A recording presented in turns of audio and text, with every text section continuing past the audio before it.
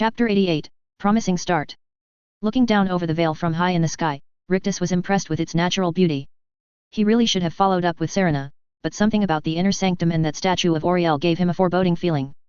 Besides, this gave him a moment to simply take in the great outdoors. The amount of potential he saw in the vale was astounding.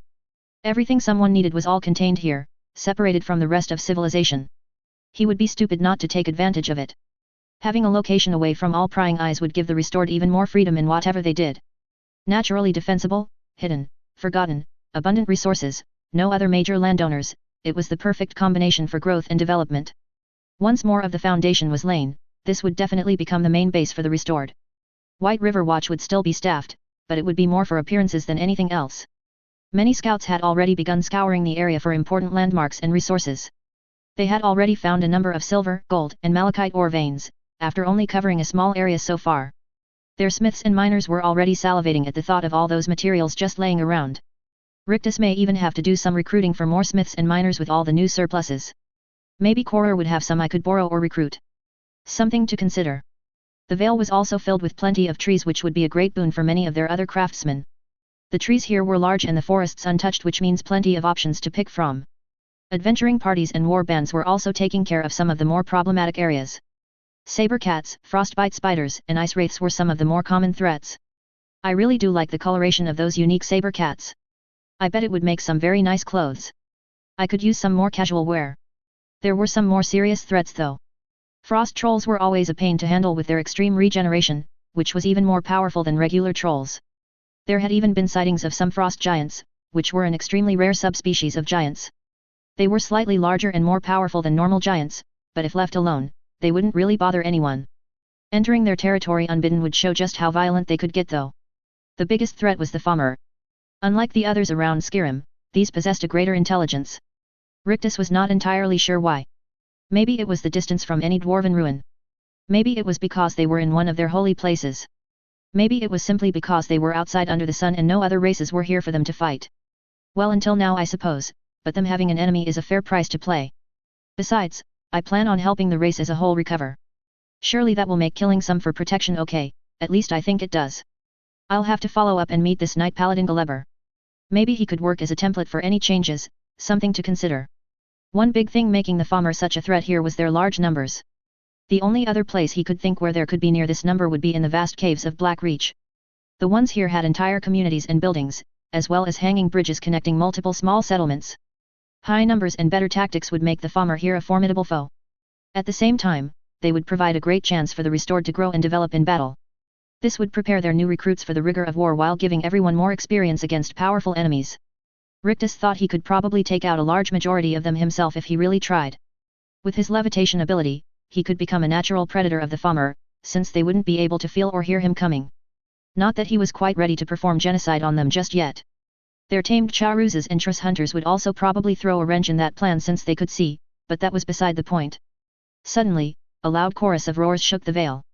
At the same time, he saw a couple of the scouts' totems light up in distress. His eyes darted around searching for the source of the roars. He found the culprits flying above the lake. Two massive dragons twirled through the air while hunting their targets. Each of them looked identical, almost like twins, which was a little weird since most dragons had some differences. They were orange with blue dorsal markings. Wide, flat ridges ran the length of their body and tail, beginning at the back of their skull. Instead of a maw filled with teeth, they had a more beaked avian mouth. Bulging eyes stood prominent on their head, taking in every sight without missing a detail. Rictus faintly remembered something like this happening in the game, but he wasn't sure on the details. Regardless, he would handle these beasties while his people retreated. Going up even higher, Rictus ensured the dragons didn't take notice of him before he struck.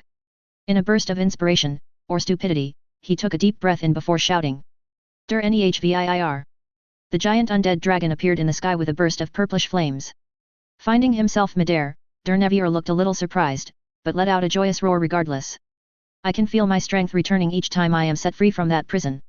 He tilted his head a moment before suddenly locking eyes on the two dragons who were now moving in this direction while roaring in challenge. Oh? Voslarm and Naslarm? You do not cease to provide worthy and interesting foes to vanquish, Kanaran. It will be a pleasure to put these solo dovas in their place. Without another word, Der Nehvir attacked. Rictus had been a bit worried about summoning another dragon to fight dragons, but it seemed his gamble had paid off this time. The fact the other two had both roared in challenge definitely helped things. Dealing with one dragon was a whole lot easier than facing both. There was a little more room for error now. He could tell the dragons weren't as strong as Dernevier, which was a welcome relief. Not saying it was weak by any stretch of the imagination, just weaker. No time like the present. Rictus rose farther up before he started his own downward charge at one of the dragons. He wasn't idle in his charge. Large metal spikes, longer than he was tall, appeared around him from his storage. Combining gravity and his telekinesis allowed him some truly impressive speeds. It didn't take long at all before he was right in front of the dragon. Slightly surprised by his speed, the dragon still released a powerful fire breath attack. Rictus quickly dodged left as he felt the fire start blistering his skin as he shot past it. The dragon performed a quick barrel roll, making Rictus adjust his aim. A resounding crunch proved one spike made contact at least. A pained roar bellowed from the dragon's mouth as it turned to pursue him. It didn't move quite as agile as before because of the giant spike sticking into its left leg. Seeing this, a cruel smile creeped onto Rictus's face. Using magic directly on dragons was not a viable plan of attack for most mortals. Dragons had a level of innate resistance due to their nature. Casting any form of debuffing magic on them didn't work quite as well unless someone was extremely powerful. He could do it, but it wasn't very cost-effective in the long term. Casting magic onto a magically attuned object stabbed into a dragon was a significantly easier task. As the dragon neared, Rictus cast a powerful burden spell onto the metal spike sticking from it. The dragon buckled downward from the sudden increase in weight, spinning downward as it tried adjusting. Not letting an advantage go, Rictus dove after it while enhancing himself with dragon hide. Safety is important. 2 more metal spikes appeared at his side. The dragon righted itself just in time to get hit by Rictus's attack. The 2 spikes easily penetrating the first layer of scales and sticking themselves firmly in the beast. A whine leaked from its mouth as Rictus added additional burdens on the spikes. All the added weight and damage sent it plummeting to the ground. He spared a glance over to see how Dernevier was faring. The 2 dragons were exchanging shouts back and forth, with Dernevier having the clear advantage in both Thursday and physical prowess. Not worrying about that fight, Rictus turned his attention back to his prey right as it hit the ground. A booming crack sounded out at the stone-splitting impact which only drove the spikes in further. Rictus started channeling his magic into the surrounding stones, but the dragon disrupted him. Gaan la Haas. He could barely make out the words before a wall of force impacted and washed over him. He stumbled back slightly from it as an intense wave of exhaustion and pain flowed through him. It felt like his stamina, magic, and health were being drained away at a rapid pace. Taking advantage of his hurt state, the dragon let out another fire breath attack. Reacting on instinct, Rictus fell through the stone beneath him as more stone made a barrier between him and the fire.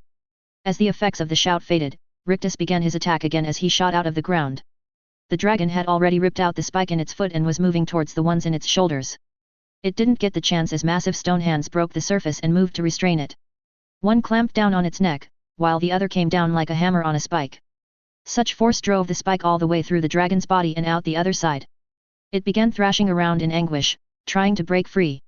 Rictus was having none of that though. More stone rapidly piled onto the dragon, trapping it into place. Unlike the first dragon he had fought with Myra Jane so long ago, his powers had grown stronger and more refined. The stone continued piling on, compressing and reinforcing itself, as Rictus made sure there was no escape. He then pulled more metal from his storage which further reinforced the stone. At this point, the dragon was completely immobilized. A loud thud startled him as he rapidly turned while preparing an attack. It is only I, Kanaran. He slightly relaxed as he turned away from Dernevier. The dragon seemed extremely pleased with himself.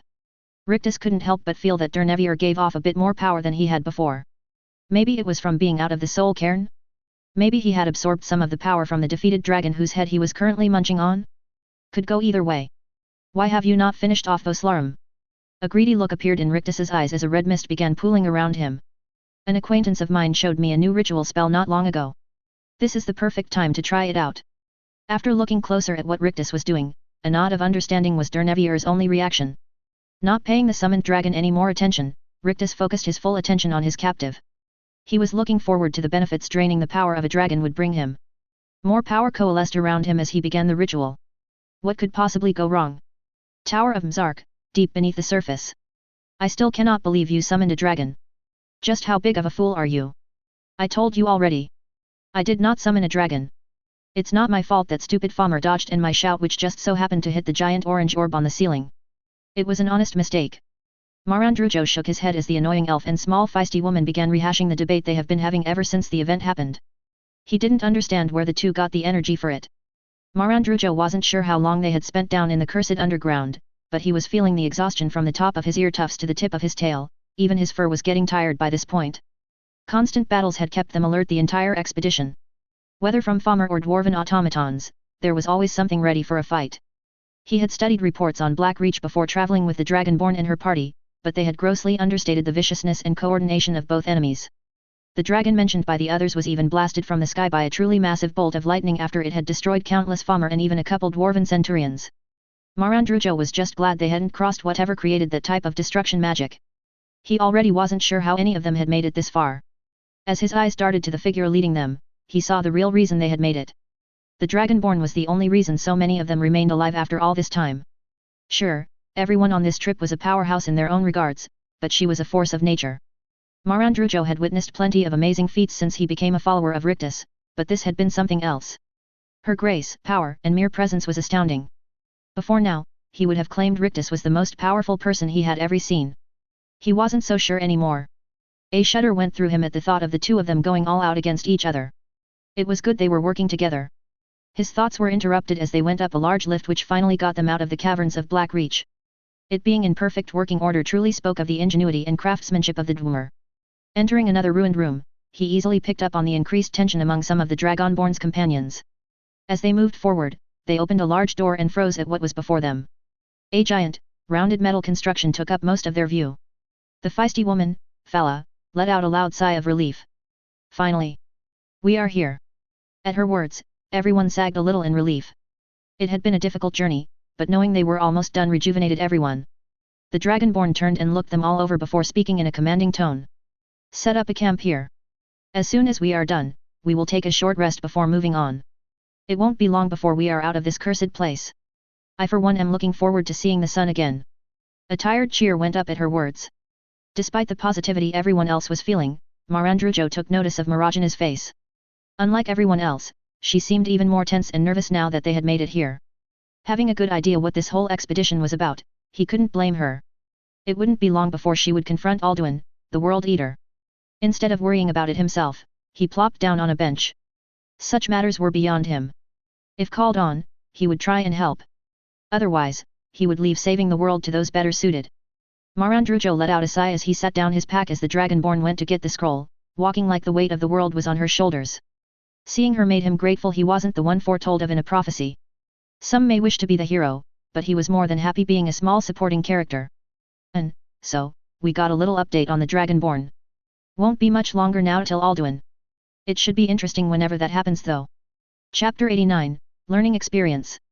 Feeling the blade pressed against his neck, Rictus let out a breath of resignation. He really should have seen this coming. Things had been going a little too well recently.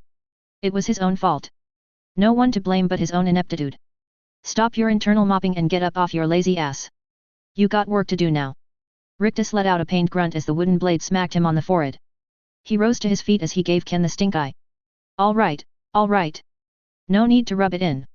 Ken chuckled at his slightly immature attitude while Rictus healed his body of all the bruises. You were the one who insisted on sparring with me. Sure, you are stronger, but I have decades of experience on you. Why you insisted on fighting me without using your magic is beyond me. You should use whatever weapons you have during a fight, and a spar shouldn't be any different. Knowing how to fight without your magic is admirable, but if we are in that kind of situation, we are already dead. Besides, there is no shame losing in this context.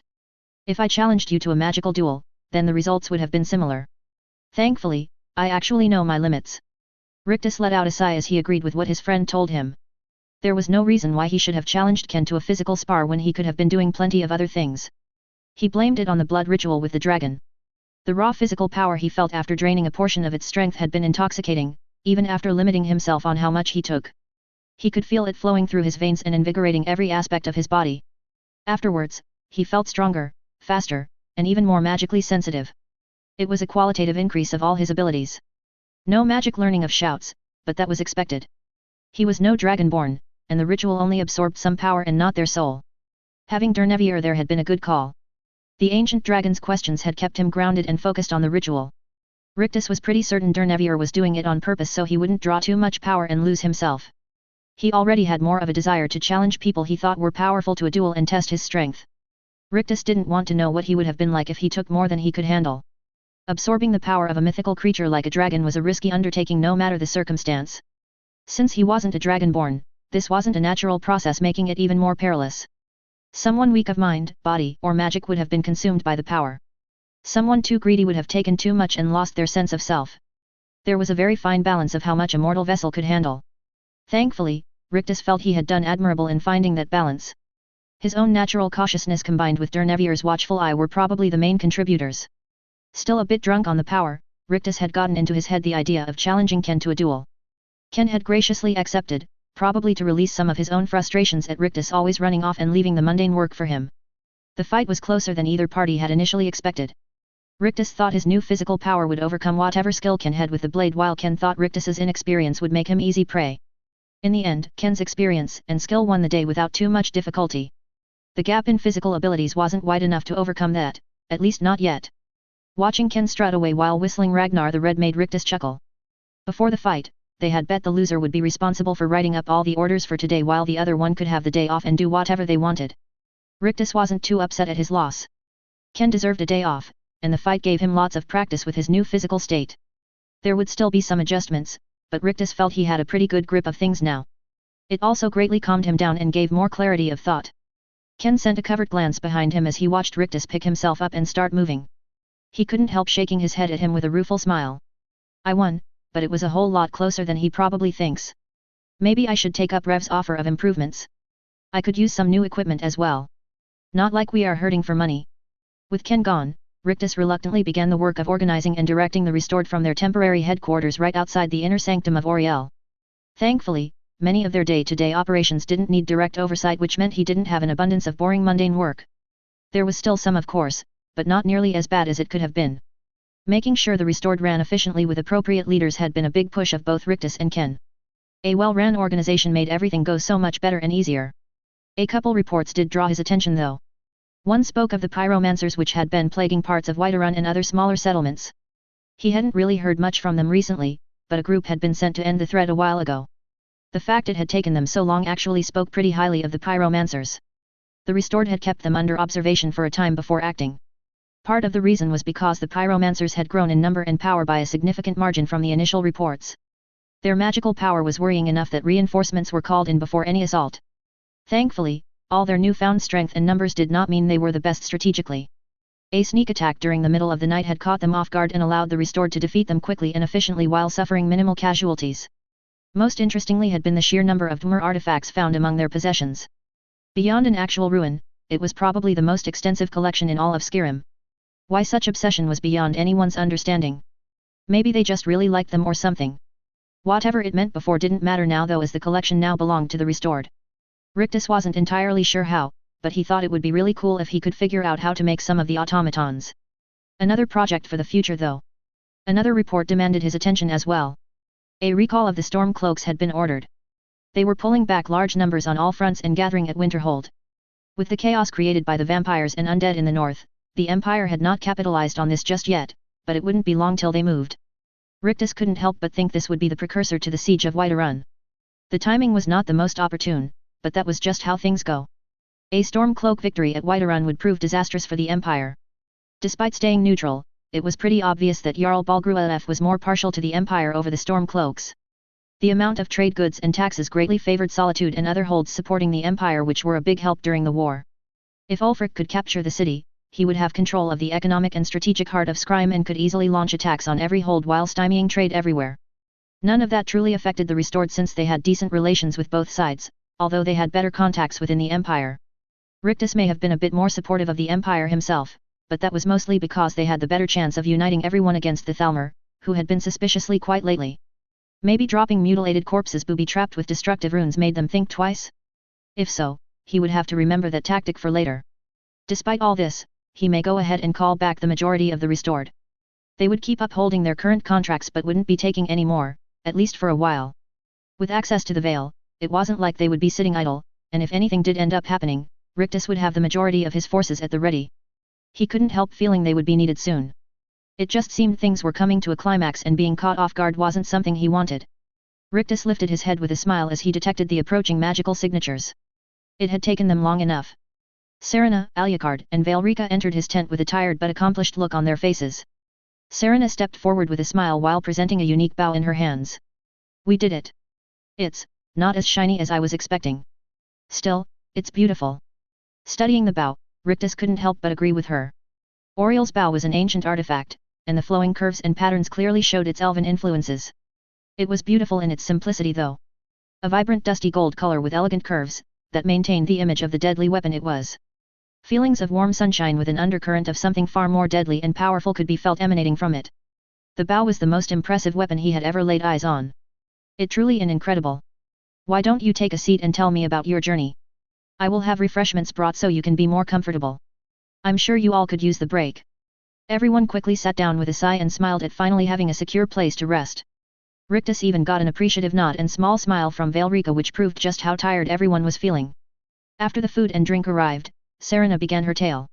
Rictus already knew a lot of what happened at the beginning portion from talking with Rysera, but he didn't know anything about what happened in the inner sanctum. Serena's animated talking kept Rictus interested while he learned how they had traveled through the inner sanctum and eventually confronted Archcurate Verthur. It was him who had actually created the prophecy Harkon was obsessed with. Him being a vampire was also something Rictus had forgotten, so he was able to act appropriately surprised. Serena did compliment Alucard on how after their first run-in with an ice sculpture thawing into a living Falmer, he destroyed everyone they came across before they had the chance to transform. This had made the final battle against Verthur significantly easier than it could have gone since they weren't under constant waves of Falmer warriors. Well, it sounds like you all have had quite the time. I am very impressed at how easily you all accomplished it. Although, I wouldn't say I am surprised given how strong each of you are. Once you all have a chance to rest, I would love an introduction to this Knight Paladin Galeber. He seems like an extremely interesting and knowledgeable person, and someone I would enjoy talking with. It isn't much, but we do have some temporary houses set up if you all want to rest in a more secure location. Everyone looked grateful at that suggestion, but Serena gave him a weary look. That does sound nice. I think we should talk about what happens next before we rest. Rictus nodded his head while giving her his full attention. The words seemed strained, but Serena powered through regardless of her feelings. I think that it is time we face my father. After everything I've been through and talking with Mother, I just don't think there is any other choice. He cannot be trusted after everything he has done. She clasped her hands around the bow in a tight grip as Valerica laid a comforting hand on her shoulder. Serena looked down at the bow but kept on talking despite the slight quiver in her voice. I keep wanting there to be some other way to resolve all this madness. There isn't much of a choice though, at least I don't think there is one. He will keep chasing us for the rest of our lives while trying to fulfill that prophecy. All this time obsessing over it has only corrupted his mind more and more. He is well beyond reason at this point. It is not an easy decision for me, but it is the only option I have left. I must kill my father. He must die. There is no other choice. She tried schooling her expression and emotions, but he could tell the words hit her hard. Rictus reached over and squeezed her hand comfortingly. Then that is what we shall do. You can count on my help in this. We shall face him together. Alucard also moved forward and comforted her as well. Smiling softly, he rested his hand on her arm. I will do all in my power to support you no matter what may come. There is nothing which can stop us if we all work together. Valerica's face slightly scrunched up at the sappy words of the other vampire, but quickly schooled her face as she also comforted her daughter. My support goes without question. I abandoned you once, but never again.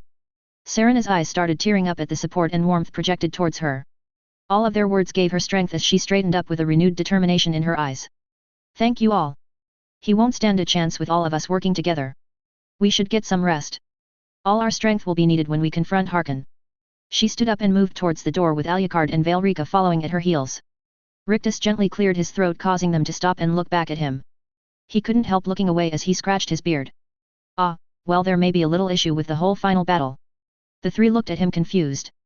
See, no one really knows where Harkon is at the moment, so we can't really confront him. Their confusion only grew at his words. Valerica looked at him questioningly. Surely he is still at Castle Folkihar. I know Harkon better than anyone, and he wouldn't just abandon his home like that. We did spread word to some others we trusted in the castle, so they will surely know where he is. Rictus nodded his head at her line of reasoning. Normally, I would agree with that being a great plan, but there is a tiny complication. Alucard was the one to speak up now. What kind of complication? It shouldn't be too difficult to get word to the castle, especially for you. Rictus looked away sheepishly as he stroked his beard. Well, you see, the restored kind of took over the castle, and we now kind of possess it. Harkon wasn't there during the assault and is still missing. We thought he was hunting you all down, but now we are not so sure. He is most likely still somewhere in northern Skyrim since all the attacks of undead and other vampires have been out of control in this area. There is a chance he is in Morthal. If he is, we will know soon enough because a large force of vigilance of Stendar, mages, and Dawnguard should be there right now. Once I know where he is, I will waste no time in sharing. They each looked at him incredulously. They had known the Restored were not happy with Rictus being missing after they came back from the Soul Cairn, but this was on another level. When they had continued on their quest, none of them expected for the Restored to assault an ancient vampiric stronghold, much less take it over. It was good, yet troublesome news. Serena deflated after wrapping her mind around it. She had worked up the determination to go kill her father, and now that will have to wait since no one knew where exactly he was at. She let out a loud sigh as her shoulders slumped.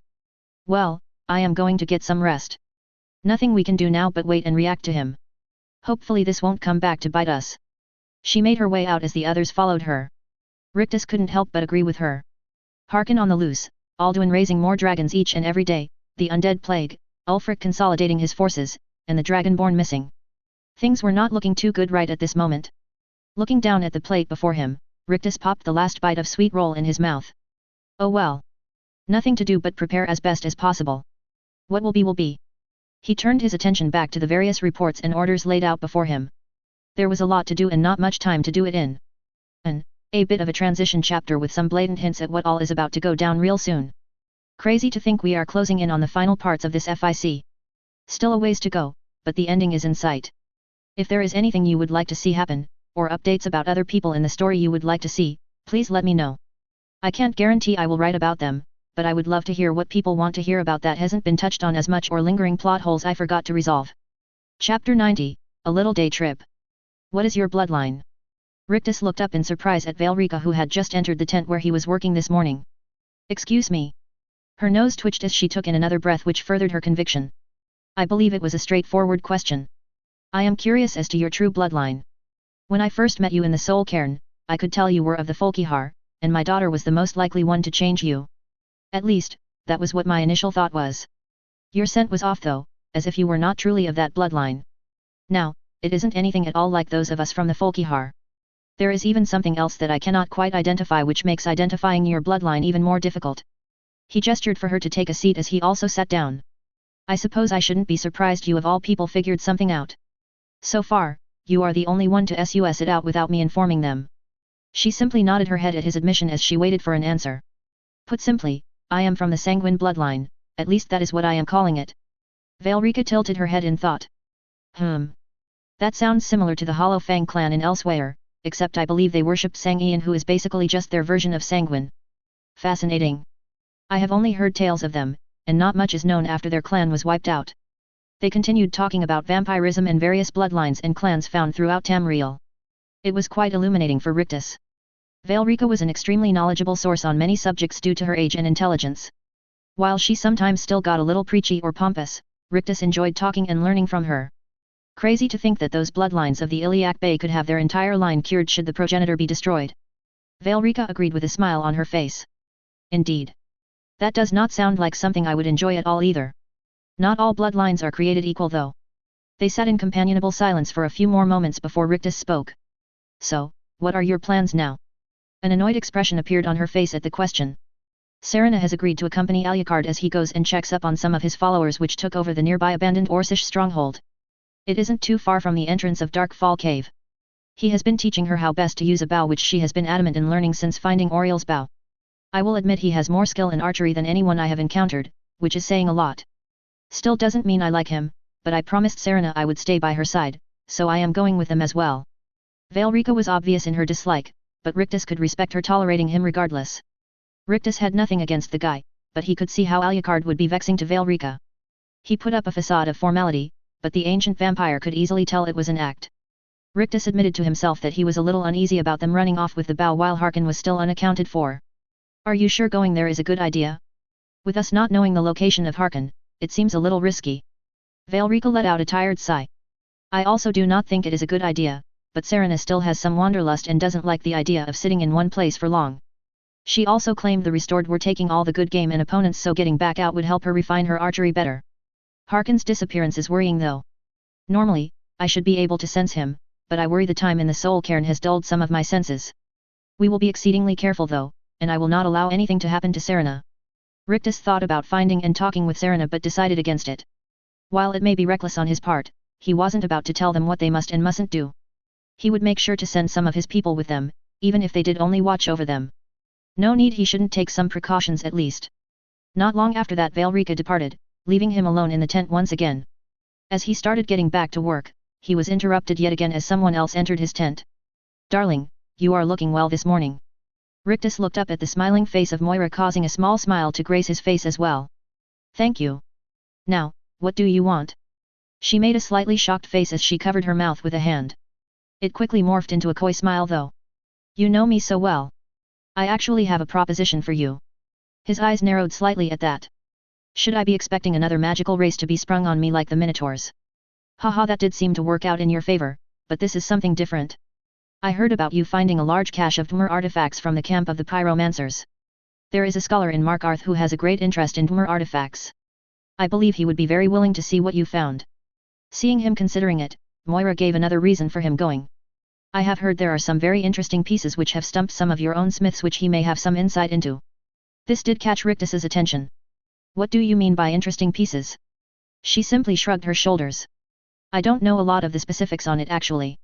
I just happened to overhear some of them talking about a strange blue glowing crest thing which none of them had ever seen before. There is a good chance the scholar would know more though." Rictus took a moment as he thought over the proposition. There was a whole lot of things he needed to get done before the Dragonborn faces Alduin. Lots of plans needed planning, magic needing refining, experiments waiting to happen. Still, why not? Let's go. Moira had a large smile on her face as she gave him a peck on the cheek before going to get ready. Rictus smiled as he watched her go. Yes, there was a lot to do, but this was something he wanted to do anyways. The mundaneness of visiting one of the more interesting cities in Skyrim to talk with a scholar about some ancient artifacts was compelling. No battling undead creatures, no pressure of leading people. Just a simple day out and about with a pretty woman in a city he hadn't taken the time to properly explore. He started whistling an upbeat tune as he left his desk. It would be nice to have a simple outing. A few hours of break would not hurt. Markarth was one of the most aesthetically pleasing cities in Rictus's opinion. The large stone buildings, houses built into the mountain, and large waterfalls were quite eye-catching. It had a sense of history and oldness which could almost be felt as one walked along the stone pathways. Rictus hadn't really paid much attention to the city when he was last here, which felt so much longer than it was. In the game, Markarth had some interesting quests and interactions, especially compared to some of the other holds. With the Forsworn now in control, he had no idea what changes would have been wrought by the new rulers. Not much really. Turns out the common people aren't affected as much by the change in leadership. Walking along the streets, Rictus saw people going about their day like anywhere else. The markets were busy with merchants hawking their wares while customers bartered for better prices. Craftsmen were making more products. Workers were, well, working. Just normal everyday interactions commonly found in any city really. Sure, there were some more exotic items but nothing too crazy. The only real obvious difference from the other holds were the guards. Instead of the standard guard armor found throughout Skyrim, the guards of Markarth stayed true to their Forsworn roots. Much more leather and feathers. Their weapons were of much better quality though, and some of what Rictus inferred were captains wore exceptionally crafted armor. It was probably better crafted than any armor he had seen before if he was being honest, his Uncle Sam gifted armor the exception of course. His observation didn't go unnoticed. Their armor is crafted by the smith. Rictus looked over at Moira as she explained. I do not know his actual name as Modanok keeps him sequestered away and under tight security, so everyone just calls him the smith. He has created some of the most exquisite armor and weapons I have ever seen. I bet he could even give old Eorland Greymane a run for his money. If I didn't think it would start a fight, I would have long stolen him away from here and brought him to the restored. Rictus mulled over what she had said. This smith was probably none other than the skilled of smithing. He had already theorized there was a skilled working for the Forsworn, and the one of smithing made a lot of sense, especially after seeing some of the weapons and armor here. Maybe he would have to try and pay the smith a visit. Just to check on his safety of course. Rictus being the paragon of justice he was would not be able to stand idly by as someone was constantly forced to work in poor conditions like some slave. It definitely was not because he could be a tiny bit greedy and wanted the very best for the restored. Nope. He was just that nice of a guy. It was something he would definitely check out later for sure. Right now, he was still approaching Understone Keep. He had thought they may have been stopped at the door or questioned, but that didn't happen at all as the guards there bowed their heads at Moira and quickly opened the doors. As the massive stone doors closed behind them, Rictus couldn't help whispering to himself. The way is shut. It was made by those who are dead, and the dead keep it. Moira looked at him questioningly. What? He quickly shook his head in embarrassment. Nothing. Just something I heard once and thought it sounded cool. Let's go find that scholar. Moira chuckled and patted his arm as he started walking faster. It didn't take them long before they found the scholar. Rictus had already been briefed on the man. He was an aged Altmer man who had spent a long time researching the Dwemer in Markarth. He had been the court wizard under the previous Jarl. During the battle for the city, he had been away in one of the ruins, so he had missed the entire thing, which was probably why he was still alive. Instead of killing him, Maidenich had allowed him to stay here and continue his research. Calc Elmo was overlooking some workers reorganizing various pieces of dwarven materials. He barely spared them a glance before turning back to watching his workers. I don't need any more workers or guards. I have enough on my hands keeping these uneducated cretins from destroying years of work. Moira bristled at the casual dismissal while Rictus approached the man. We were looking for you, actually. Calc Elmo rolled his eyes as he frowned at him. I told you already. I am not hiring. Why do people always bother me when I am working? The most recognized scholar on Dwemer in all of Tamriel, and I am regulated to menial work when I should be finishing my research. Immediately after the outburst, he let out a sigh. I'm sorry. I shouldn't have yelled at some stranger because I was feeling stressed. That was uncalled for. How can I help you? Rictus just smiled as he held out a couple journals. I think I may be able to help you. I have recently come into some journals and artifacts regarding the Dwemer which I think you would be interested in. Calc Elmo narrowed his eyes before taking one of the journals. This one had been written by one of the pyromancers and was a list about what they had collected. More like an inventory list than an actual journal. As the elf quickly scanned the book, his eyes widened while his mouth hung open. He looked up at Rictus. Is all this true? Do you know what this is even talking about or means? Rictus shrugged his shoulders while offering a simple reply. Nope. Seeing he wasn't saying anything else, Calc Elmo grabbed the other journal as he started pacing with an excited look upon his face. After seeing the list of things, I was skeptical, but this clears everything up. It seems you have found the location and requirement for the Etherium Forge. I always believed that fool Tayran didn't really know what he was talking about. Probably stole the work of someone else. This is an incredible find. Tell me, do you have the pieces of solid Etherium? Rictus took out the large blue crest. He had studied it himself but couldn't tell exactly what it did. It was obviously magical, but he couldn't figure out anything beyond that. The structure of the crystal was somewhat similar to the monastones he created. Still very different though. Calc Elmo grabbed the piece reverently as he stared at it. He then quickly made his way over to a large table where he unrolled a map of Skyrim and laid out the journals. It didn't take him long before he stabbed a finger onto the map a little south of Iverstead. Here. These are the ruins of Thoft. This is where the Etherium Forge would be located. Etherium crystals can be found in some Dwemer city ruins, but no one knows what all it is capable of or even how to manipulate it. The Dwemer were the only ones who had figured it out, but they required the Etherium Forge to work it. Some project that the forge is at least 4,000 years old, ancient even by Dwemer standards. Items produced by it are said to be powerful artifacts imbued with very powerful enchantments.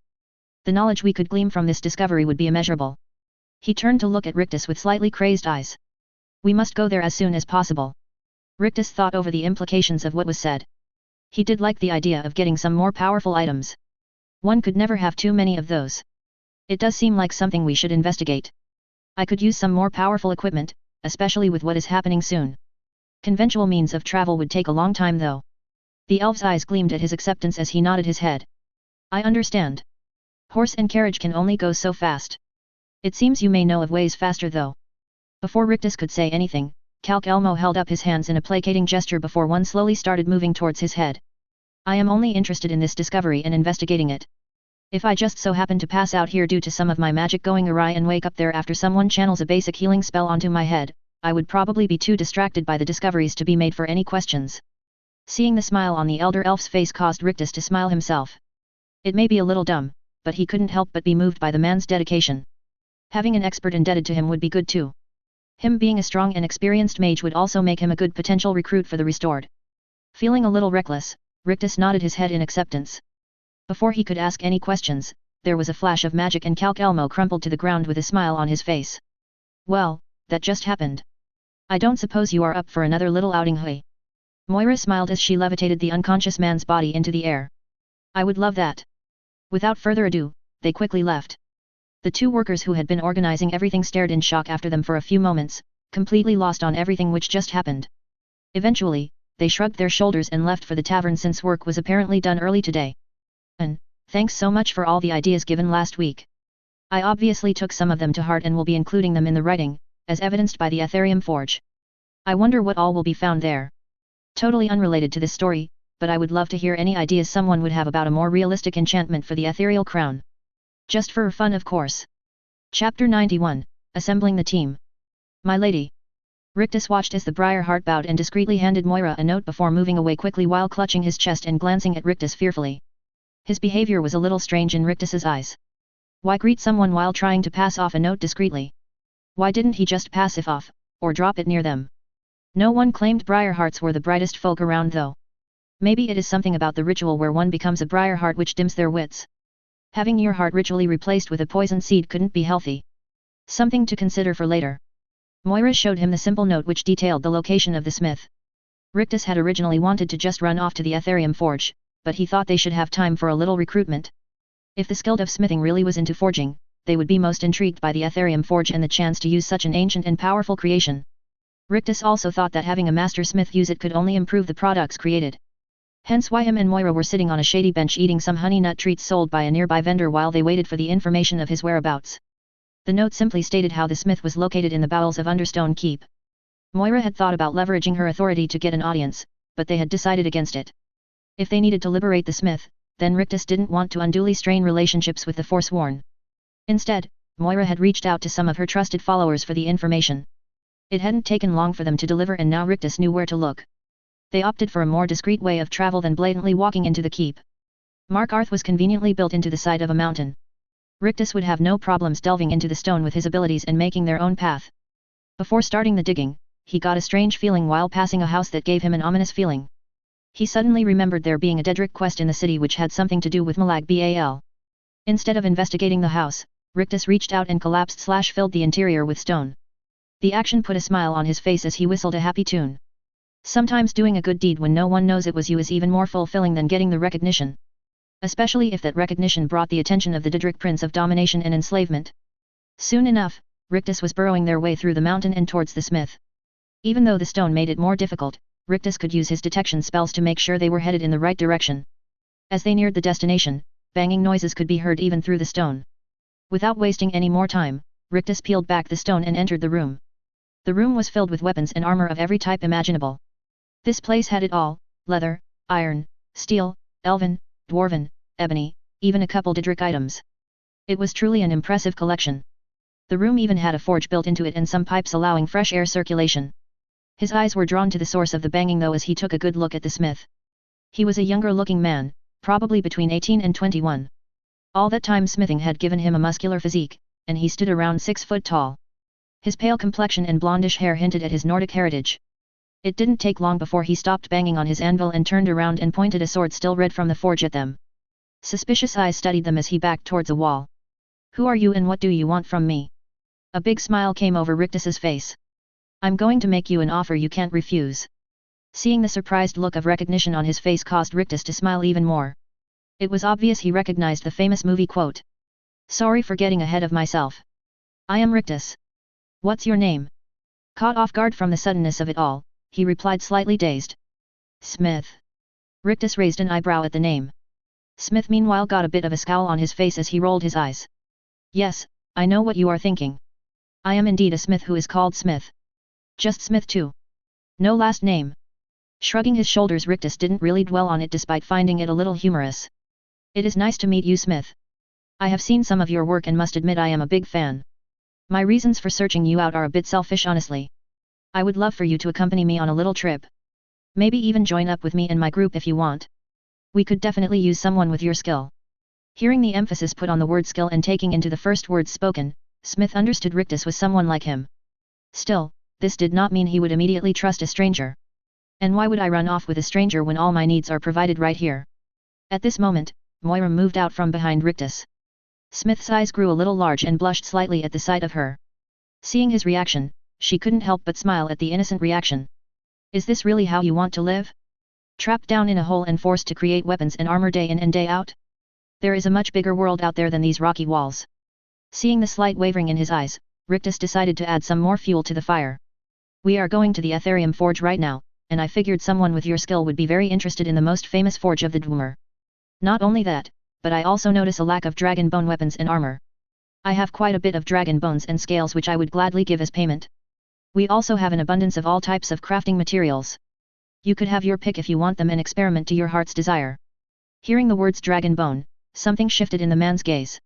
Rictus recognized it as desire. Not necessarily of greed, but a desire for a chance to go beyond your limits while working to improve your own craft. He was pretty sure he sometimes got that same look while experimenting and pushing his magic. Rictus knew he had him now.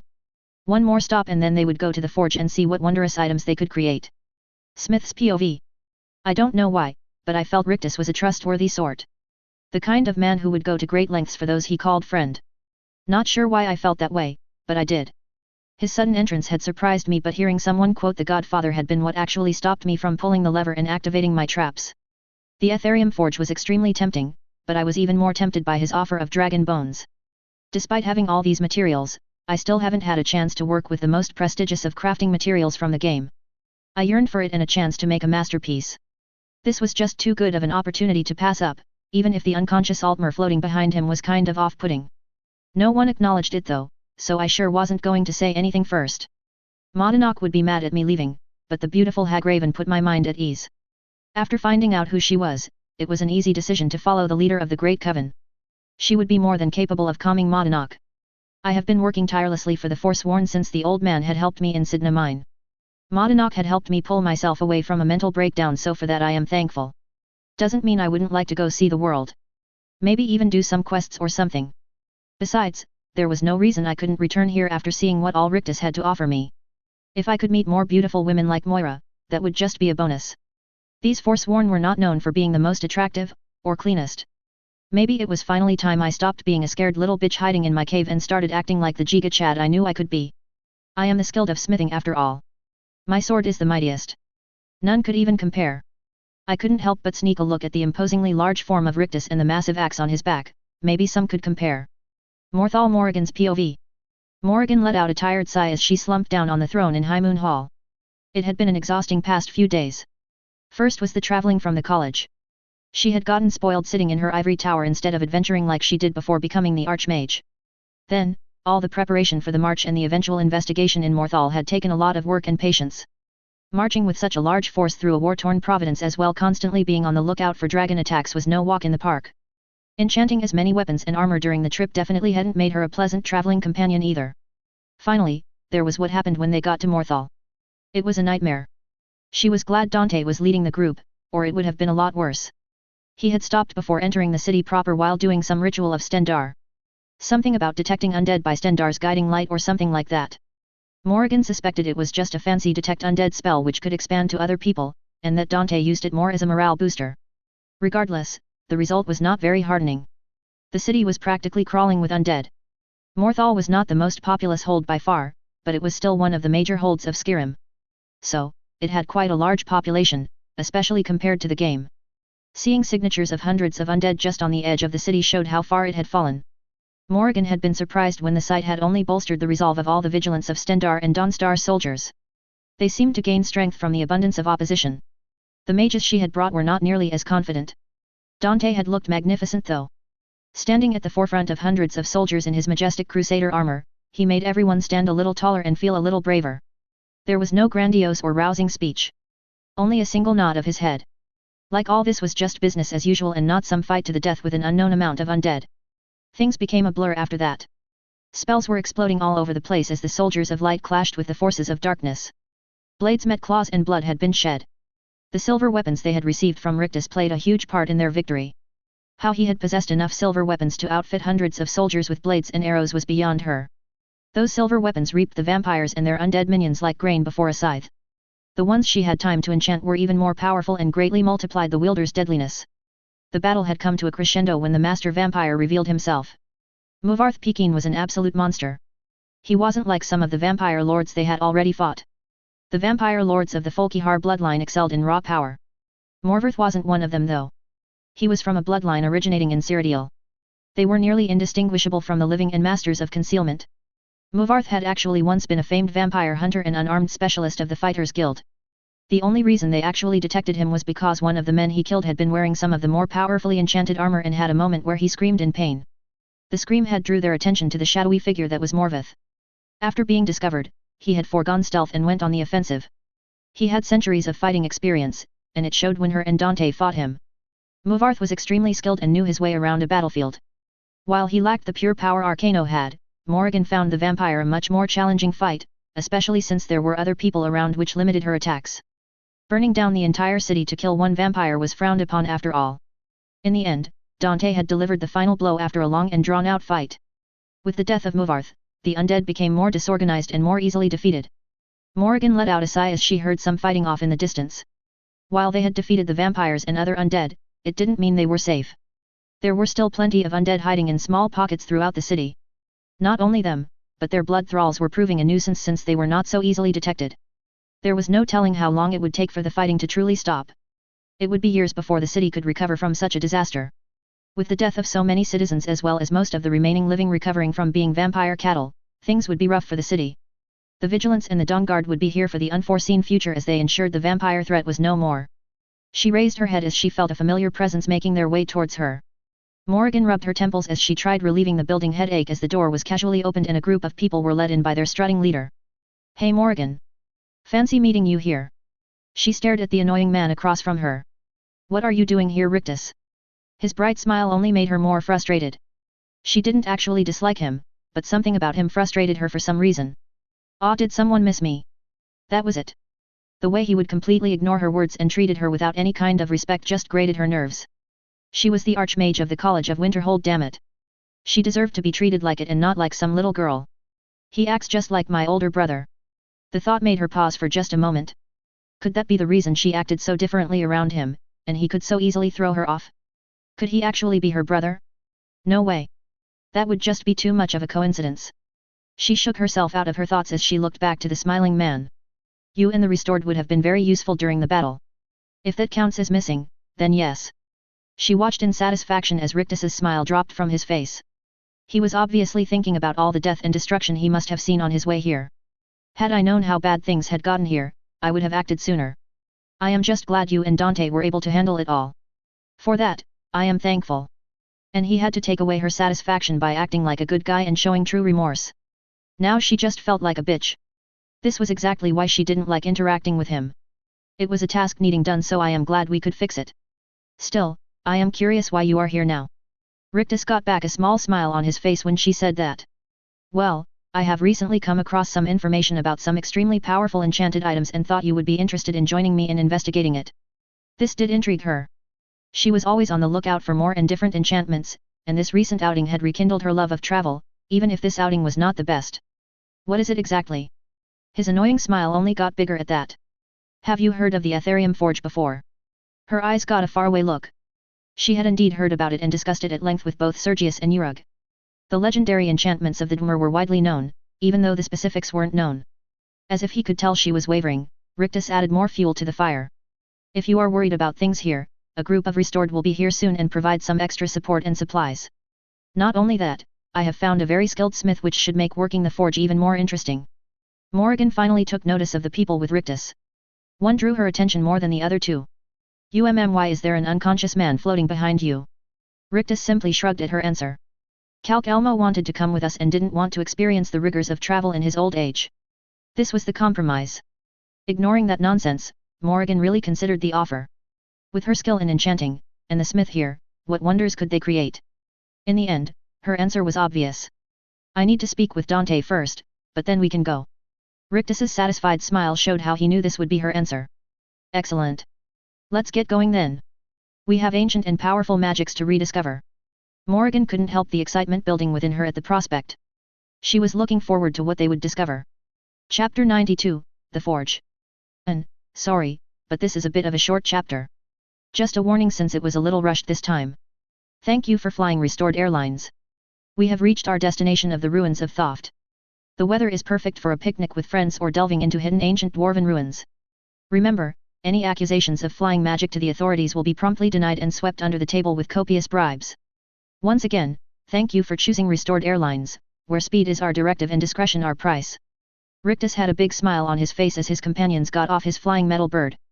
Smith chuckled, Morrigan rolled her eyes, and Moira even clapped at his little speech. Calc Elmo just stayed silent as he still floated unconscious. Rictus had decided flying would be the fastest way here and so had loaded everybody up on the Mark II of his giant flying metal bird, the Mark I being the one he crashed into a dragon. While flying was illegal, he wasn't worried about any of the people here reporting him. I am still surprised you took us flying on that. Don't you know how much trouble you could get in if caught? He turned and looked at Morrigan with a smug look. Probably as much trouble as a mage who has been researching, building, and enchanting objects made for flight. This shut up Morrigan quickly as she paled slightly. Rictus couldn't help chuckling at her expression of disbelief. She was just too easy to mess with sometimes. The college really was lacking in any form of counterintelligence, so it wasn't too hard to find out about some of the hidden projects going on there. Having a former instructor and key member as a minion may have helped as well.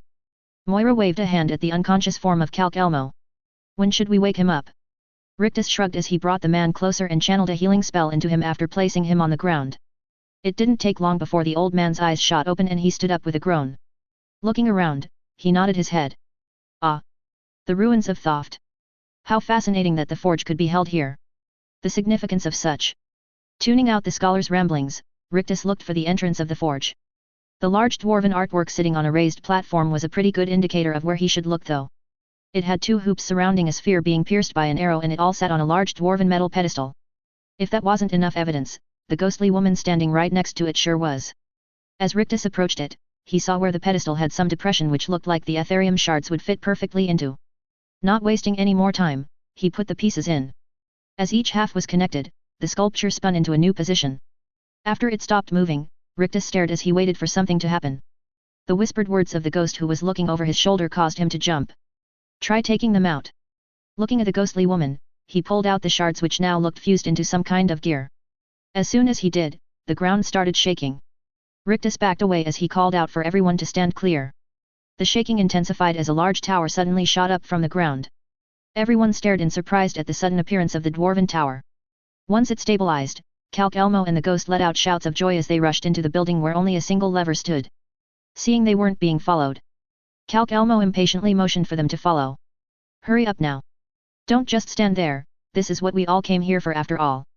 Rictus, Morrigan, Smith, and Moira all shared a look before shrugging their shoulders and following after the elf and ghost. Once everyone was inside, Calc Elmo pulled the lever, and they started descending into the ground. Smith started fidgeting a bit before he spoke. Okay, does anyone else see the ghost standing here with us, or is that just me? Seeing no one answering, the ghost was the first to speak up. I don't really know who you all are, but the name's Katria. Even though none of you are from that original group I met, I don't really care since you had the crests and seem a lot saner. They were a bit strange and almost banished me the first time we met.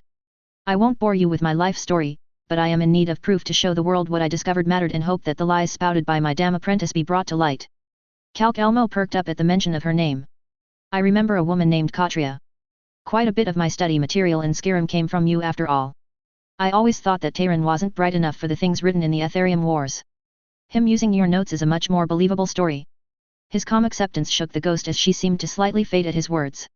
Rictus thought she would have shed a tear at his words, if she wasn't a ghost of course. They all talked for a bit longer as the elevator was taking a long time. Katria didn't really know what to expect in the ruins, which was a bit discouraging. She had interacted some with the pyromancers who had originally found the Ethereum shards though. Unfortunately, she claimed they were all a little touched in the head. Constantly ranting about the power of destruction and how they wished to be found worthy of the great teacher. Rictus had a sinking suspicion on the identity of the great teacher. The skilled of destruction would be capable of creating a cult of pyromaniacs. It only made him question if any of them were true minions or were just some random followers. He didn't think they would be true minions since his people had been able to take them out so easily, but he could be mistaken. Hopefully, he was wrong about this and those pyromancers weren't connected to another of the skilled. The last thing Rictus needed right now was more enemies. Finally, the lift came to a stop, and everyone exited into a small chamber. Smith looked back up into the darkness they had just come from. I wonder how far down we are now. No one had an answer to that. Before they began any kind of exploration, Rictus gathered them all so they could go over their formation. Since most of their party was spellcasters, Rictus had the distinct honor of going first. He was most likely to survive any surprise attack after all. Moira, Morrigan, Katria, and Calc Elmo would be in the center while Smith took the rear. Pretty straightforward. Rictus looked over Smith and was impressed by his equipment. Smith was decked out in full ebony armor which had blood-red streaks outlining its curves and edges. A wicked-looking Daedric sword and dagger were strapped on his hip. On his back was a masterfully crafted dwarven crossbow with what appeared to be a scope on it. Looking it all over, Rictus couldn't help but question him.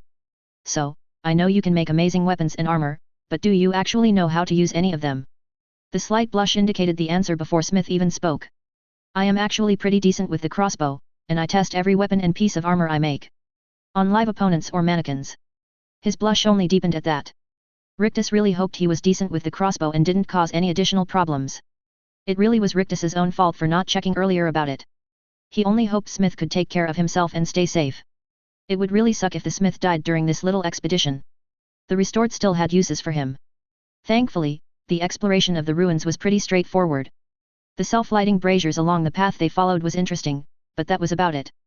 After descending even further underground, they reached a massive cavern with a waterfall and stone bridges leading them over the water. A tiny amount of light could be seen trickling down through a hole in the ceiling, just enough to barely illuminate everything. At the end of the set of bridges, was a massive dwarven fort-like structure built into the mountain.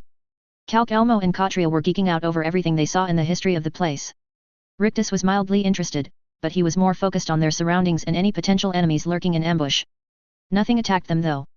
Even after crossing the bridges and walking up the stairs of the ruins, nothing happened. He talked with both Morrigan and Smith privately about their game knowledge for this quest. Rictus didn't really remember it more than the fact it existed, no details though. Morrigan had no idea, but Smith had some recollections of it, probably because it was smithing related. He claimed there wouldn't be any enemies until we found the forge. Then there would be waves of dwarven spiders and spheres before a powerful centurion called the Forge Master appeared. Rictus didn't fully trust the lack of any enemies. This world wasn't a perfect copy of the game, so things could be different. So far, he was happy to be wrong though. At the top of all the stairs, Rictus was surprised to find a still living tree in the middle of the courtyard looking area. Hey! Life can find a way even in the darkest of places. The more immediately concerning detail was the large metal door blocking further entrance into the ruins. Doors shut tight. I bet those resonators would open it, though. Rictus looked at where Katria was pointing. Above and on either side of the door sat two metal contraptions. The resonators were basically metal bars which would spin if the end was hit. Having two meant they needed both to spin and it would open the door. Simple enough really. A twang rang out followed by a curse. Rictus raised an eyebrow as he watched Smith reload his crossbow after missing his shot and mumble something about calibrating it wrong. Ignoring that and hoping Smith's aim would be miraculously better at moving targets, Rictus nodded at Morrigan. The two of them cast simultaneous lightning bolts which struck and spun the resonators. A chime rang out as they reached the top of their spin and the door opened. Rictus took the lead as he went through the door. They continued down some stairs through a hallway which looked like any other dwarven ruin. Large pipes along the walls belching steam, stone pillars with intricate carvings, and blue-green magical lights. The air felt different the further down they went, more stifling. Soon they reached another large golden door. This one didn't have any secret mechanism and opened with a simple push. The room that greeted them was quite unique and explained the rising heat. A red glow illuminated the massive room. Huge carved pillars held up the ceiling while stone platforms rose along the edge. The middle of the room was what drew everyone's attention though. A grated floor had fiery steam shooting skyward. Beyond the veil of steam, one could make out a huge collaboration of metal pipes and gears all cobbled together in some mechanical marvel. There was even a waterfall of lava pouring from the mouth of a statue down into what Rictus could only assume was part of the forge.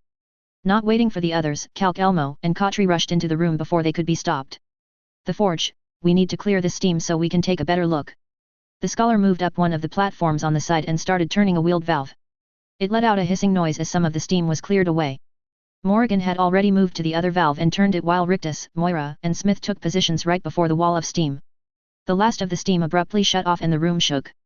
Everyone was on their guard as they waited for the expected enemies to show up. The shaking gradually stopped. No enemies appeared though. Smith relaxed a bit as he smiled. Well, that wasn't bad at all. I can't believe no enemies actually showed up. I was worried for nothing. They all slowly turned and stared at the man who just looked confused. What? Is something wrong? Rictus let out a deep sigh as he condescendingly patted Smith's shoulder. Your ignorance is amazing. You basically just guaranteed something was going to happen now. Smith snorted in reply at the superstition as he moved towards the forge. Yeah, right. I don't think words can actually jinx a situation like that.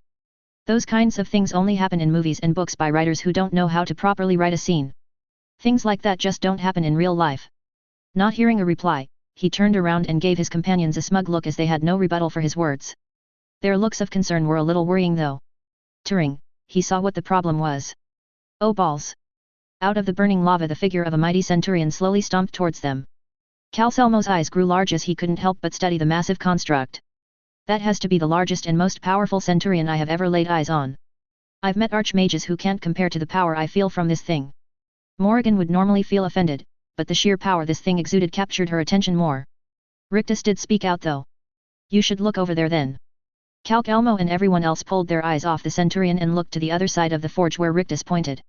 Calc Elmo cleared his throat as he spoke in a subdued voice. I stand corrected. Oof, a dreaded cliffhanger.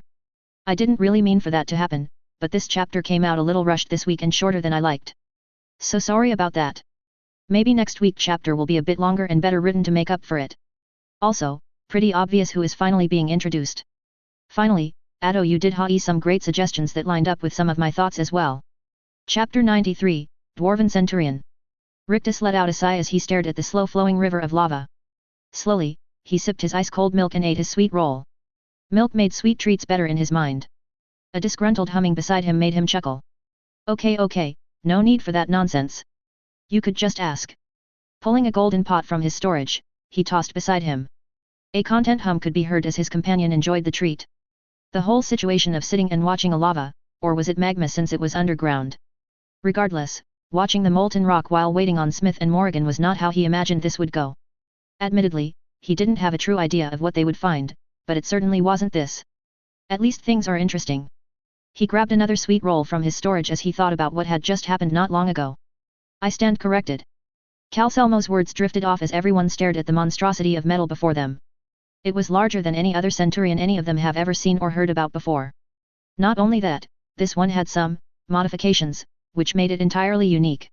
First off, electricity sparked all over its body as if it was just struck by lightning. The gaps of its armor glowed red as if there was fire burning deep inside of it. Not only that, the joints had been reinforced with what looked like ebony armor. It didn't have the traditional weapons of a centurion either. Instead of the hammer, this thing had a freaking dragon skull fused to its arm as a weapon. One side had the mouth of the dragon fused shut with metal while the other had its horns sticking out, making the whole thing some kind of spiked warhammer. Rictus couldn't help feeling a spike of jealousy at the sheer awesomeness of using a dragon skull as a weapon. Maybe he would have to get one of those. The centurion's other arm was also decked out in a dragon bone weapon as well. Instead of a sword or axe like was common, it had a spiked dragon tail whip. To make it even better, destructive energies of fire, lightning, and ice could be seen coursing around it. Rictus had a feeling that the whip could be manipulated much more finely than should be possible as well. To top off the bone theme, the centurion had a vast collection of decapitated farmer heads and skulls along its waist like some kind of trophies. A bit excessive, but still effective. I would definitely be intimidated if I saw someone or thing wearing a belt of human heads. Rictus also noted how much magical energies were coursing from the metal monstrosity. Its magical aura was extremely chaotic looking. The only person he had seen with a similar signature had been Ferelda, and she was a master of destruction magics. Dread momentarily filled him as he couldn't shake a preposterous realization. Talos's Sagasak, it's a skilled. Most others were too caught up in the thing's appearance to hear him, but Morrigan's eyes widened in fear as she was close enough to hear his whispered words. If this thing was a skilled, their chances of victory was significantly reduced. A loud whistling came from the giant centurion which shook them from their shock. Instead of attacking though, it stayed still as they heard the creaking of gears coming from somewhere else. Dwarven spiders started pouring out from various pipes and cracks of the stone as a platoon of dwarven spheres entered through two doors on either side of them. Being completely surrounded by such powerful foes, everyone was acting subdued as they were not sure of their survival at this point. Well, everyone except Rictus. His lips had turned up in a predatory smile at the presence of such powerful foes. Scales started growing along his skin as talons emerged from his hands. The challenge of this fight had his blood pumping as his magical aura became almost tangible. Before he could act out though, a calming hand trailed down his arm. Calm down, darling. Let me handle this. Rictus reluctantly reined in desire as he watched Moira stroll ahead like they were in a park instead of surrounded by killing machines. He stayed ready for an attack though. Moira approached the skilled centurion without flinching as magic started pooling at her fingers. The centurion's whip flicked in expectation but didn't respond beyond that. Instead of an attack, Moira's hand disappeared into a magical portal. She had learned some tricks from Rictus after all. Everyone looked on in confusion as she started placing Centurion dynamo cores on the ground. After placing about 10 of them, she reached back in and pulled out 2 more unique-looking cores. Instead of the normal red light, there was a light blue light coming from the center of these core. Rictus thought its coloring had a striking resemblance with the Ethereum crest. After placing the 2 cores down, Moira bowed and walked backwards a few steps. The Centurion's whip appendage snaked out and coiled around the Ethereum cores as it pulled them closer. After studying it for a few moments, it let out another whistle. This time, the dwarven spiders started crawling back where they came from as the dwarven spheres also disappeared back through the doors they came from. A few of the spiders and spheres remained and loitered around the chamber. The second dwarven centurion moved forward and collected all the dynamo cores and made its way back towards the lava behind the forge. What the hell just happened? Smith's words caused everyone to look at Moira. She gave him a condescending smile as she pulled a rugged-looking journal from her storage. Books are a unique type of magic which help you understand many things. They can give you an experience of someone's life in just a few hours. This someone just happened to be trying to impress this unique centurion here and found a peaceful way of interacting with it. Rictus was a little impressed and shamed at her words. He really should have read some more of the journals of the pyromancers, but he hadn't really felt it was necessary. Thankfully, Moira had taken the time and found out a non-violent solution for the automaton problem. Rictus's eyes were drawn back towards the skilled centurion as part of the chest armor peeled back revealing its own dynamo core. Quick as lightning, the old core was torn out and the new Ethereum core was placed in. It shuddered for a moment before the light coming from the core intensified and its chest plate covered the core once again. It was slight, but Rictus was pretty sure the automaton had become even more powerful than before. After its upgrade, the centurion just stood there watching them. A few tense minutes later, Rictus shrugged his shoulders at its inaction and turned towards the rest of his party. Well, how about we investigate that forge right about now? Optimus over there isn't showing any signs of aggression, so we might as well get on with what we were planning on doing. Calc Elmo, Katria, and Moira looked a little confused as Morrigan and Smith chuckled at what he called the centurion, effectively distressing the situation. Rictus personally felt it fit the giant robot, but that may only be because Optimus was the only large robot name he could think of off the top of his head. Morrigan took a few tentative steps towards the forge as she kept an eye on the centurion. Noticing nothing happening, she moved with more confidence. Seeing Smith hadn't moved, Rictus floated over the Ethereum crest in front of his face. Smith quickly grabbed it from the air and basically ran after Morrigan, not without casting some worried looks at the centurion of course. Katria wasn't far behind them as she rushed towards the object which kept her from passing on. Calc Elmo was still acting a little shell-shocked at all he had just observed, but that didn't last long. It wasn't long before he was rushing around the room muttering like a loon and jotting notes down in a journal. He was currently enraptured by the dwarven spheres as he kept following after them and trying to peek inside of them. Rictus thought he was just trying to build up some courage before approaching the centurion. Taking some initiative, Rictus made his move towards the skilled centurion. It turned and studied him with its metal face as he stopped right before it. Rictus strained his neck looking up at the automaton which was over twice his size. So, Optimus, how about a drink? And that was how Rictus ended up sitting in a legendary ancient dwarven ruin watching lava, magma since he was underground, but he ain't no scientist, while sharing a drink with a heavily modified and a somewhat sentient dwarven centurion who happened to be the skilled of destruction magic. Rictus with his milk and sweet rolls, and Optimus with his dwarven oil, which Rictus just so happened to have a few pots of since he loved being prepared for any situation and not because he was a bit of a hoarder who would dump any and everything into his storage. Life truly was strange sometimes.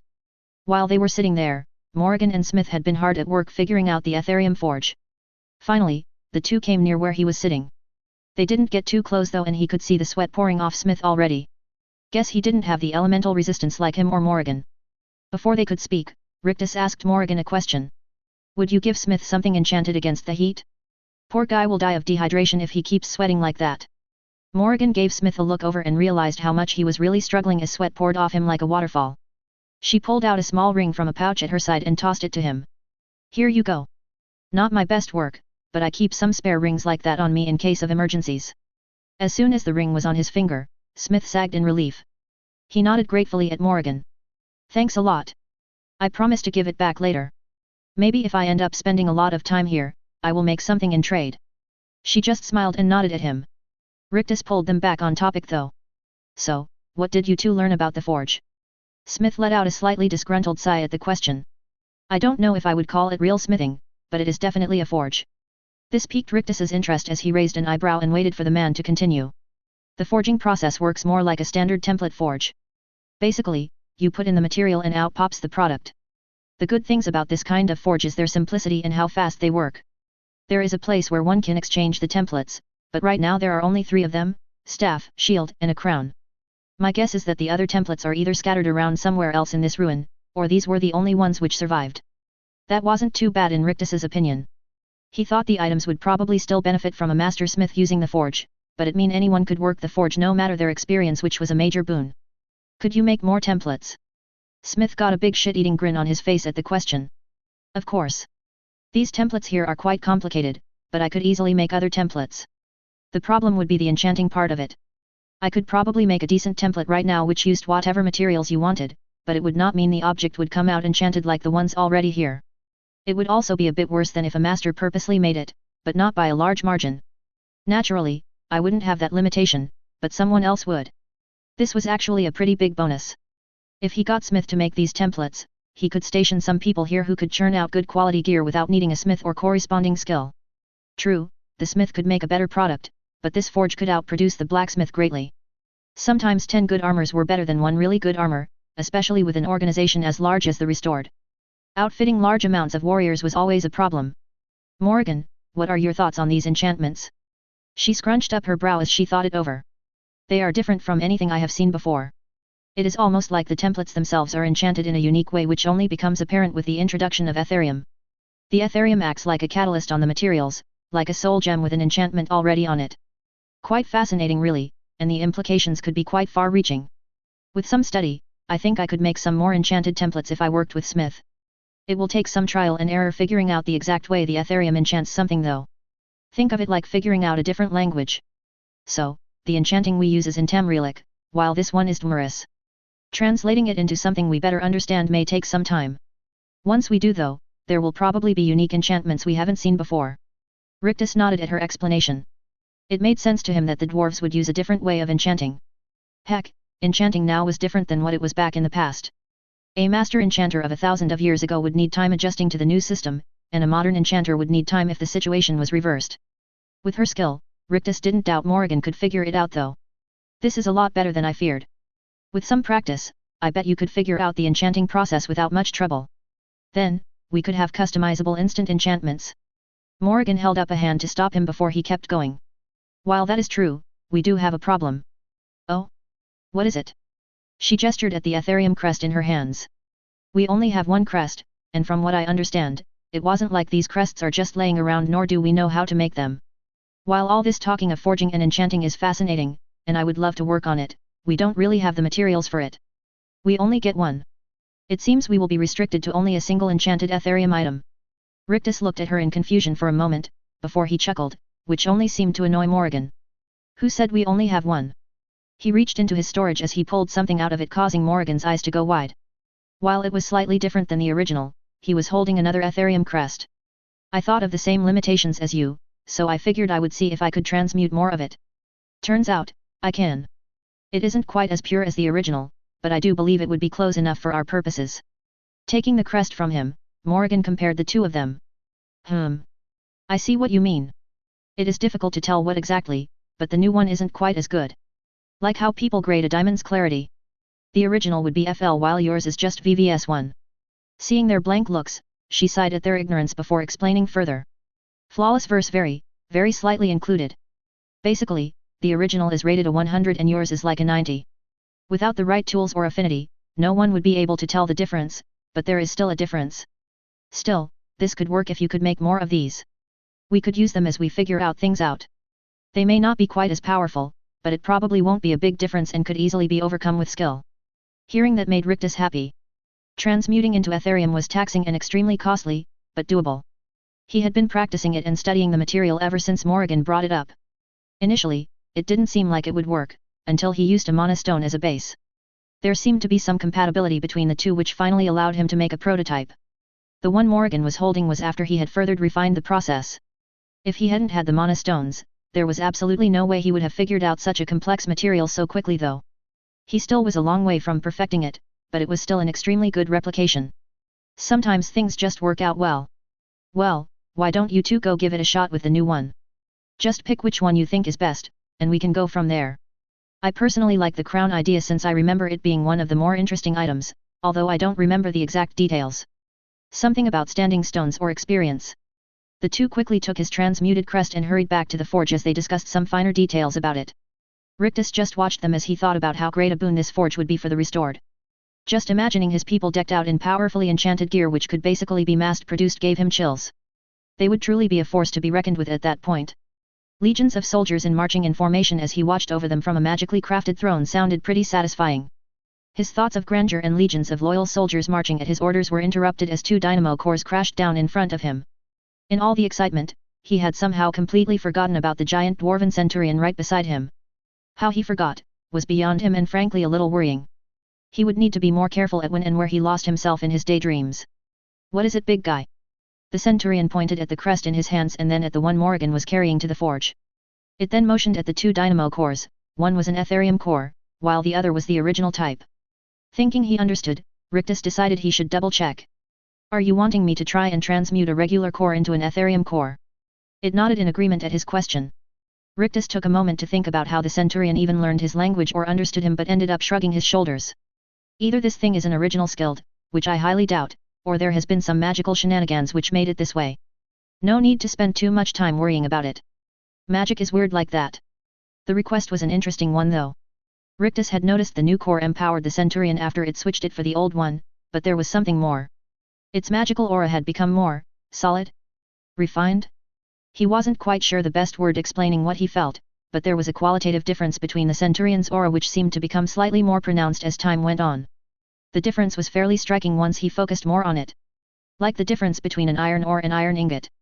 One was rough and unrefined while the other had been reforged and enhanced. Could it be gaining a more solid soul? What implications this meant for the centurion was unknown, but it was fascinating to think about. I suppose I could give it a shot.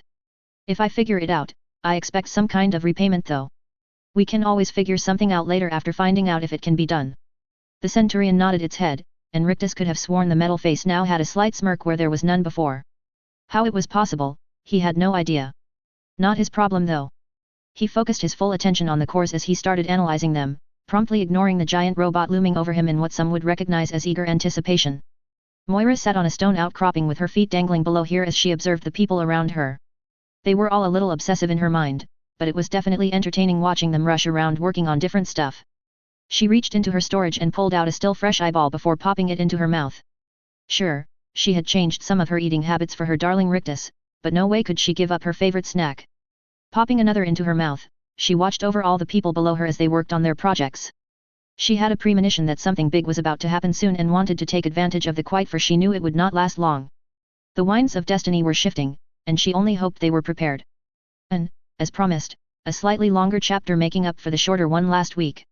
I struggled deciding on how the battle with the centurion would go, until I realized there didn't need to be a battle at all.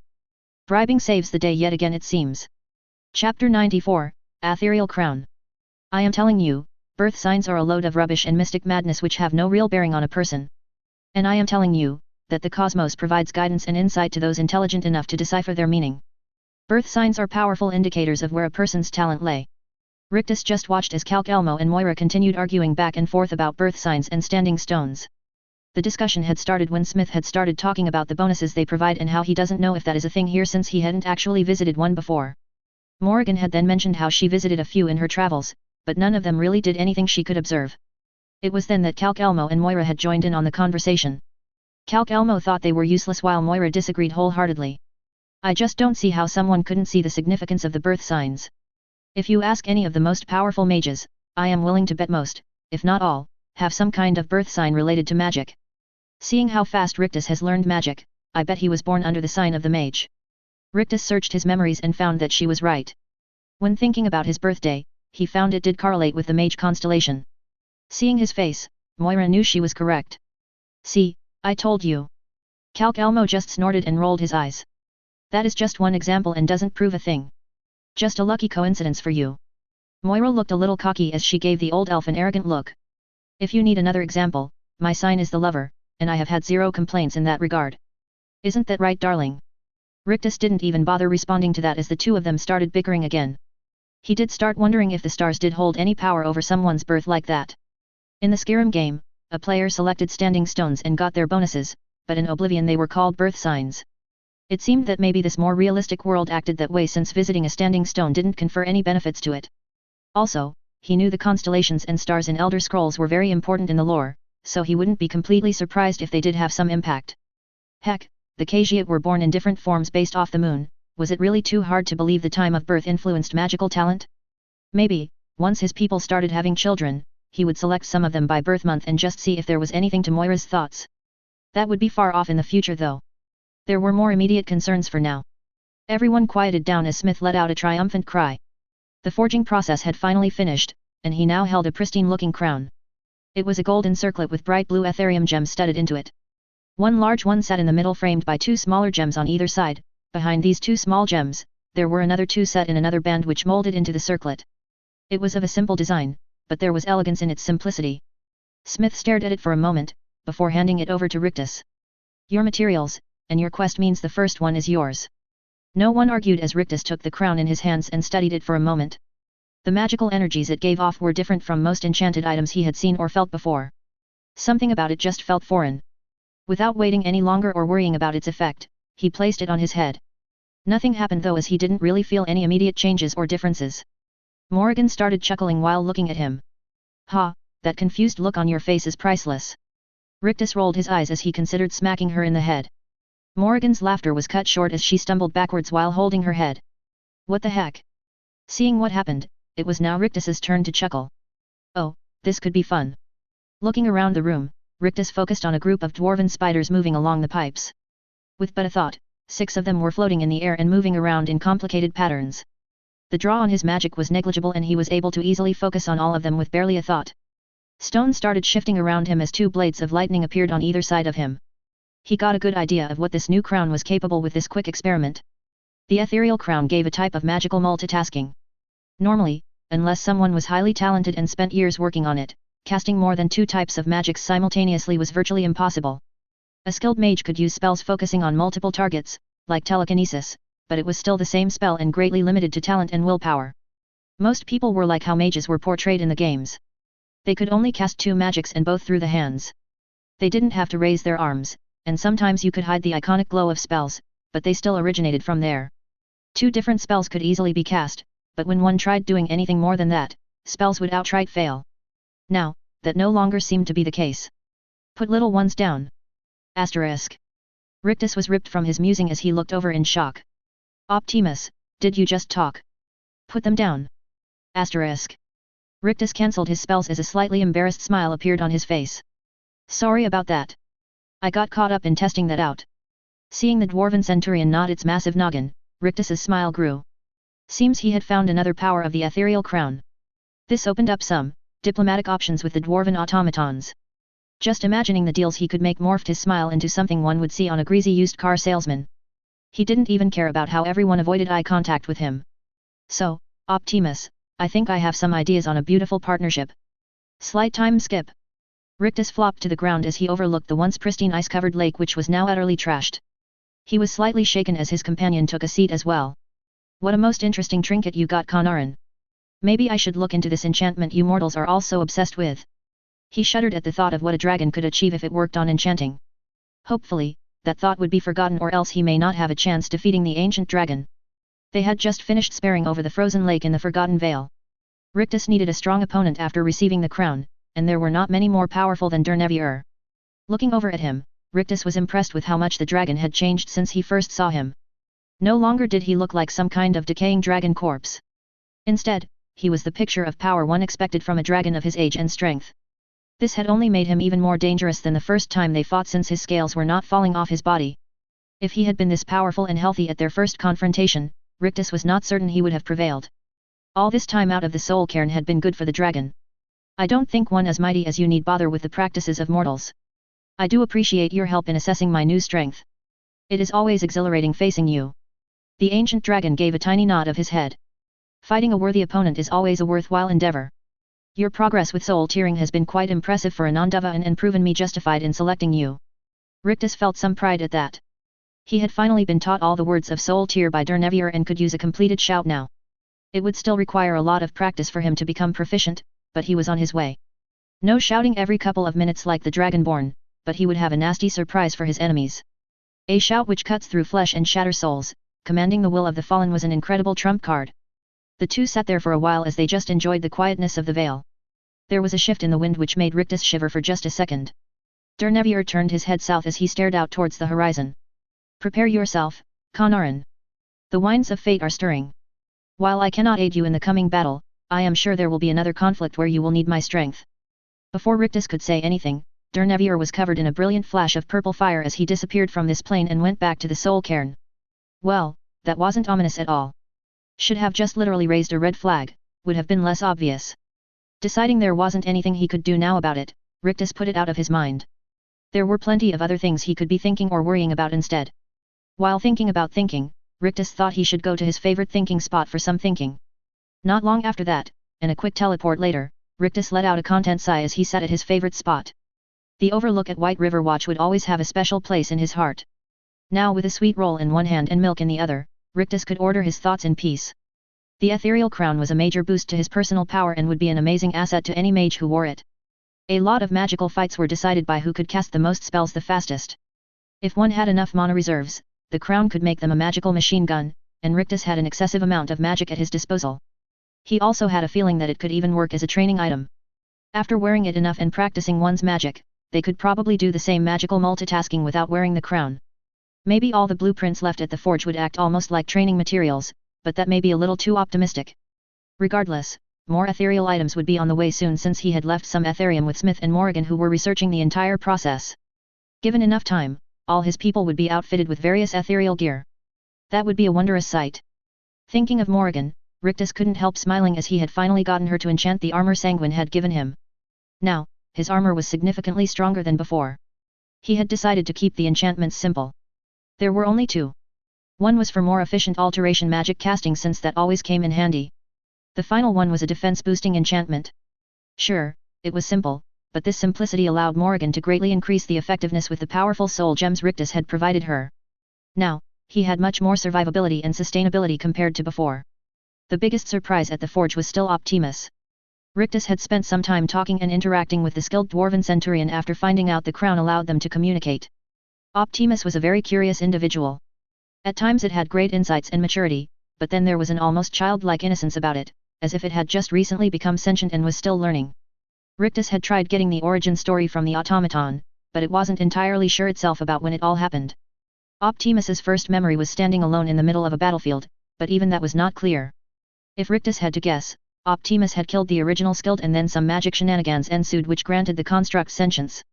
There was no solid proof, but Rictus thought that was a reasonable theory. There was a lot more on his mind, but it would have to wait as he sensed a familiar presence approaching him. Something the matter, Ken? The gruff older man took a seat next to him. The Dragonborn's expedition is back.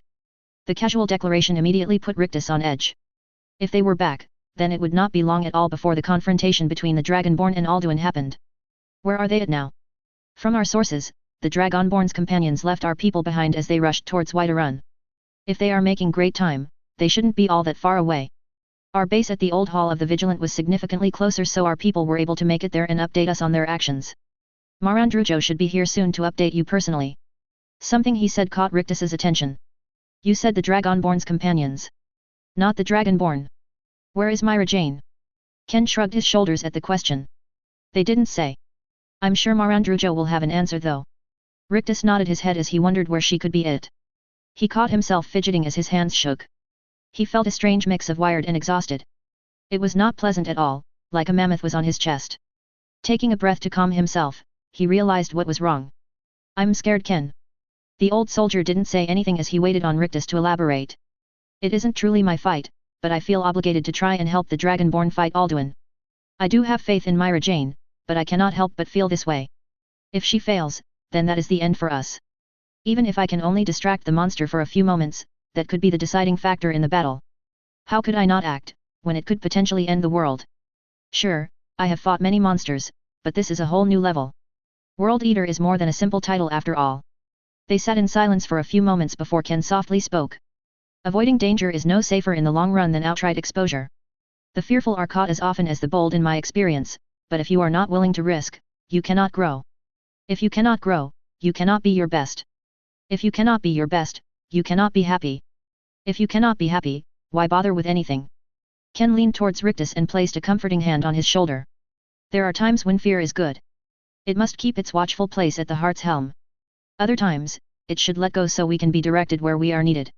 From where I am sitting, it seems like you will be needed by Marajana's side. If I thought it would make a difference, me and every other restored would march at your side to confront Alduin instead. Though I fear we would only get in the way in this battle. One of us has the utmost faith in you. We know you will come out of this fight victorious. He flashed him a toothy smile as he patted his back. Though you may fall, let you never stumble. Rictus couldn't help but chuckle at that. The words of encouragement had done their trick as he felt better now. He was slightly ashamed for feeling that way to begin with, but it was justified in his mind. Everyone has their moments of weakness, and he thankfully had Ken here to get him out of his slump. The two of them sat in companionable silence for a moment before Rictus spoke once again. I think we should gather our forces and start preparing them for a battle. Ken looked at him with a bit of surprise. And what battle will that be? The storm cloaks are still in Windhelm, and Harkon still hasn't been spotted. Sure, there are dragons, but that isn't anything new. I don't know. Dernevier mentioned something, and I just have this feeling something big is going to happen soon. I don't want our people unprepared. Worst case scenario, our people get some practice in, and we can make a more concentrated effort clearing the veil if nothing else happens. Ken stared at him for a few moments before shrugging his shoulders. You're the boss. I also don't think it would be a bad idea for the lads to get some large formation practice. Make sure they know what they are doing and that the old-timers haven't gotten too rusty. The more I think about it, the more I like the idea honestly. Rictus nodded along. He really couldn't explain it, but he felt a confrontation looming. At first, he thought it was just the fight against Alduin, but he couldn't help but feel there was something more. Like there would be another large battle or something soon. Maybe it was his magic warning him, or maybe he had just read enough stories, both fiction and non-fiction, to know there always seemed to be one more final battle after the first fight with the main villain. They were never defeated in the first face-off. Even if he was wrong, it really would be good practice rapidly assembling the restored for future crises. They discussed the details for a few more minutes before Marandrujo came rushing in. This one has returned. It is a relief to see you again as well, Master Rictus. Everyone was worried when you did not return to us, but there were tasks still needing doing, and Ken can be quite the taskmaster. Rictus smiled at his first minion, creating him a stone chair to sit on and pulled some refreshments from storage. It is great to see you again as well, Marandrujo. I feel like it has been too long since I have seen my first student. Unfortunately, business comes first right now. Fill us in on what all happened. Rictus and Ken listened attentively as Marandrujo gave them a quick report of everything he had experienced during the expedition. The many battles they went through were quite impressive, especially given the lack of casualties sustained. They had finally found the scroll after lots of traveling and searching. Initially, everyone was worried they would have to march all the way back, but they found an elevator leading straight back to the surface. Once they were all out, they had a big celebration before promptly crashing. Marandrujo looked a little embarrassed about not immediately contacting them, but Rictus waved it off. A little break was warranted after spending so much time fighting and traveling through Black Reach. Solomon had created a big commotion and woken everyone up in the early hours of the morning. The Dragonborn was gone. There was no sign of her at all until someone found a letter stabbed into a tree outside of camp. She had apparently left them all behind as she went to confront Alduin on her own. She stated she couldn't bring herself to risk her companion's life in what could very well be a suicide mission. Noble, but of course none of her companions took that very well and immediately rode out of camp after her. With them gone, Marandrujo quickly led the other restored towards the old hall of the Vigilant since it was significantly closer. It also gave him a chance to teleport here and give them the full story. Rictus sat in quiet contemplation as he considered what he should do at this point. Based off the roads, which were still the fastest way to travel for most people, the Dragonborn's companions would most likely be passing right by here on their way to Iverstead and then High Hrothgar. Myra Jane may not have passed by here yet either. He took a deep breath as he was filled with determined and stood up from his seat. Rictus knew what he should do. I am going to go wait on the road for them. It has been a pleasure working with you both. Wish me luck, and I'll be back before you know it. With a smile and lazy salute, Rictus stepped off the edge of the overlook before anyone could say anything more. Ken and Marandrujo just watched him fly away without speaking. Ken reached down and placed his hand on a normal-looking sword which hummed for a couple seconds before abruptly quieting. Maybe not this fight, but we will be there in the next. This I swear. Marandrujo nodded in agreement as his claws grew and took on a metallic sheen. They both stood there for a moment longer before moving on to their own tasks, the distraction all too welcome. Still, confidence filled their hearts that they would see their friend and leader soon, just like he claimed. Next time, they would not be left behind. Until then, they would prepare. Fala and Solomon rushed past Whiterun without a second thought. Torches illuminating the city as the sun set. Their other companions had been left behind when their mounts couldn't keep up. Solomon rode a summoned creature which had unlimited stamina, while Fala had somehow found and persuaded a unicorn, which were reportedly extinct, to be her mount. The other companions' horses couldn't keep up with such creatures. Neither of the two spoke as they kept pushing their mounts as much as possible. Worried filled both their hearts at the thought of Myra Jane facing off against Alduin all on her own. Sure, they knew she was the chosen one, but that didn't mean she had to go alone. They were so distracted with their thoughts, they almost didn't notice the large obstruction in the middle of the road. Suddenly stopping their steeds, both were angered by the interruption. Seeing a figure standing on the object, Fala lashed out in anger and frustration. What the hell are you doing? We don't have time for this. Alduin could appear at any moment, and Myra Jane needs our help. Get out of our way. Fuzz. The partial shout pushed the object backwards and slightly staggered the figure, but it didn't do more than that. Before she could do anything else, the stranger spoke. Now that was not very nice, especially since I came here to give you a ride. Fala and Solomon were brought out of their stupor as the figure removed a mask which resembled a dragon priest mask with goat horns. Rictus? What are you doing here? Before he could answer, Solomon began moving his summoned horse around them. I don't have time for this. Myra needs me, and nothing will stop me from going to her. He started trotting away when the world itself trembled. A loud piercing roar shook the air, causing them all to freeze. The battle had already begun. Despair filled Solomon and Fala at the thought of being too late. Before they could do anything though, Rictus spoke again.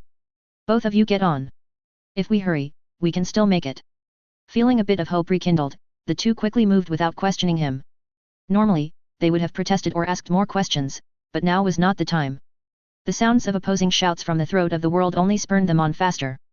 As soon as both were on what they now recognized as a giant metal bird, they took off. Without looking at him, Rictus tossed a book at Solomon. Take this. We are going to need every advantage we can if we want to help Myra Jane and survive to see tomorrow. An electric shock went through the summoner as soon as he touched the book, as if a part of him had been restored. Solomon gently caressed his grimoire as he kept his eyes to the sky. Even from here, he could make out massive shadows flying through the air and converging on the mountain as shouts shook the very fabric of reality. No more words were spoken as the three of them prepared themselves. The battle may have already started, but it was far from over. Whew. Another long chapter. I am definitely spoiling you. What did you think about the crown's effect? Did it make sense? I didn't want to do anything super crazy with it, but felt it should still be really strong. Someone mentioned it working almost like an AI or expanding one's mind, and I thought that was a really cool idea. So, some super magical multitasking was the compromise without making it fully sentient. There were tons of other ideas I liked as well, and thanks so much for them all. Next chapter will be the fight against Alduin at the throat of the world. Hopefully it won't be too anticlimactic. It has been a little while since I wrote a long action scene. Chapter 95, Throat of the World. And, finally, we are here at the Alduin fight. Strap in, because this is a monster of a chapter for me at a little over 5,000 words, 10 pages or so for those that don't appreciate the word counts. Not going to lie, my back got a little sweaty writing this one. Could have just been the AC going out while wearing a jacket though. Anyways, on to the battle. Myra Jane /DB POV. Maybe, just maybe, I was a little too hasty and arrogant. Myra Jane slightly ducked as a dragon tail whooshed over her head with inches to spare. This was not at all what she had been expecting. Where is my dramatic and honorable fight? I should have known things were never that simple. She then shouted a quick wood and utilized the whirlwind sprint to bypass the blood dragon's defense and move towards its head. A bound bow appeared in her hands with 2 arrows already knocked. Not even a second later, the 2 arrows were shot straight into the beast's eyes. It leaned its head up in a roar of pain. That was the last mistake it made as a bound battle axe ripped a hole in its less armored neck. Myra Jane dispelled the summoned weapon as she took stock of her situation. This dragon was the second one she had already killed in the short time the battle had been going on. That would normally be something worthy of a song, but not now. She sent a hateful look up at the smug-looking Alduin just flying and watching her. After she had been brought back from learning the dragon-rend shout from the ancient heroes, Alduin had been waiting on her. Not only him though, but there were also a number of other dragons of various types with him. He then spouted some nonsense about her not being worthy of dying by his claws and commanded the other dragons to attack her. Parthunax had intervened and taken some of the pressure off her, but there were still more enemies he couldn't stop. What made it all worse was how every time she used the dragon-rend shout, a different dragon would move in front of Alduin and take the hit for him. She dodged another fire breath attack and barely moved out of the way of a frost breath as she reconsidered running off alone without her companions. She shook off the thought though. There was no time to worry about past decisions at this time. Besides, they would have been in even more danger than originally thought, so she believed it was the best course of action still. I am the Dragonborn. I will defeat all who get in my way. A soft thundering rumble took some of the wind out of her sails as she realized Alduin was laughing. Dovahkian, you call yourself? Arrogant mortal. I have feasted on many greater than you will ever be. My intervention isn't even necessary to kill you. Mar Saron Ko Sa Vanguard. Another 2 blood dragons let out shrieks as they dove towards her. Myra Jane let out a growl of her own as she prepared to kill more of the beasts. Suddenly, something came streaking down from the skies at insane speeds as the wind howled at its passing. The two blood dragons couldn't even respond as the object slammed into their necks before slamming them down into the ground with tremendous force. Everything stilled as the dust was quickly swept away by the powerful winds on top of the mountain. Myra Jane looked in shock at the two nearly decapitated corpses before her. Muffled curses drew her attention though as a smile tugged at her lips. Are you fucking kidding me? You almost killed us with that stunt. Now we lost the element of surprise and didn't even hurt Alduin. Well, excuse me for setting the world record for killing two dragons, which were about to attack your girlfriend. You know, the person we came to help and the only one here who can permanently defeat a dragon by absorbing its soul. She's not. Both of you shut up. We have bigger problems. Myra Jane couldn't help chuckling at the scene as some of the tension drained from her body. Seeing Solomon and Rictus arguing while Fala played peacekeeper while they were surrounded by dragons and the World Eater himself bolstered her spirit more than she would have ever imagined. Baloki na ipsila sechur. My belly is full of the souls of your fellow mortals, Davakian. Maybe I can make an exception for these though. Righteous anger filled Myra Jane at Alduin's words. That would never happen. Not as long as she drew breath. You three hold off the others. I will deal with Alduin. The three skilled smiled and nodded while replying. I swear none shall interfere while I am here, Myra. Elfie's right. We've had your back every step of the way. Not going to change now. I call dibs on the corpses. They all glanced at Rictus who simply shrugged his shoulders while muttering about how a man must make a living somehow. Myra Jane gave him a look as she conjured a pair of dragon wings on herself. Before she could even ask, the rock beneath her feet shot upwards and a magical force sped her up even more. A vicious smile adorned her face as she flew through the air right at Alduin. Dragon rend bubbling up in her throat. The real battle had begun. Back to the actual MC, savior of the universe, breaker of hearts, protector of Italian virginity, patron saint of goats, and lover of sweet rolls. Rictus quickly summoned another giant metal eagle from his inventory. He had learned his lesson last time and made sure he had a backup this time. Ramming the two blood dragons probably wasn't the best option for a surprise attack, but the nagging of both Fala and Solomon had gotten him a little tunnel-visioned. It still worked and made a statement, so he wasn't too upset about it. Both of you get on. We are taking the fight to them. The two skilled eagerly hopped back on while Rictus made some of the metal cover their legs so they couldn't fall off. Taking to the skies, Rictus took in their remaining opponents. There was currently a total of 5 dragons left. Parthunax was currently holding them back, but it wouldn't last long. From Rictus's estimations, the friendly dragon could handle 2 of them. With the destination in mind, they blasted onwards. As they approached, Fala was the first to speak out. Drop me off on Papa Parth. I will assist him in quickly defeating a couple of them while you two hold the rest back. Holding back his questions about her calling the ancient betrayer of dragons Papa Parth, Rictus nodded as he brought them closer to the battle of beasts. Parthunax rapidly turned and prepared a shout, but he noticed Fala and turned the powerful flame breath back on his opponents in a wide arc which created some space. Before the dragon could speak to them, Rictus already had Fala floating through the sky and landing on his back. As soon as she did, she also released a massive fire shout which gave them even more space. Parthunax instantly understood what was going on and accepted her on his back, even if he did look displeased. Lightning blades began rapidly shooting from the space around Rictus like a machine gun as he quickly flew past the enemy dragons. The attacks focused on 3 of them which were more than happy to give chase to the new interloper. He could tell the 3 of them were much more powerful than the blood dragons he had killed earlier. They had a black purplish color with distinctive thick curved horns. None were quite as powerful as Dernevier, but the 3 put together would easily eclipse him in power. Rictus had considered summoning the undead dragon, but he remembered his words from earlier about not being able to help in the coming battle. It had been a warning which Rictus just now understood as he dodged blasts of fire, ice, and some purplish shout. Dragons were all about domination and power. If Rictus had summoned Dernevier, and the dragon lost a fight, he would most likely never answer Rictus's summons again as he had found someone new and more powerful. There was no need to risk that scenario just yet though. Feeling magic being worked behind him, Rictus turned and looked at what Solomon was doing. Solomon held his grimoire in one hand as 2 storm Atronax appeared beside him and began hurtling their own bolts of lightning at the dragons. Next, a Dremora Lord appeared at the tail of the flying platform while glowing a reddish color. A challenger is near. With those words, it leapt off the back and straight towards one of the dragons. One of the dragons quickly shot out its neck, biting into the armor. Before it could disappear, the Dremora once again shouted. Now you suffer. It ignited in a fiery explosion causing the dragon to cry out in pain as its mouth was scorched by the attack. Rictus looked on with appreciation as another summoned Dremora Lord was throwing himself off and towards the dragons again while shouting. I honor my lord, by destroying you. Deciding to help the summon on its quest, Rictus telekinetically shot it at the already injured dragon. The Dremora laughed hysterically as it brought its great sword forward and stabbed the dragon directly in the chest before exploding into another fiery ball of destruction. Seeing the damage done, Solomon turned back to Rictus with a smile.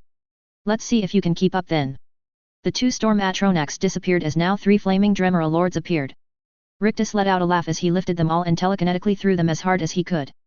A steady stream of maniacal laughter and promises of slaughter were punctuated by loud explosions as the Dremora lords met their fiery end. Who would have guessed making the most powerful summon from the game able to explode on death would be so satisfying to watch?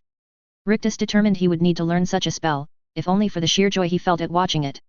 Now though, the 3 dragons were no longer the hunters and were trying their best to survive the sudden onslaught of flying, exploding Dremora lords. Rictus of course made things even more difficult by constantly throwing lightning at them. Every little bit helped in a fight such as this. He couldn't help but appreciate the ethereal crown even more right now. Before wearing it, he didn't think he could have pulled all this off as smoothly, or at all really.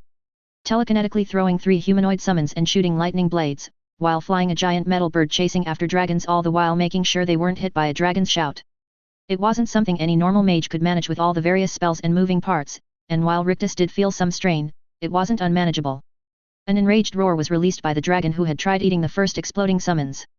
A particularly good throw had sent all 3 Dremora lords at it in a way it could not dodge. One sliced clean through part of its already damaged wing. Another left a giant scar along the dragon's back before exploding and causing even more damage. The final one had somehow stabbed its sword into the beast's neck and didn't fall off. Rictus pulled and shot out a Daedric sword from his inventory towards the Dremora lord who caught it and stabbed it into the neck as well. The dragon let out a whimper before falling from the sky with the summon berating it the entire way down to its death before both crashed to the ground followed by another explosion. The dragon didn't so much as twitch after that. With their brethren down, the remaining 2 dragons stopped reacting and charged straight at Rictus and Solomon in anger. Solomon gave Rictus a challenging look. Take off my restraints. I will take the left one. I'll help you once I am done. Solomon then ran and jumped off while 2 ethereal feathered wings appeared on his back and guided him straight towards the dragon. Rictus felt his blood pumping furiously at the challenge as scales had unconsciously covered his entire body. His metal mount seemed to disappear as Rictus remained floating in the air. He just watched as the dragon got closer and closer. Seeing its prey frozen, the dragon didn't even bother shouting and went straight for him with its mouth wide open, ready to swallow him whole. Instead of the tender flesh and explosion of blood it expected, the dragon was confused as it felt its teeth crunching on metal. A feeling of foreboding filled it as it tried discovering where its prey had gone. Pressure on its back immediately drew its attention as it stared at a smiling Rictus. Before it could act, metal poured from Rictus's storage and began wrapping around it like tentacles constricting prey. The dragon tried opening its mouth, but more metal wrapped around its mouth like a muzzle while the metal inside its mouth wrapped around its teeth and penetrated the gums. It shook in unbridled rage as it tried breaking free to no avail. Spikes them speared down in between its scales and the softer part of its armor. Its blood began pouring out of it, but it didn't fall towards the ground. The dragon's eyes widened in surprise as it watched its blood flow through the air and into a ball floating above Rictus's taloned hand. The rapidly weakening dragon tried anything to get free, but it was too late. It had already suffered a lot of damage from the exploding Dremora lords and lightning attacks from earlier. This was just too much for it to overcome. Seeing the defeat in its eyes gave Rictus a primal feeling of elation at completely dominating such a powerful and prideful creature. He lowered himself and the dragon to the ground where he cleared a space on the side of the mountain for them. Suddenly, a compulsion came over him as he got its attention by moving directly in front of the trapped dragon's face. He stored the blood in his inventory for later and locked eyes with the trapped creature. Rivazzol. Sickly purplish energy surged outwards and consumed the dragon's head. Rictus could feel a pulling sensation and tearing sensation as the soul tear shout tore at the dragon's very being. It was entrancing and exhilarating. The power of the shout clashed with the soul as a battle raged in the dragon's body. Normally, a dragon was completely immune to the effects of a soul trap. Only the dragonborn or other dragons could ever hope to consume and assimilate the soul of another dragon, everyone knew that. Feeling what was going on here though, Rictus started doubting such knowledge. Eventually, the battle of souls seemed to end as Rictus watched the last vestiges of life leave the dragon. It was a bit anticlimactic, but Rictus didn't care as he was excited about how powerful his fully worded shout was. Yes, the dragon was already weakened by everything going on before, but it still was able to bypass all defenses and kill it without much trouble. The scratchiness and slight pain in his throat meant he could maybe use it one more time today if he didn't care about losing his voice for a while, but that would be a last resort. Loud roars and shouts pulled him from his self-diagnosis as he quickly flew back into the air. There was a world eater needing killing after all.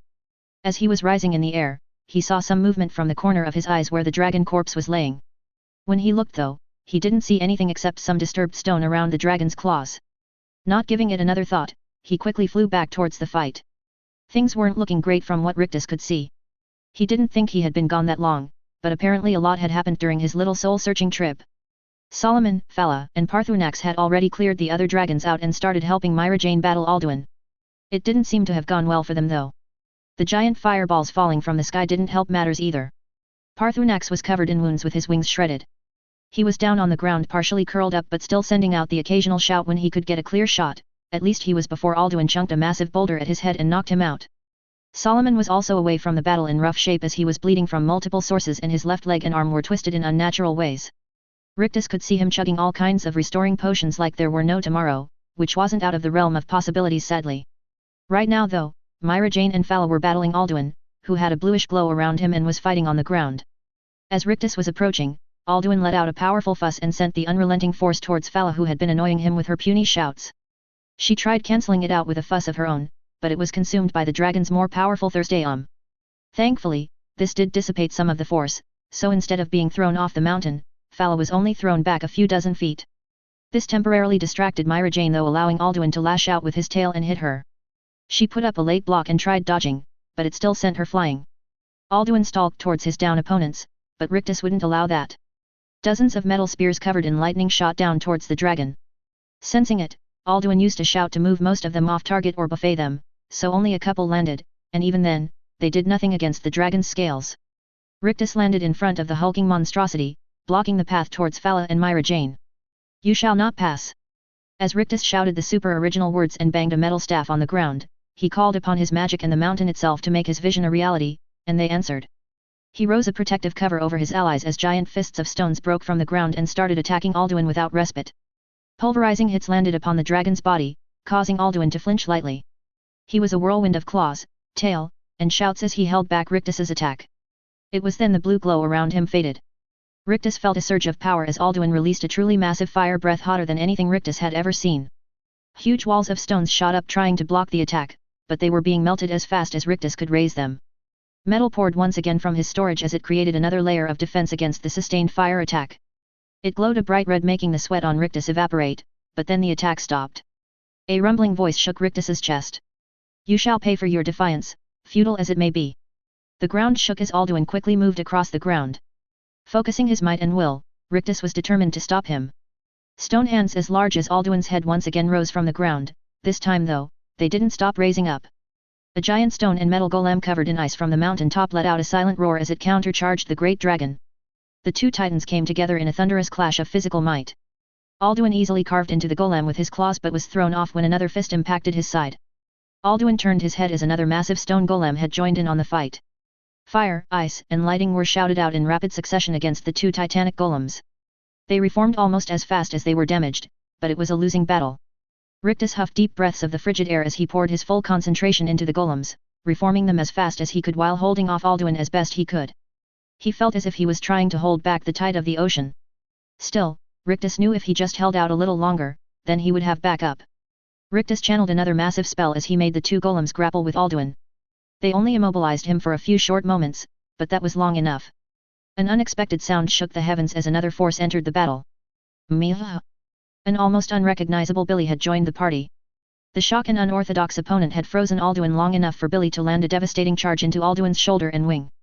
The dragon was sent skidding backwards from the sheer force of the hit as the golems holding him down started crumbling from the force as well. Alduin quickly recovered though and turned to face his newest opponent. It was unlike anything he had ever seen before though. Billy only vaguely looked like a goat. He was as big as a blood dragon, which was still smaller than Alduin, with two massive curling horns along his head and giant wings along his back. Bolts of lightning coursed across his body, which looked to be made of a mixture of stones and scales. A long prehensile tail swished dangerously behind him as he pawed the ground. Billy bleated again while sending a thunderbolt crashing against Alduin's chest. Taking the challenge in stride, Alduin released his own breath of fire which washed over Billy's reinforced exterior. Charging through the flames with his head down, Billy did his best to close in on his foe. In close range, horn met claw as the two clashed. Each slash of Alduin's claw rent stone from Billy's hide, but more would flow from the ground as Rictus reinforced his familiar's armor. Billy wasn't idle and would stomp, headbutt, and use his tail as a whip, with each attack reinforced by the power of electricity. Additional stone pillars would periodically shoot from the ground at Alduin's wings any time he tried taking off. Rictus knew a battle in the air against Alduin would not end in his favor. They fought back and forth as Alduin leveraged his overwhelming power against Billy and Rictus's stubborn defense and rapid regeneration. Despite his truly monstrous amounts of mana and prodigious use of mana stones, Rictus could feel himself tiring rapidly. It wouldn't be long before he couldn't hold Alduin back any longer. A surprise frost breath covered Billy in ice, and before Rictus could respond, another massive fire breath impacted his familiar. The sudden temperature changes had greatly weakened Billy's defense, and Alduin took advantage of it as he rammed himself into the giant family with a slashing of claws and wailing of jaws. With a pained cry, Billy exploded into dust as a sudden discharge of electricity shot out, locking up Alduin's joints for a moment. Rictus let out a deep breath as he barely stayed standing upright. He had spent more mana in this short exchange than he had ever done at one time. From the dust, a lightning-quick tail shot out faster than he could react. The black-scaled tail hit him in the side with more force than he had ever experienced. Rictus flew backwards and was embedded into part of the mountain. A wet cough caused blood to pour out of his mouth as Rictus took in the sight of the cracked scales and armor along his body while blood seeped from his wounds. He could see Alduin rearing his head up for another breath attack and wondered how he was going to get out of this one. Jorzahfrul. A blinding blue energy impacted Alduin before he could attack Rictus, staggering the dragon and drawing his ire. It seemed Myra Jane had finally re-entered the battle. Rictus tried getting up but let out a manly grunt of pain as he found out he had several broken bones. It really wasn't fair in his opinion how Alduin could take so much punishment, but a single powerful hit from the dragon almost killed him. Not all species were created equal after all, it seemed. Myra Jane didn't say anything as she deliberately walked towards Alduin, who looked at her in contempt. Parthunax is weak. Your mortal followers cannot stop me. You are no match for me, Jor. Die now and await your fate in Sovngarde. The two legendary figures spoke no more as they fought with all their might. Myra Jane dodged away from hits and shouts while utilizing lightning-fast attacks and counters against Alduin's weak points. Alduin meanwhile preferred power to subtlety. While Myra Jane was getting more hits in, she needed hundreds of them compared to Alduin, who only needed a couple hits to end the battle. After a particularly close call which left a long lace ration along her arm, Myra Jane created some distance between the two of them. Trying to take advantage of it, Alduin released a fully powered shout at her. Fuss Ro Da. Not one to be outdone, Myra Jane met his challenge with one of her own. Fuss Ro Da. The two shouts were more powerful than any individual spell Rictus had ever encountered. They met at the halfway point between the two in a clap of thunder which annihilated the ground and shot rocks all over the place. Dragonborn and dragon stared down each other as they prepared their next moves. Suddenly, a ball of mage light shot out and struck Alduin on the face, followed by an arrow bouncing off his scales. Both combatants turned and stared incredulously at a dazed-looking fella. Rictus could see the cloudy look in her eyes from where he was healing his injuries and knew she was suffering from a concussion and not in her right frame of mind. Myra Jane noticed the same thing and tried motioning her away, but the concussed woman didn't take any notice as she drew back an arrow on a hunting bow and shot another ineffective arrow at the World Eater that didn't land anywhere near the massive dragon. Not even looking at his attacker, Alduin picked up a boulder with his tail and launched it at her. Fala saw it coming at her, and some part of her brain recognized the threat as she tried shouting. Feim. It was cut off though as the stone slammed into her body with the force of a runaway train. Myra Jane let out an anguished cry and moved towards the body of her downed friend. She should have known better though. Alduin was not one to let an opportunity go to waste. A sickeningly wet thud ripped Mirajana's head around as her face contorted in horror. No. Blood waterfalled down from where the tip of Alduin's tail as Mirajana's eyes were clouded in confusion while tracing the tail for the source of blood. Her eyes widened even more as tears started falling down her face. A shaky hand reached out and wiped them away though. My life for yours. Solomon had a serene smile on his face despite the grievous wound. He had recovered from his previous injuries and had turned invisible while sneaking towards the battle. While everyone was distracted, he moved near Myra Jane so he could hopefully provide a distraction which would allow her to land the final blow. The attack on Fala hadn't distracted him quite as much as the others, so he saw the attack coming and tried conjuring shields as fast as possible to block it. It hadn't been enough to save himself, but it was enough to save Myra Jane. Suddenly, Solomon was yanked backwards as Alduin studied the mortal impaled on his tail who had intercepted his attack. Seeing the devastation on Myra Jane's face, a cruel look appeared in his eyes as he slowly brought the dying body towards his open mouth. Seeing the end coming, Solomon looked one more time at Myra Jane. As they locked eyes, Solomon gave her a small weak smile and a wink before adopting a look of pure determination. Ethereal chains covered in spikes burst from Solomon's body like some kind of eldritch abomination. The chains flailed in a whirlwind of destruction as they tore into Alduin's body and unprotected mouth. More and more of the chains appeared and struck Alduin as Solomon tapped into his life force to power the spells. The chains took on a reddish hue as they stabbed into Alduin's body, ripping apart scales and then exploding once the scales were peeled away. Alduin let out a roar of anger as suffered under the attack, the dragon-rend shout still affecting him and weakening him. He tried throwing away the body, but it was stuck fast and would not move. All too soon, the chains disappeared. Solomon's body dropped lifelessly onto the ground. Alduin thrashed in pain for a moment longer as he felt pain unlike any before he had in his lifetime. Myra Jane stood frozen as she stared at Solomon's body laying limply on the ground. Alduin stopped thrashing and took notice of the unmoving Myra Jane. Before he could attack, someone else interfered. "Rii." The first word of soul tear flew over Myra Jane and slammed into Alduin, making him slightly flinch. That broke Myra Jane from her trance though as her face became devoid of all emotions. Steady and unflinching steps brought her closer towards her enemy, each step shaking the ground. "Strunba." Her whispered words were not loud like a normal shout, but the pure emotion behind them was more powerful than any other shout the Dragonborn had ever used before. Lightning lit up the sky as thunder boomed, shaking the mountain itself with the power of the heavens. Rain fell down in droves slightly obscuring everything around them. Alduin let out a pained roar as lightning bolts fell from the sky like an orbital bombardment upon him. All the while, Myra Jane slowly made her way forwards, not even flinching at the lightning bolts landing beside her in time with each of her steps. Feeling the pain of the constant impacts as the storm showed no signs of stopping or weakening, Alduin roared in anguish as he shouted at the sky. "Lok Vakor!" A final trio of lightning bolts impacted him, as the tempest around them partially let up. Taking advantage of the momentary calm, a strange energy pulsed from Alduin, removing the Dragon Ron's effect as he took to the sky. "Maze Mol, Davakian. You have become strong. But I am Alduin, firstborn of Akatosh. Malagi Lot. I cannot be slain here, by you or anyone else. You cannot prevail against me. I will outlast you, mortal." With those parting words, Alduin quickly flew away from there without looking back. Myra Jane didn't say a word, as she kept steadily walking forward. Finally, she stopped once she reached Solomon's body. Collapsing, she held her head in her hands as she shook sobbing. She had survived and came out victorious, but it tasted like ash in her mouth as she looked at Solomon's corpse. Weak arms wrapped around and embraced her from behind. Myra Jane turned around to find Fala, covered in recently healed wounds, holding on to her with tears in her eyes as well. The two of them clung to one another as they mourned their loss. Rictus stood apart from the two as they had their moment, standing vigil over them so nothing may disturb them in their grief. Their problems weren't going anywhere, so a few more moments like this wouldn't harm anything. It is always harder to be left behind than to be the one to go. Rictus pulled a flagon of mead from his inventory as he poured a little out before taking a deep pull from it. His whispered voice hoarse from the shouting. Though he fell, he never stumbled. Whew. That was a good long chapter. I almost broke it into two but decided against it. Not only would that be cruel, but it is the week of my sister's wedding, and I was feeling generous. Hope you all enjoyed it, and the fight wasn't too boring. Writing a fight against something as powerful as Alduin should be is not easy, so I didn't go into a huge amount of detail with it all since I thought that could take away from what each person could imagine for themselves with it. Most readers are more imaginative and can fill in the blanks better than I ever could. Surprised about Solomon? Fighting something that could destroy the world is not for the faint of heart. I thought there should be some consequences from it and felt he would be the one to sacrifice himself. I didn't include most of the real descriptions of the shouts since people could look them up or use context clues.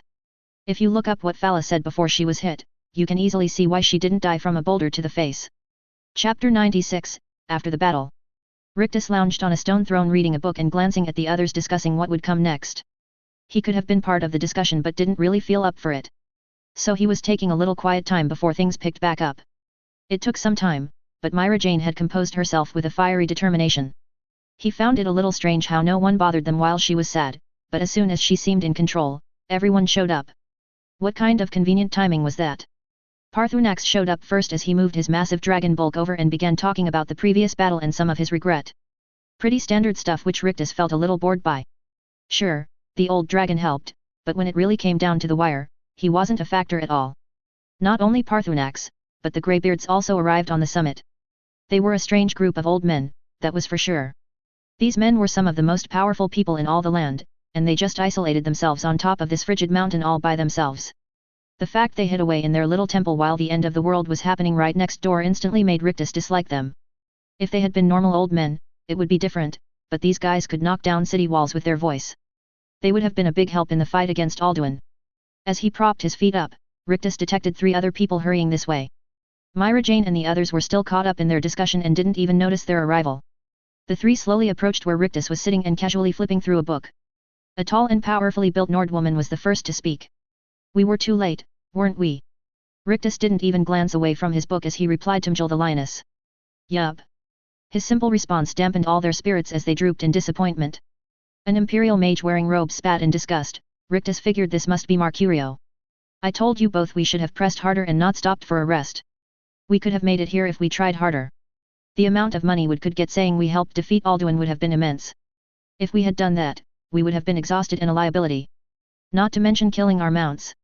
Can't get paid if you're dead. Mercurio and Jill continued arguing back and forth about what they should have done. Rictus couldn't help sighing in exasperation. He couldn't understand why they were doing it beside him and not running towards Myra Jane. They didn't even know him. Maybe they were intimidated by Parthunax? The third member of the team spoke up this time. I am wondering what book you are reading with such intensity. Is it so good you can ignore the annoying pre-sexual ritual of these two? If so, please lend me a copy. Rictus chuckled as he looked over and saw a Cagiate with bluish fur with white war paint and a scar on his face. Rictus couldn't help smiling as he saw one of his favorite companions from the game. Well, Inigo, this book is one of a kind, so I don't have any copies for you. Maybe once I am done, Myra Jane will let you read it. Inigo nodded in understanding without making a comment. Mercurio and Jill reacted loudly to Inigo's accusation. Rictus let out another sigh as his brow twitched in annoyance at the constant bickering. He just wanted to finish reading his book without distraction. Was that too much to ask for? Sensing his annoyance, Inigo gave him a look over before posing a question. So, have you ever just gone berserk and ripped someone's head off? You look like you could do it. His lips curved upward in a large smile at the question. Actually, I have done that a couple times before. It was a lot easier than I had previously imagined, and it definitely left an impact on those who witnessed it. Well, the ones who still lived. Thankfully, I have a lot of patience and don't get annoyed easily by the useless bickering of strangers standing right beside me. Inigo chuckled at that while the others grew a little pale as they took a better look at him.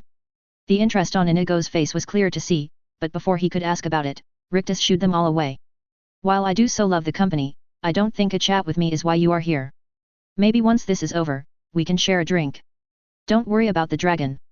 He is friendly for the most part. I am sure Myra Jane would want you by her side right now. The three quickly grew more serious as they nodded their heads and moved away from him. Rictus watched them for a moment longer before turning back to his book. It was probably a good thing the three weren't here for the battle. While they were all accomplished and powerful warriors, fighting Alduin was something else entirely. Not giving them another thought, he looked back down at his book.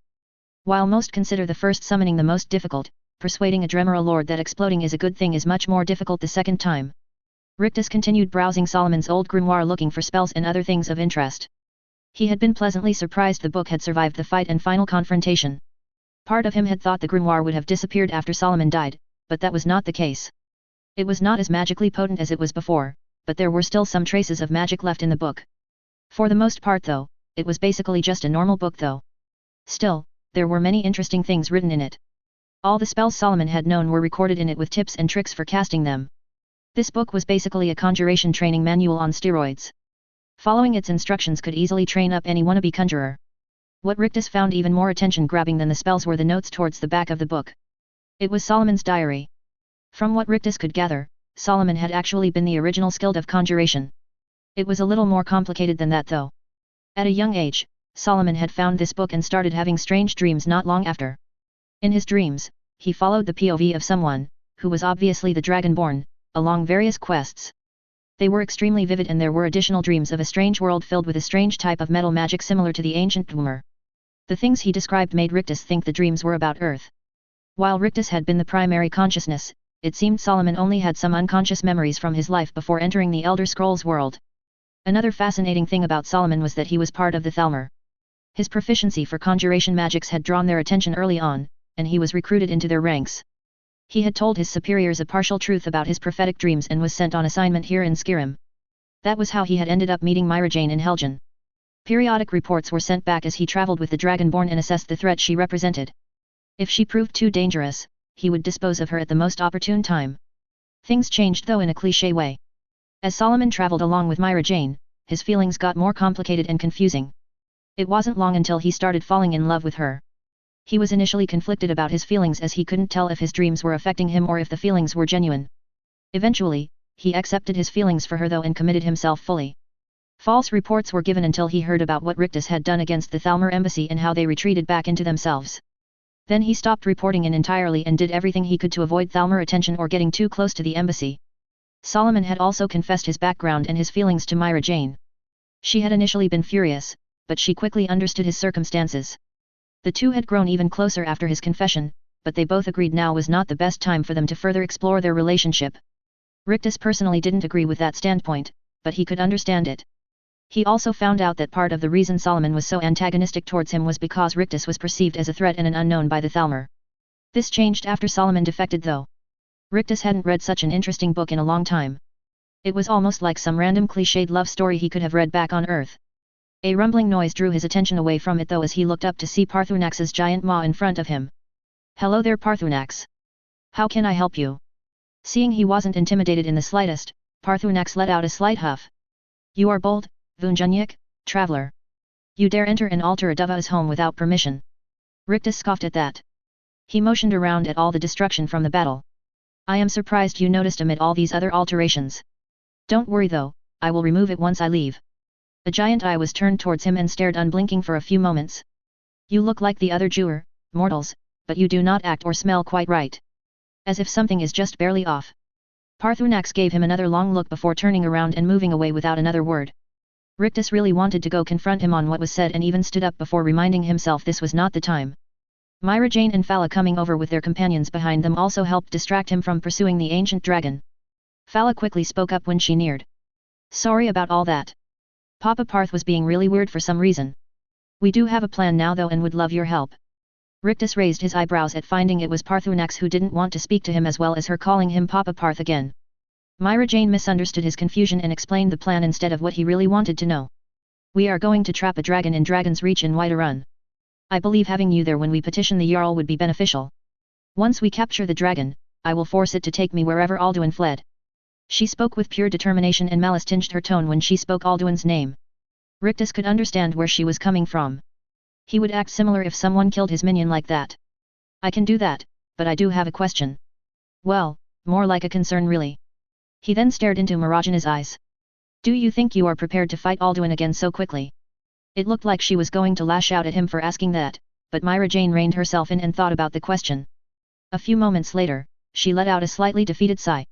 "No. I don't." Before anyone could speak words of encouragement or rebuff her, she spoke again. "I doubt I will ever truly be prepared for fighting Alduin. One cannot easily prepare for such a fearsome opponent. That does not mean I am helpless though. I am giving myself 2 days to scour the surrounding countryside over the next couple days for dragons. They will die, and I will absorb their souls and powers into myself. I do not dare take any more time than that though." Rictus nodded in thought at the plan. It wasn't a terrible one. She would need every speck of power she could amass before facing Alduin yet again. The battles against other dragons would also bolster her confidence and release some of her pent-up anger before facing her true target. "I think that is a great plan, but there is something I would change." This piqued their interest as they waited for him to continue. "I think it better I just show you. No time holding back since we are on a time crunch. I am trusting you all with a secret and will personally kill any who betray my trust. If you follow me, I can guarantee it will be worth your time." Myra Jane gave him a simple nod.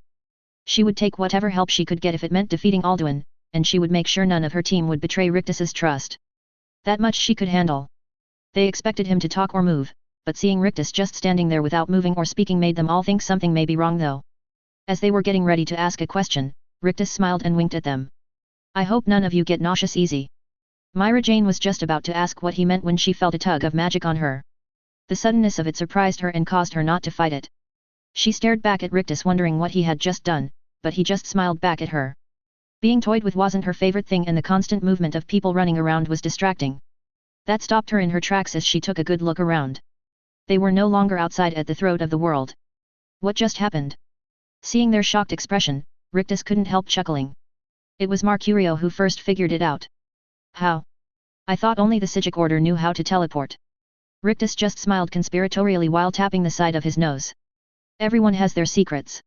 Maybe once you are done running around with Myra Jane here, I could show you a thing or two. The restored have many magical secrets after all. This is but one of them." He then turned and looked back at Myra Jane. "Now, this all depends on how hard you are wanting to work. I have teleporters set up in various locations around Skyrim. With this, there is no reason to waste time traveling and searching for dragons. My people can locate them quick enough, then you can teleport to the closest location.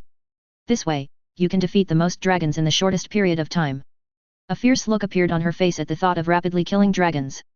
"What are we waiting for?" Rictus let out a bit stretch as he moved away from the teleporter in the Vale. The first hunt had been an easy success, so much so he almost felt a little bad for the poor brutalized dragon, just almost though. Instead of staying with the Dragonborn the entire time, he had Rysera watching over them and teleporting them around. There were other things he could be doing instead of playing chauffeur. Now, where were we? Gnashing of teeth, growls, threats, begging and whimpers could all be heard as he posed the question. Looking around at the menagerie of creatures arrayed before him, Rictus couldn't help but wonder if maybe he wasn't as nice a guy as he thought. Maybe, but people do animal testing all the time, and I'd classify everything here as an animal. Hearing someone clear their throat, Rictus turned and looked back. Ah, Moira. You are already here, excellent. We only got 2 days. While normally I prefer quality work, the time crunch may mean we use quantity instead as a way to overcome that limitation. Please keep careful notes as we begin. Turning back to a thoroughly chained table, Rictus began dictating. Experiment SV number 23. Effects of a Briarheart during sanguine vampiric transition for Minotaurs. Chapter 97, It Lives Kinda. And, just as a warning, there is some really questionable science going on here. Just pretend it all makes sense, this is a magic world after all. So Knight Paladin Galeber, you really don't think the the betrayed can be cured? The ancient snow elf sadly shook his head as him and Rictus were sitting outside the main entrance of Oriel's inner sanctum sharing a small meal as the sun set. This wasn't the first time they had met, but it was the first time this had come up. I am afraid they are well beyond a cure at this point. It isn't some disease or plague which ravaged my species. Yes, the dwarves stole their sight, but it took many generations for them to devolve into what they are now. Rictus looked at him in curiosity while replying. You don't believe there is any hope for them then? Galeber collected his thoughts before speaking. Perhaps they'll never return to their former appearance, but over the centuries, I have noticed a marked rise in their intellect. Maybe one day, a line of communication could be opened with them, maybe then they could know peace. That they were not always malignant, they were once a proud and prosperous race. That is part of the reason I will continue to hold my vigil. I hope to see the day such a thing happens while also maintaining hope more of my kind will find their way here. Rictus nodded in understanding and was genuinely impressed by the conviction in the paladin's words. That is a very noble sentiment. Just out of curiosity, if there were some abandoned farmer babies who looked markedly different than normal, say pale skin and non-clouded eyes, and just so happened to live near here, would you teach them and help look after them? An intense glare was leveled at Rictus. Explain.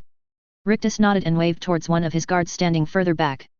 It didn't long before he returned escorting an Altmer woman carrying 2 bundles in her arms. Once she got near, Galeber couldn't help standing and hesitantly moving towards her. Seeing the babies, he let out a gasp of shock as he muttered under his breath. They look so similar to infant snow elves. The man reverently held out his arms in an unspoken request. Carefully, the 2 sleeping babies were placed into his arms as he stared at them with tears falling down his face. After staring at them in silence for a few minutes, he looked at Rictus in question. Knowing what he wanted to ask, Rictus began explaining. Before you get your hopes up too much, I have no way of knowing how exactly these 2 compare with the farmer.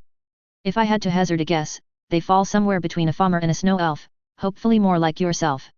I also have no way of knowing how many more there will be since the mother of these 2 is no longer with us. No idea who the father was. Maybe by being raised with us, they will turn out different than their progenitors. They already look so different, which gives me a lot of hope. Only time will tell though. Regardless, I do believe this is a step in the right direction. Galeber sobered up a little after the explanation, but he couldn't hide the hope and wonder in his eyes. Just seeing the physical changes in them gave him confidence things could turn around for his race. Maybe not now, maybe not with these 2, but sooner than he had ever imagined. Rictus left the man there with the children and caretaker. He couldn't imagine the thoughts going through his head right now. Believing you were the last member of your entire species could not be an easy thing, especially if the deformed remnants of your people surrounded you with constant reminders of how far they had fallen. Letting him see the children would hopefully help alleviate his burden, if only for a little while. Kids were magical like that, especially these. Sure, experimenting on pregnant farmer may not be the most ethical of things. Yes, he would probably have some lingering nightmares and question his morality late at night, but that was just something Rictus would learn to live with. If his axe uplifted a broken and cursed race, then he would count the costs worthwhile. Working on recreating the farmer had been an unexpected boon since Rictus didn't think he would have time for it. He thought he would have spent all his time on the Minotaurs, but his experiments had finished much faster than expected. While he was working, Moira had gotten Domaierza, the leader of the Dreadhorn tribe, to bring them some water. She had then made a joke about him being their water boy. That had made Rictus chuckle as he suddenly remembered an old movie he had watched long ago about a water boy turned football star, which explained that alligators are so ornery because they have an enlarged medulla oblongata. That had gotten him thinking and made him pay special attention to more minute differences in the brains of the Minotaurs. This was where the ethereal crown had come in handy yet again. He studied and ran a scan on Domire's brain while actively working on another's. It was this process which produced their first success. Everything just kind of fell into place after that point. Seeing one of the minotaurs not mindlessly attacking them after being bopped on the nose made Domire's bellow in victory. It may not sound like it was a big deal, but every other time they did something similar, the minotaur would show signs of aggression right before they attacked. This one had actually surveyed the room and understood the difference in power. Domire's wasted no time at all professing his undying loyalty and gathering some of the more loyal minotaurs for the same procedure. Rictus had thought that was a little premature, but the chieftain would not be denied. Thankfully, everything worked out well though, which was a slight miracle in and of itself. Riding the high of success, Rictus had quickly moved on to working on the Farmer. It was during those experiments, he realized how different the Minotaur problem was with the Farmer one. He couldn't simply make a couple little changes to the brain or body and expect to be done. That was evident after restoring the eyesight of one of them, who then promptly used its claws to rip out its own eyeballs. Sensory overload was a real threat. Rictus was a little disappointed, but the realization this would not be a quick fix finally sunk in. No suddenly altering every farmer into a snow elf and having them blindingly loyal and forever grateful for him while proclaiming him as their savior. It was a bit of a stretch, but a man could dream. Instead, he focused on a more generational approach. Babies were already going through an extreme amount of stimulation after birth and were much better at adapting and adjusting than an adult. Another unexpected boon was the fact there were some auxiliary members of the restored who were pregnant, a couple being Altmer, which was really beneficial since they were the most similar to snow elves in Rictus's opinion. Combining that information with the physical scans of Gulliver should hopefully be enough for now. It may not be exactly what Rictus had imagined when he thought of uplifting the Farmer, but it was a major step in the right direction, at least he hoped it was. Thankfully, the two he presented to Gulliver were the prototypes, so he hadn't been mindlessly slaughtering children. Just their parents. Rictus stopped thinking and worrying about that though as he flew through the sky while making his way to the new headquarters of the Restored. A lot of work had been done in a short amount of time on it, that was for sure. His people had been working around the clock getting as much of it done as possible as their operations in the Vale grew. A smile lit Rictus's face as he could see the outer areas of their new citadel taking shape before his eyes.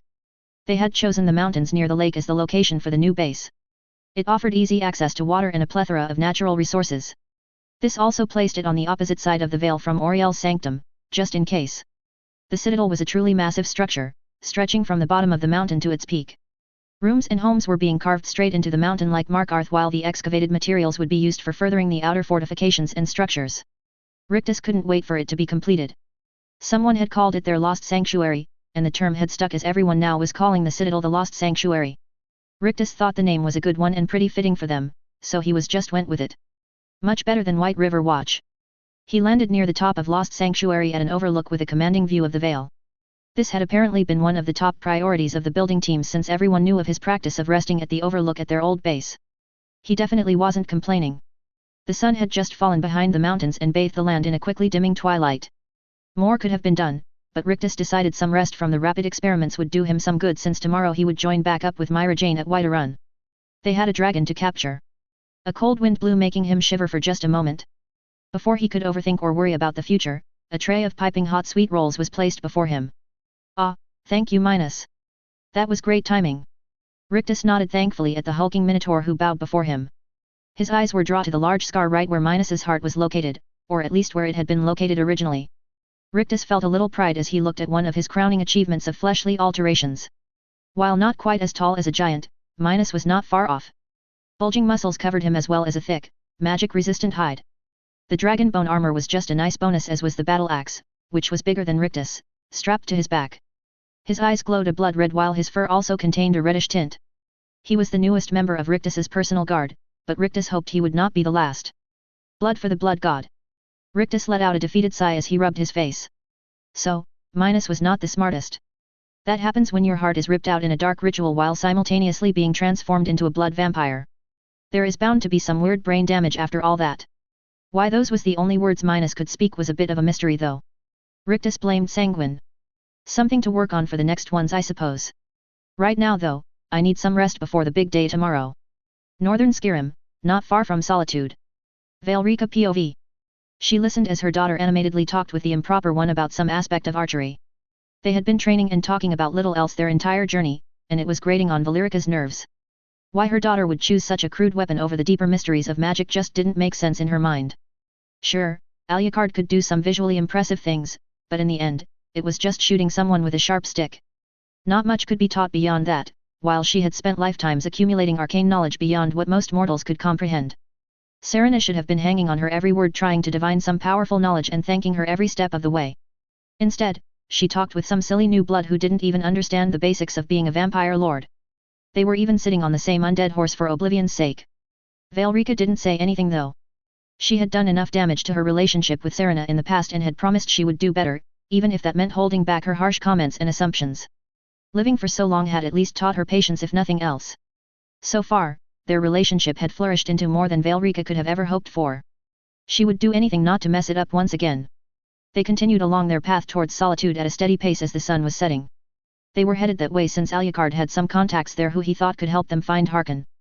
Valrika wasn't so sure, but she didn't say anything as the trip distracted Serena from her negative thoughts about Harkon and that stupid prophecy. Something didn't feel right.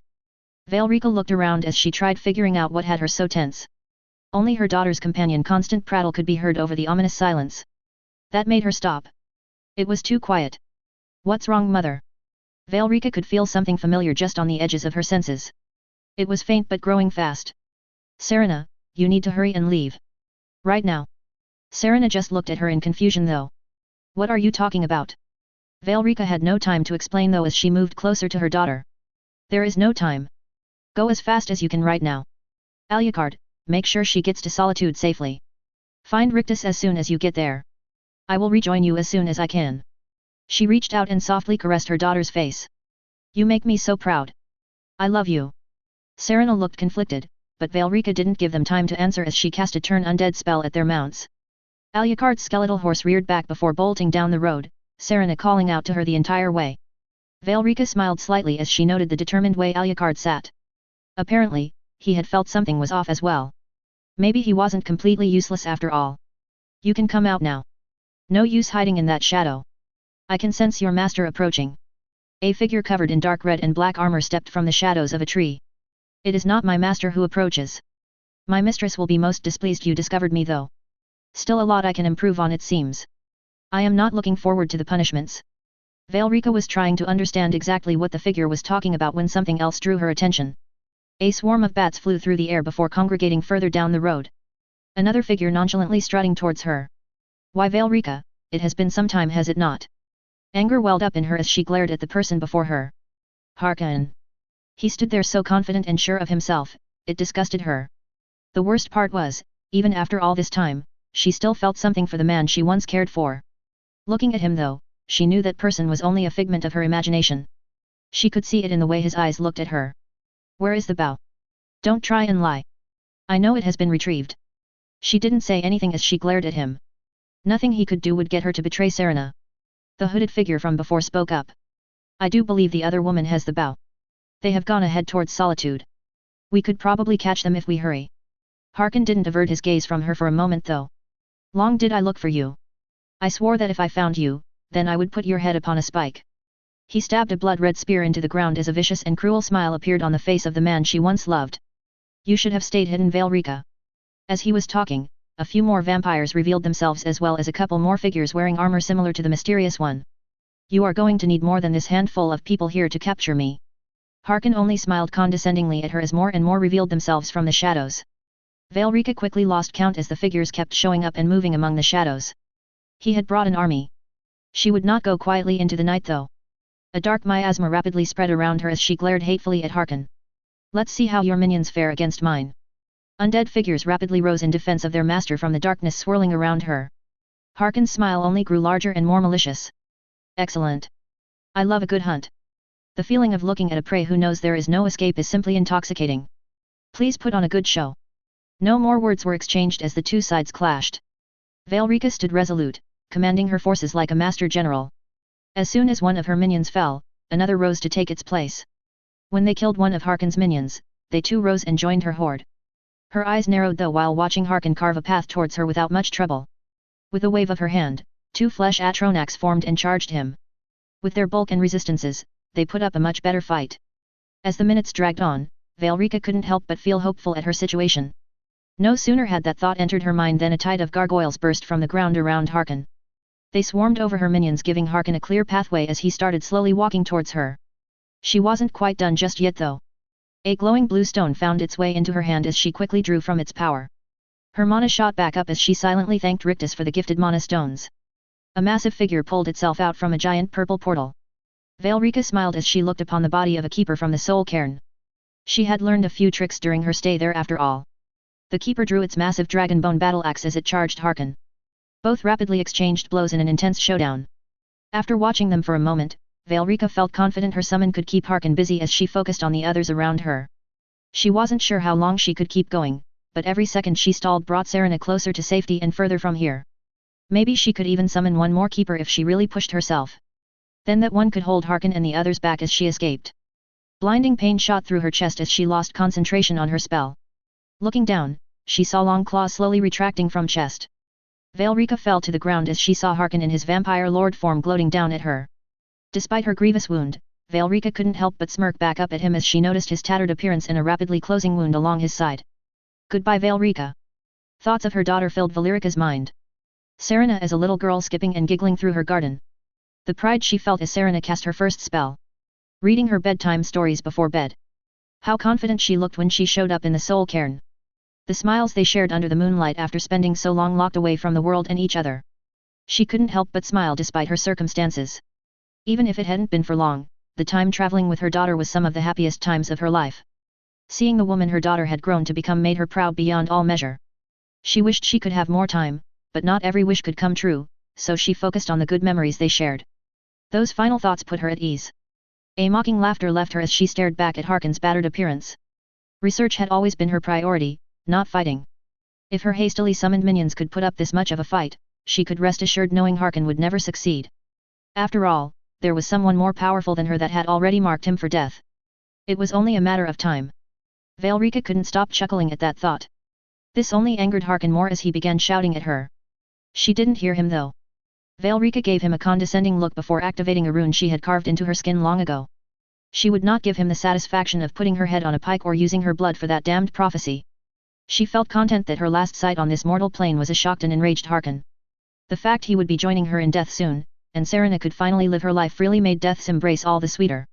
Poor Veilrika and Serena. At least we get an update on where Harkon is at though. Hopefully the experiments talked about weren't too bad. I wanted some snow elves right away, but thought that may be a little too dramatic, especially since Rictus already got him some Minotaur allies. Chapter 98, Capture. Rictus smirked as he watched Myra Jane and her companions fawn over their new gear. Smith had been torn away from the Etherium Forge so he could personally make new equipment for everyone. It took quite a bit of persuading since he claimed he had almost figured out how to make some ethereal armor, but once he found out he would have all those dragon corpses as materials, Smith wasted no time getting to work. Not only that, Morrigan had also enchanted all their equipment, for a modest fee of course. A few free items from the Etherium Forge was all it took to make her happy. Fala and Mercurio received dragon scale armor since they could only manage the light armor. Fala's armor was focused on protection and evasion since she was the most vulnerable of the group defensively. She also received a prototype ethereal staff which could summon a dwarven sphere as well as a couple other staffs of more destructive spells so she could have some more versatility.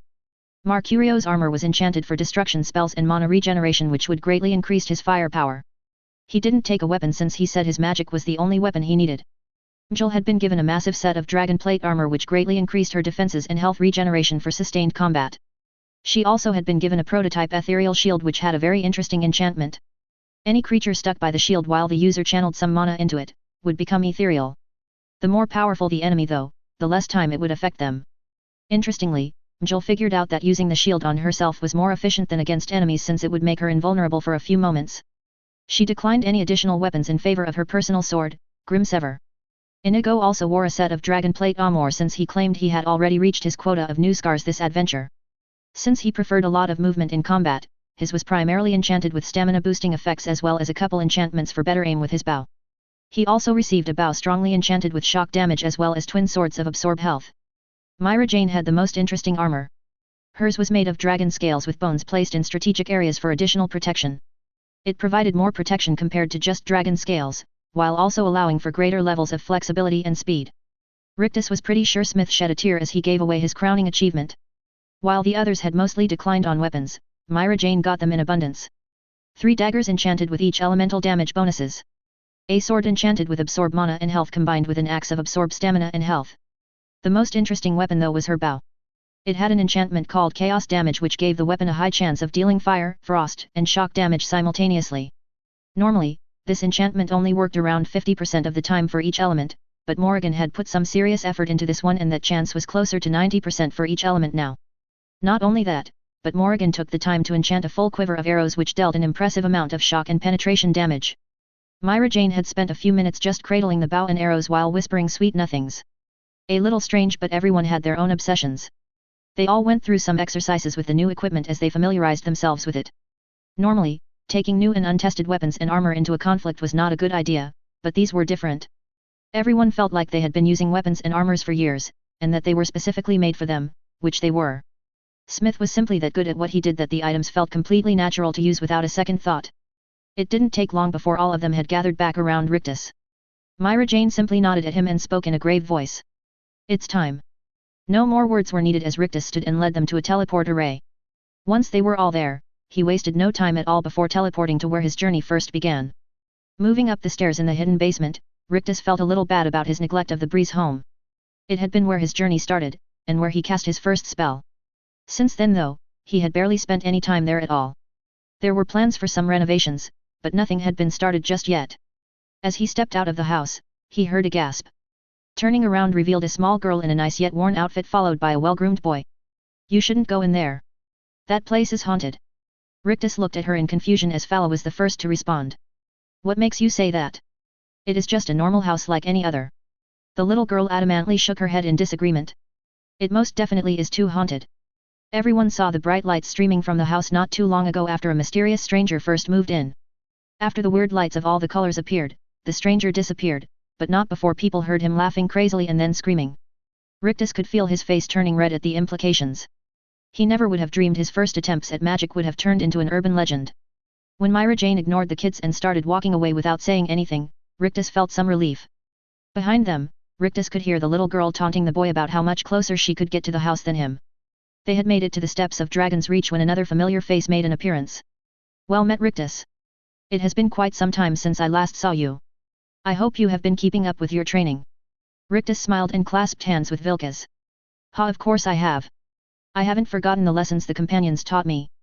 Before Vilkas could say anything else, another more infamous face appeared. Ugh. There are more of you brutes now? I had hoped you people would have stayed gone after the old man left. Nazim looked down his nose at them as he strutted down the stairs. Rictus was actually quite curious for more details about the old man, which was obviously Codluck, leaving. He remembered some report about the companions going on an expedition, but he hadn't followed up on it. Humph. It seems like you are going to the Jarl for something. As I advise the Jarl on political matter, since my insights are invaluable, I can go ahead and say whatever fool request you have will be rejected. Vilkas's hand tightly gripped his pommel while considering if he should just cut the annoyance down. Rictus noted almost everyone else acted the same towards him. Inigo was different as he stepped towards the most hated character in Skyrim history. Every time I see your head I want to twist it off. Nazim paled at the blatant threat. It was at this moment, he realized he was surrounded by heavily armed and armored warriors covered in scars. Not only that, everything they wore looked pristine and for a moment he thought some of them wore actual dragon scales, which was preposterous. One stare made him feel like he was being looked down on by a dragon, while the amused look of the larger man made him shiver in fear. He started fidgeting as he tried straightening out his clothes. Oh, I see. Well, that won't be necessary. Gold solves most problems, doesn't it? Inigo moved closer baring his fangs while everyone else slightly drew their weapons. Not this time. I am starting to lose my temper. Run away. Now. Backing up with his hands raised in surrender, Nazim tried calming them down. I assure you that this is all a misunderstanding. Run away. The Khajiit's yell caused him to fall down on his butt in surprise and fear. When Nazim looked up, even he could feel the bloodlust and power emanating from these people. Seeing the look in Mirajana's eyes, he felt like he was staring in the face of death. Help. Someone help me. Nazim started crawling away on his hands and knees. He tried standing up but kept stumbling over himself in his haste to run away. Everyone shared a look before they all burst out laughing. Inigo gave them a slick smile as he pointed towards something trailing along behind the insufferable fool. Hee. I think he wet himself. This just made them laugh all the harder at it. Rictus could see some of the tenseness leaving his companions from the welcome distraction. As they wiped tears from their eyes, Rictus turned towards Vilkas. Unfortunately, we really must be going. Maybe later you can tell me about that expedition. Codlick and the others went on. Vilkas nodded in understanding. Of course. I imagine they will be back relatively soon. Kodlak did mention something about making a stop in Solitude since it had been so long, but after that, I imagine they will come right back here. After saying their goodbyes, they quickly made their way up the stairs and into Dragon's Reach. Thankfully, there were no more distractions as they approached Jarl Balgruaf the Greater. He was lounging on his throne, watching them approach the whole way. His housecarl, Irilith, stood stoically at his side. Seeing Myra Jane in the lead, he nodded his head amicable. May the gods watch over your battles, Dragonborn. She wasted no time on pleasantries. I need your help. I need to trap a dragon in your palace. He just stared at her blankly before shaking his head with a small smile. I must have misheard you. I thought you just asked me to help you trap a dragon in my palace, but that would just be insane. You did not mishear. This is necessary for ending the dragon threat. Jarl Balgruaf rolled his eyes at the blunt request. What you're saying is insane. Impossible even. You want me to let a dragon into my home? In the heart of my city? During the middle of a war? Do you hear what you are asking of me? Not everyone is the famed dragonborn and able to kill a dragon. What happens to my citizens if you fail in trapping the beast or if it just enters the city a different way? I'll tell you what happens. It will slaughter my people and burn my city to ashes. Then when we are weakest, either Ulfric or General Tullius will attack. They are just waiting for me to make one wrong move, and letting a dragon into my city would definitely count as a wrong move. Myra Jane weathered his tirade without flinching. Rictus noticed her nails digging into her palms though. It was plain the Jarl was also stressed, and not necessarily just at Myra Jane. Before the argument devolved into something not very productive, he stepped forward and addressed Balgruaf. Jarl Balgruaf. This is not something we would ask if it was not necessary. The reason we must trap the dragon is so that we can use him to find where Alduin is hiding. We have already battled and defeated him once, and we must do so again if we ever hope of a future. Please, let us use Dragon's Reach as it was once used by Jarl Olaf One-Eye. The dragon skull above your head is testament that this fortress is the only one we can use for our needs. Rictus's calm words and explanations seemed to get a lot further than Marajana's basic request. The fact they came from Rictus, who Balgruaf knew better than the fabled dragonborn, also didn't hurt matters. Still, Balgruaf shook his head.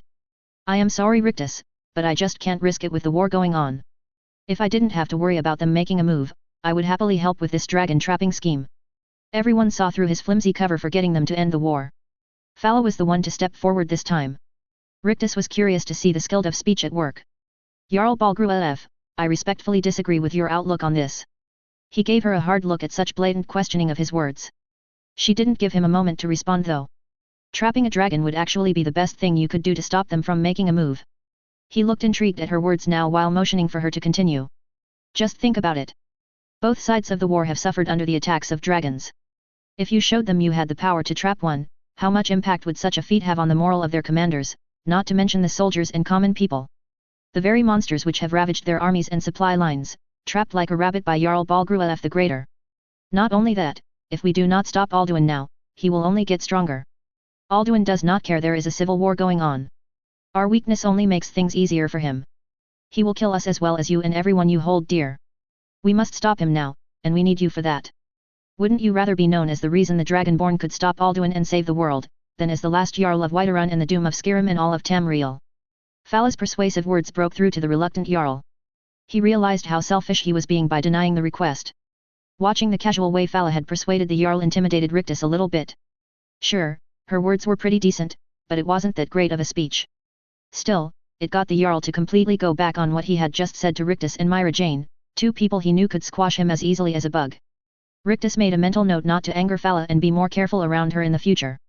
He was glad she seemed less inclined to use her powers for evil. Suddenly, the Jarl stood up and looked over at Irilith resolutely. Prepare your best. We have a dragon to catch. Things exploded into action after his words. Orders were called out as preparations were made for catching the dragon. Word spread rapidly as everyone did anything they could to help. Determination and purpose filled everyone as they knew they were part of something greater than themselves. The annals of history would show that when the Dragonborn called for aid, the people of Whiterun responded. Soon, they all stood upon the great porch of Dragon's Reach. Jarl Balgruaf nodded his head at Myra Jane. We are ready, Dragonborn. My men stand ready. The great chains are oiled. Just say the word, and we will act. A small smirk adorned his face. Now that it is upon us, I'm rather looking forward to the challenge. I bet I will be more famous than Olaf One-Eye. Just make sure you do your part. I am putting my city and the lives of my people in your hands. Myra Jane nodded solemnly. It was time. Most of the excess guards and followers were ushered out of the area so that there were only a few of the most important people left. She moved to stand at the edge of the great porch before looking towards the sky. With a deep breath, she shouted. Odiaing. All was quiet and everyone was tense as they waited for something to happen. Nothing did though, which was a disappointment. A couple of guards moved to the balcony while looking around, hopeful for spotting the dragon first. Suddenly, a powerful roar could be heard which shook the stones around them. Out of nowhere, a giant red dragon flew up and over the balcony, grabbing two guards in its talons. People began shouting as the dragon flew off for a moment, dropping the poor guards to their death. Myra Jane stood resolute though. As Odavine roared and swooped down towards them, she shouted at him. Jorzahfrul. The dragon-rend shout tore through the air and impacted the dragon. He let out a surprised roar before falling towards the balcony. Everyone quickly moved out of the way of his fall as the ground shuddered from the impact. Myra Jane steadily moved backwards as Odavine glared at her. Davakian. Here I am. The dragon stalked forward as it started preparing its breath attack.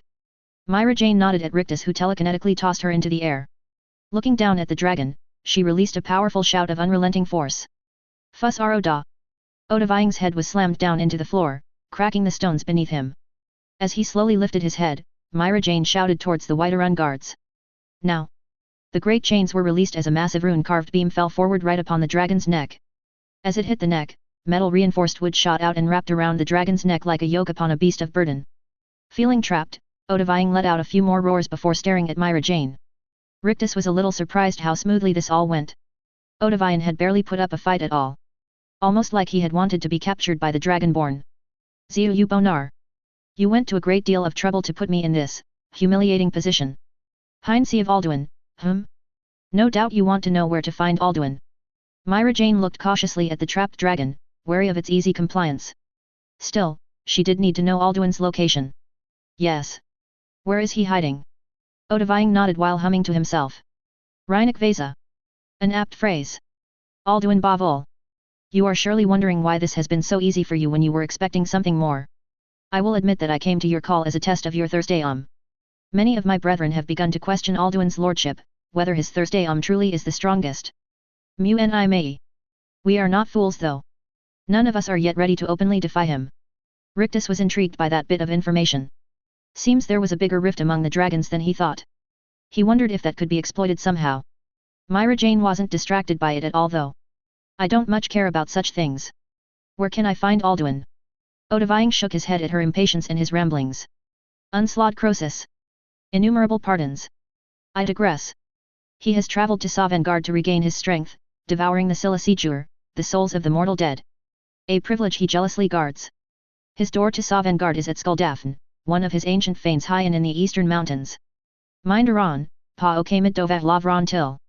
I surely do not need to warn you that all his remaining strength is marshalled there. Ziu you lost Ofen Hin Lon, now that I have answered your question, will you allow me to go free? She was shocked at his words. How in the world Alduin had a door to Sovngarde was beyond her. She didn't even know such a thing could exist. The fact he was absorbing the souls of the brave warriors there kindled a fire within her though. Odavine could see the rejection before she spoke which made him speak once again. Croesus. There is one detail about Skuldafn I neglected to mention. You may have the Thursday of a dova, but without the wings of one, you will never set foot in Skuldafn. Of course, I could fly you there, but being imprisoned like this would make that very difficult. Do you expect me to take your word for that?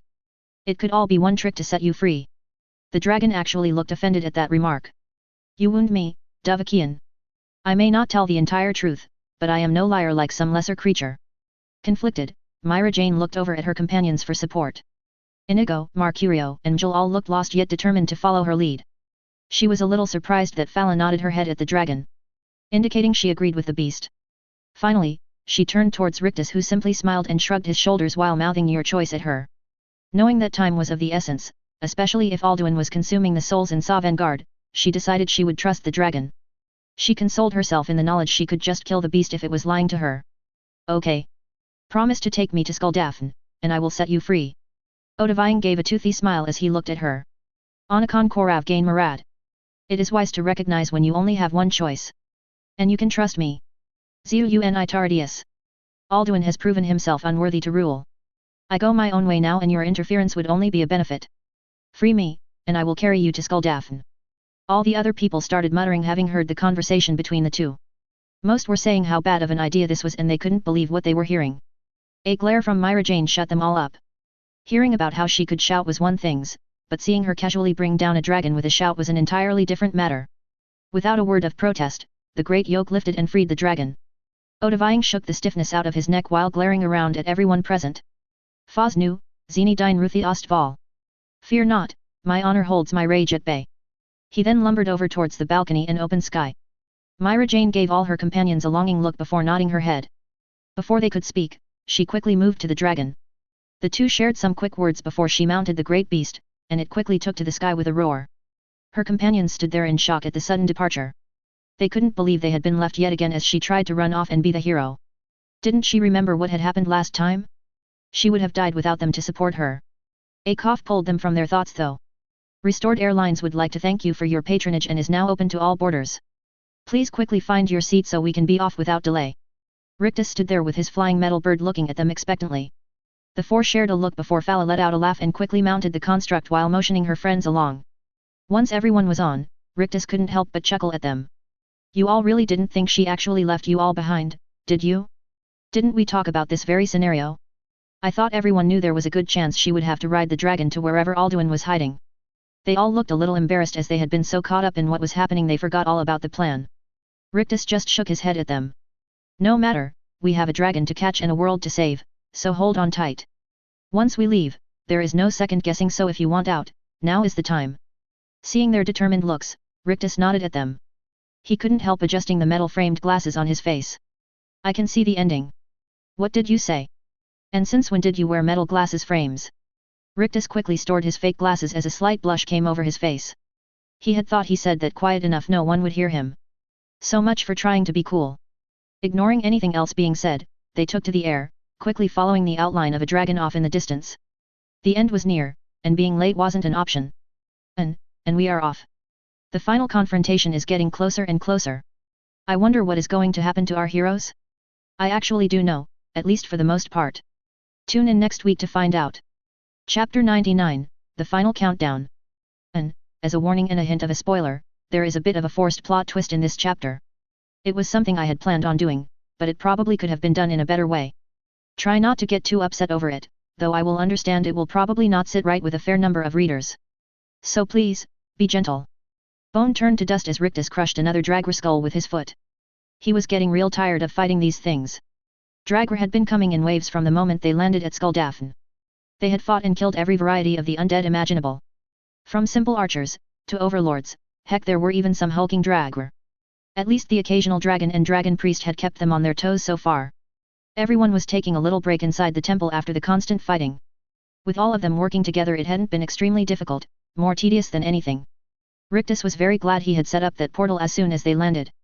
The group which had fought with Myra Jane down in Blackreach had been called and were working to clear the two towers around the temple while Rictus and the Dragonborn party kept pushing forward.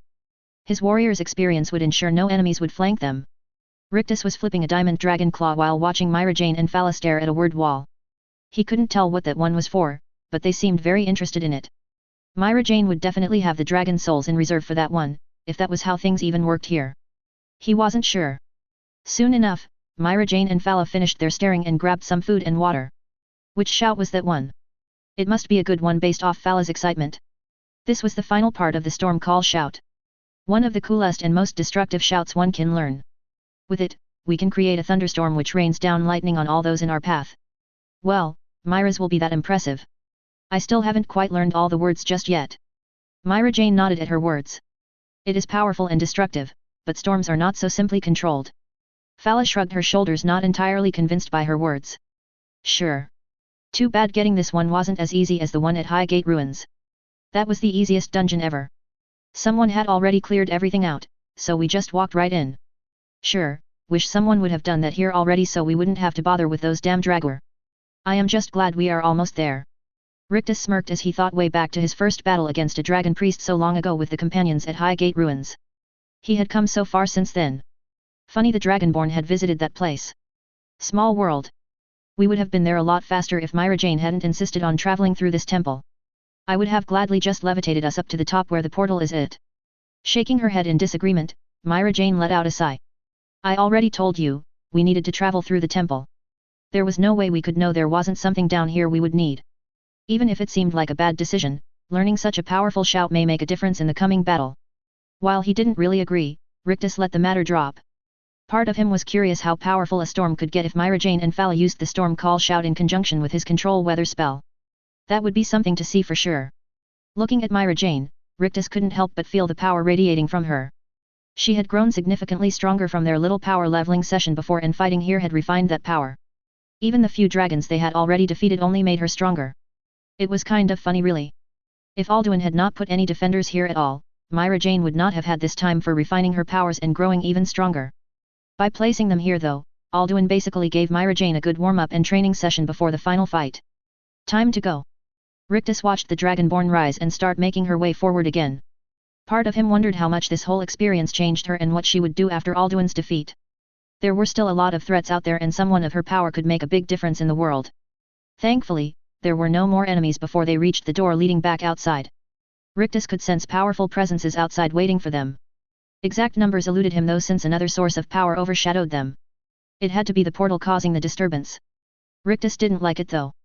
For just a moment, it felt like the portal would devour him.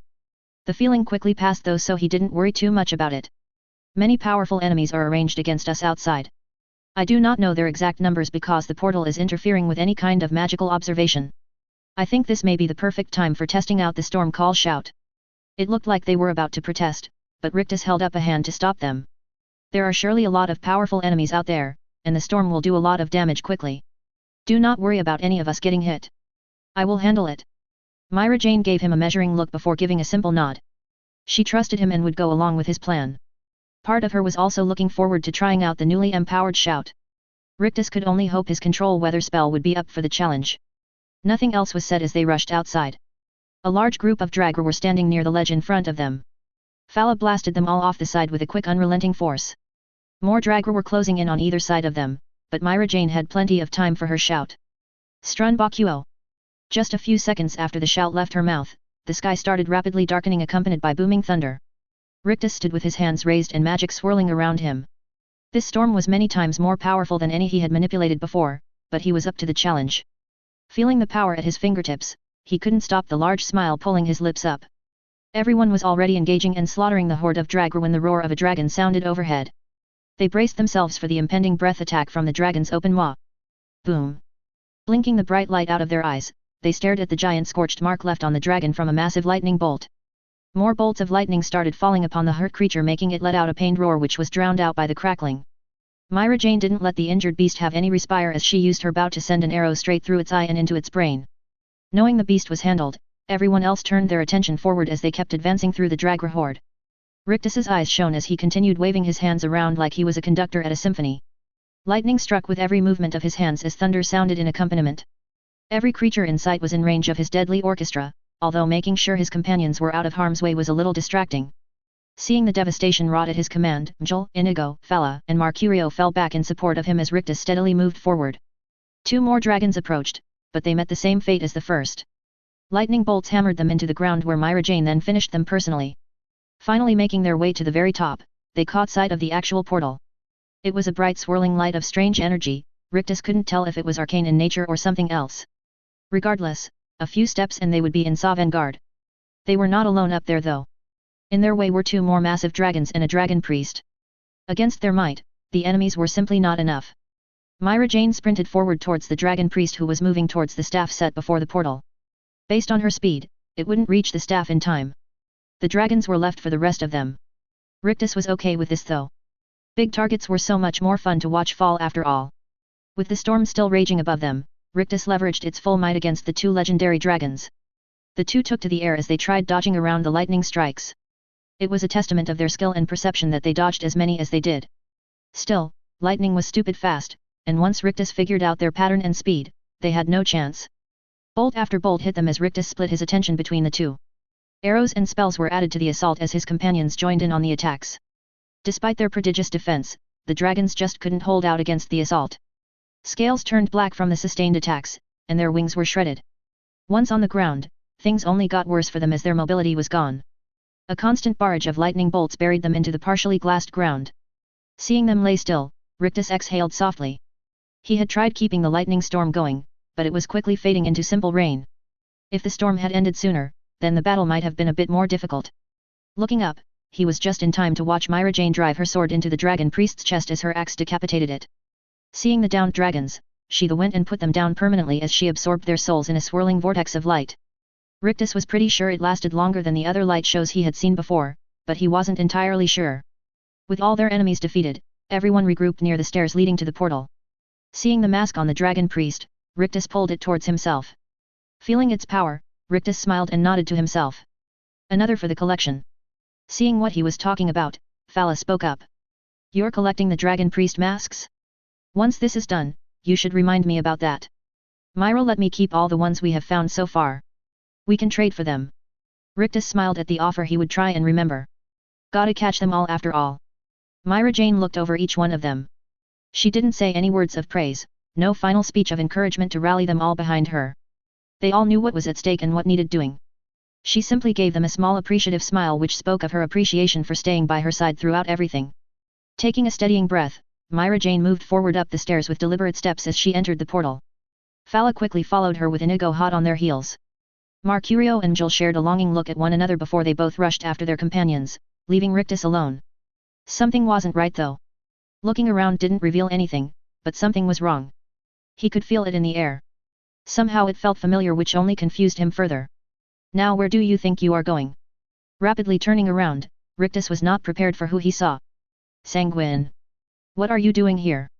The Daedric Lord of Debauchery lounged in a chair while taking deep drags from a massive flagon. Letting out a mighty burp, he turned his gaze towards Rictus. I could ask you the same thing. Isn't it obvious? Myra Jane needs my help defeating Alduin. Or maybe you forgot that the World Eater was rampaging on Mundus. Sanguine absent-mindedly picked at his nails while looking uninterested. Little arrogant of you, don't you think? Rictus didn't know how to feel about that and was at a loss for words. There wasn't time for this though, and he was starting to get annoyed. I don't know what you are talking about. There isn't time for this silly debate. I have to stop Alduin. Dark blood-red eyes stared him down. We have as much time as I say we have. Pressure stronger than he had ever felt before slammed down on Rictus. In a moment of foolishness, he had forgotten exactly who he was talking with. This wasn't just some person or a friend he could talk to however he wanted.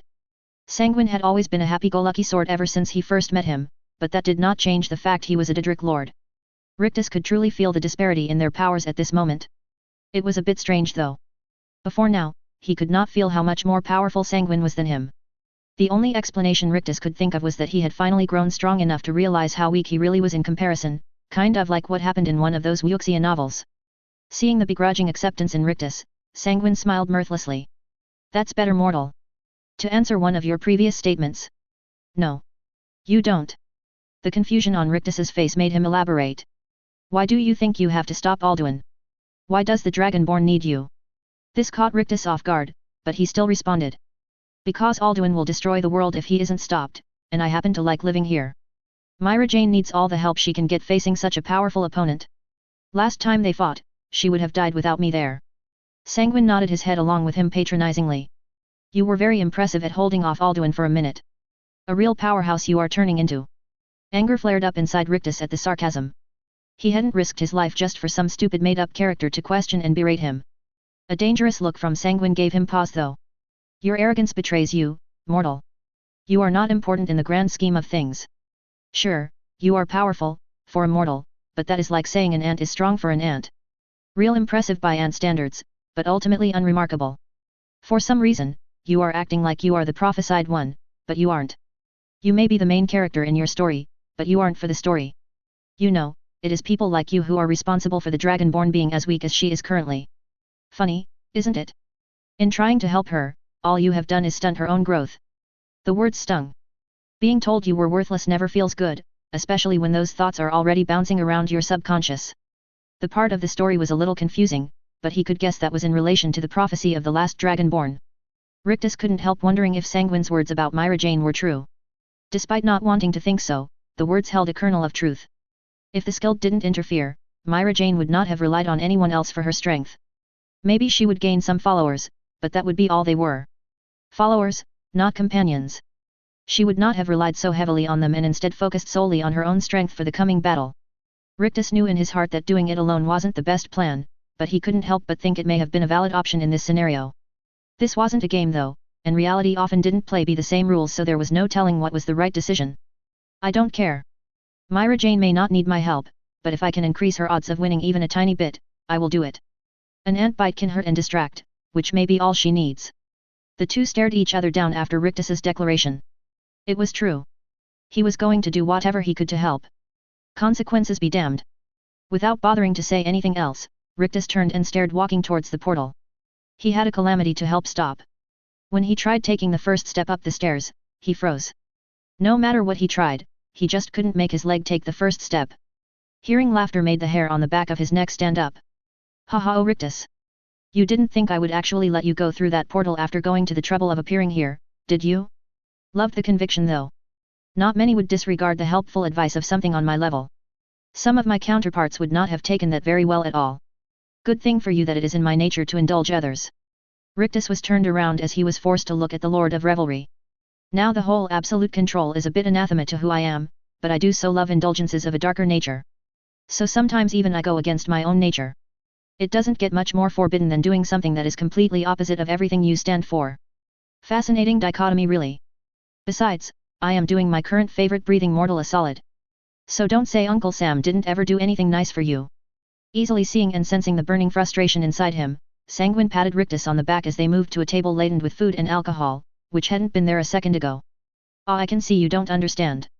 I am in a good mood after seeing how willful you have become, so I'll put it in terms even you can understand. Going through the portal would kill you. The matter-of-fact way he said that gave Rictus pause.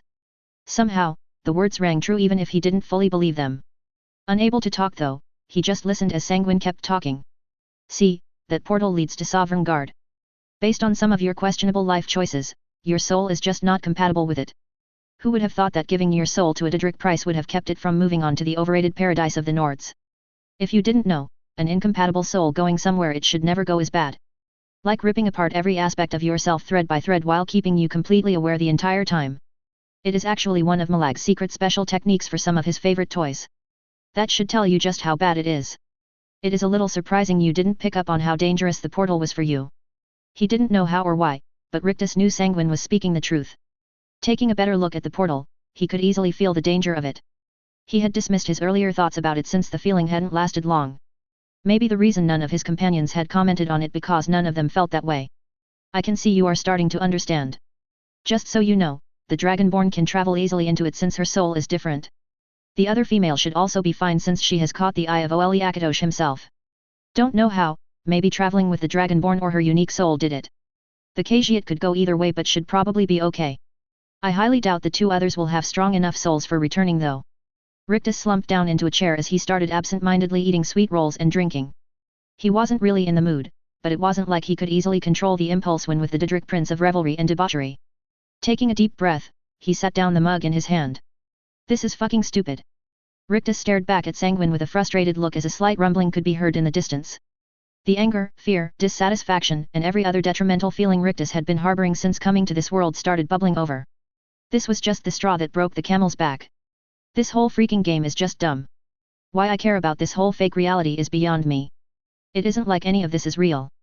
Stupid Bethesda making stupid little games. It is all just a load of crap. I should be able to do whatever I damn well please. Rocks started breaking apart as the sky itself started falling. Reality looked like it was coming apart at the seams. Colors shifted wildly while other things started blurring. Lights which weren't there started flashing in strange patterns. Space curled in upon itself in spots as a terrible ripping noise could be heard. Through it all, a strange almost snoring noise could be faintly heard. Sanguine's face was what pulled Rictus's attention away from the strangeness happening all around them. He looked absolutely terrified.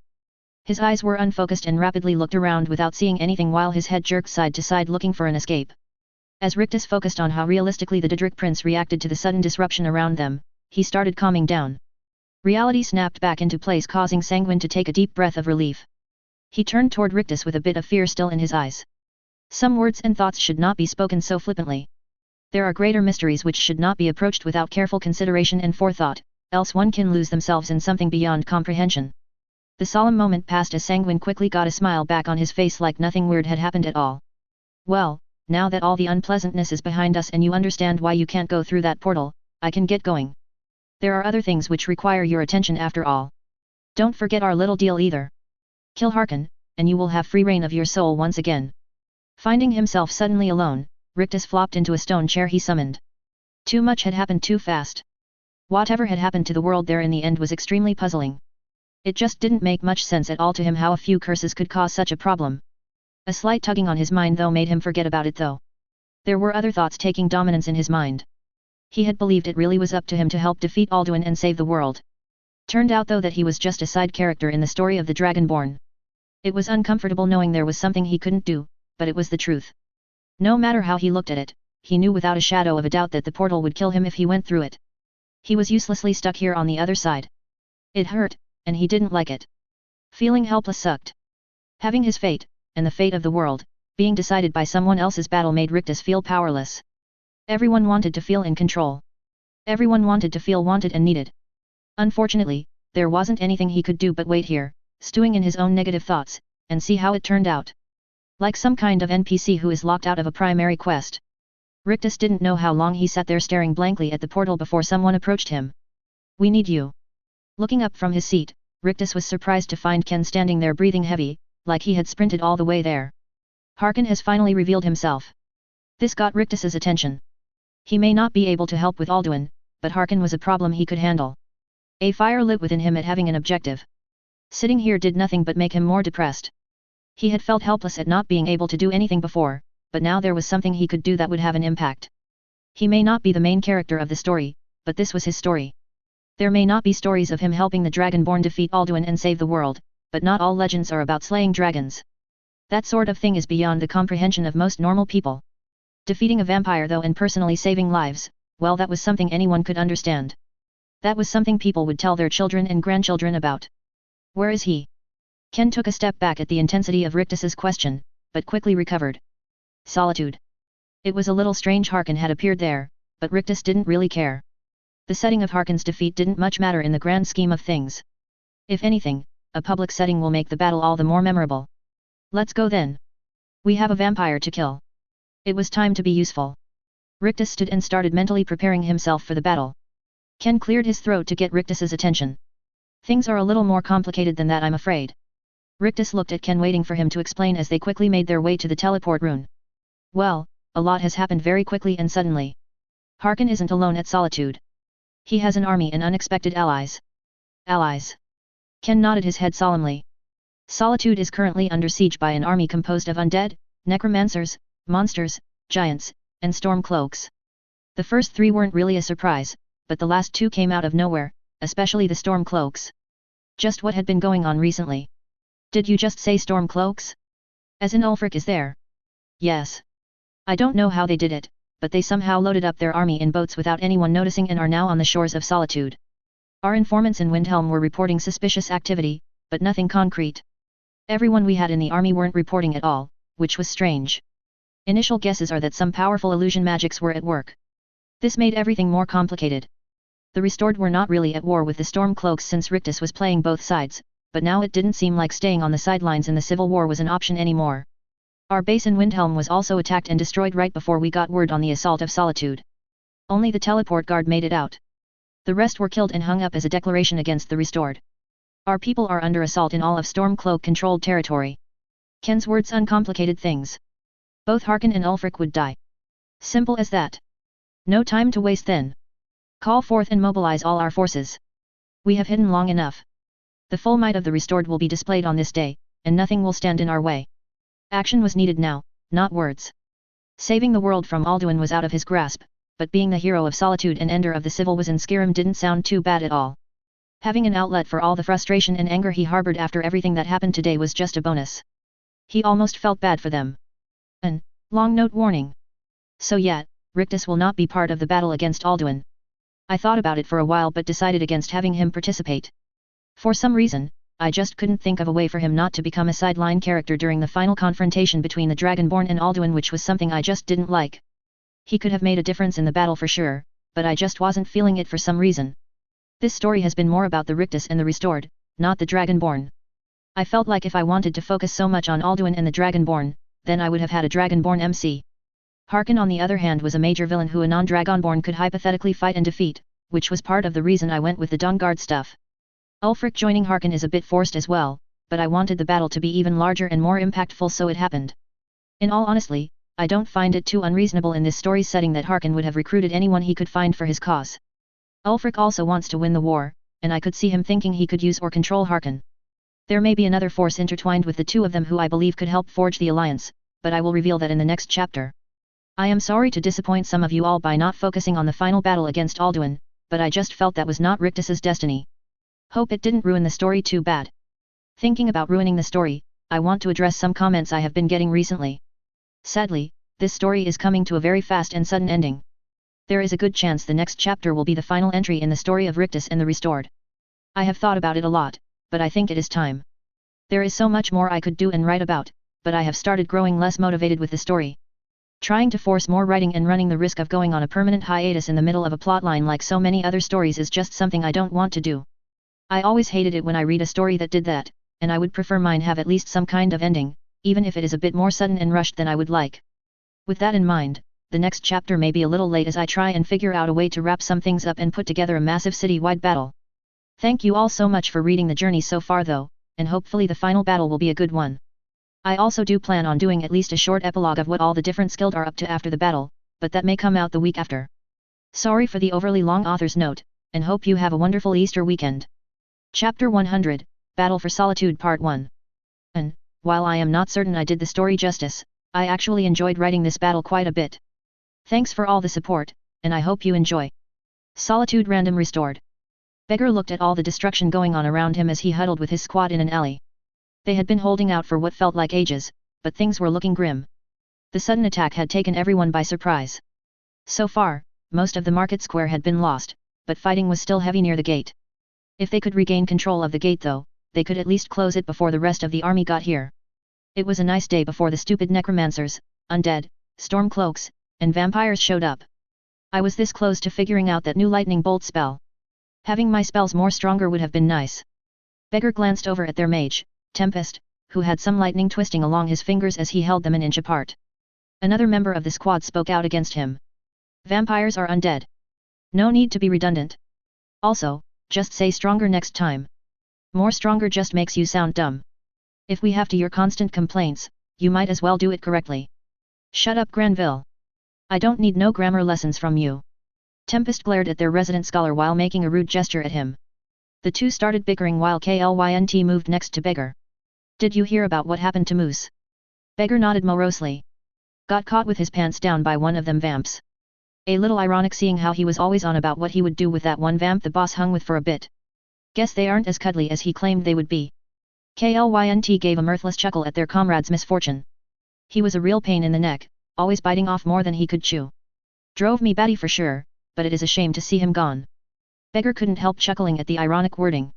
It wasn't really funny, but it was good to laugh, regardless of why. Seeing their two scouts, a pair of Bosmer brothers called Illiwood and Smiles, rush around the corner, everyone prepared their weapons. Illiwood stopped and whispered a quick report to their squad leader, Pow. A curt nod of the head, and Pow was addressing them all. All right men. As it stands, the market is almost overrun at this point. We are in the calm of the storm for now, but we need to either get to the main gatehouse or retreat farther into the city.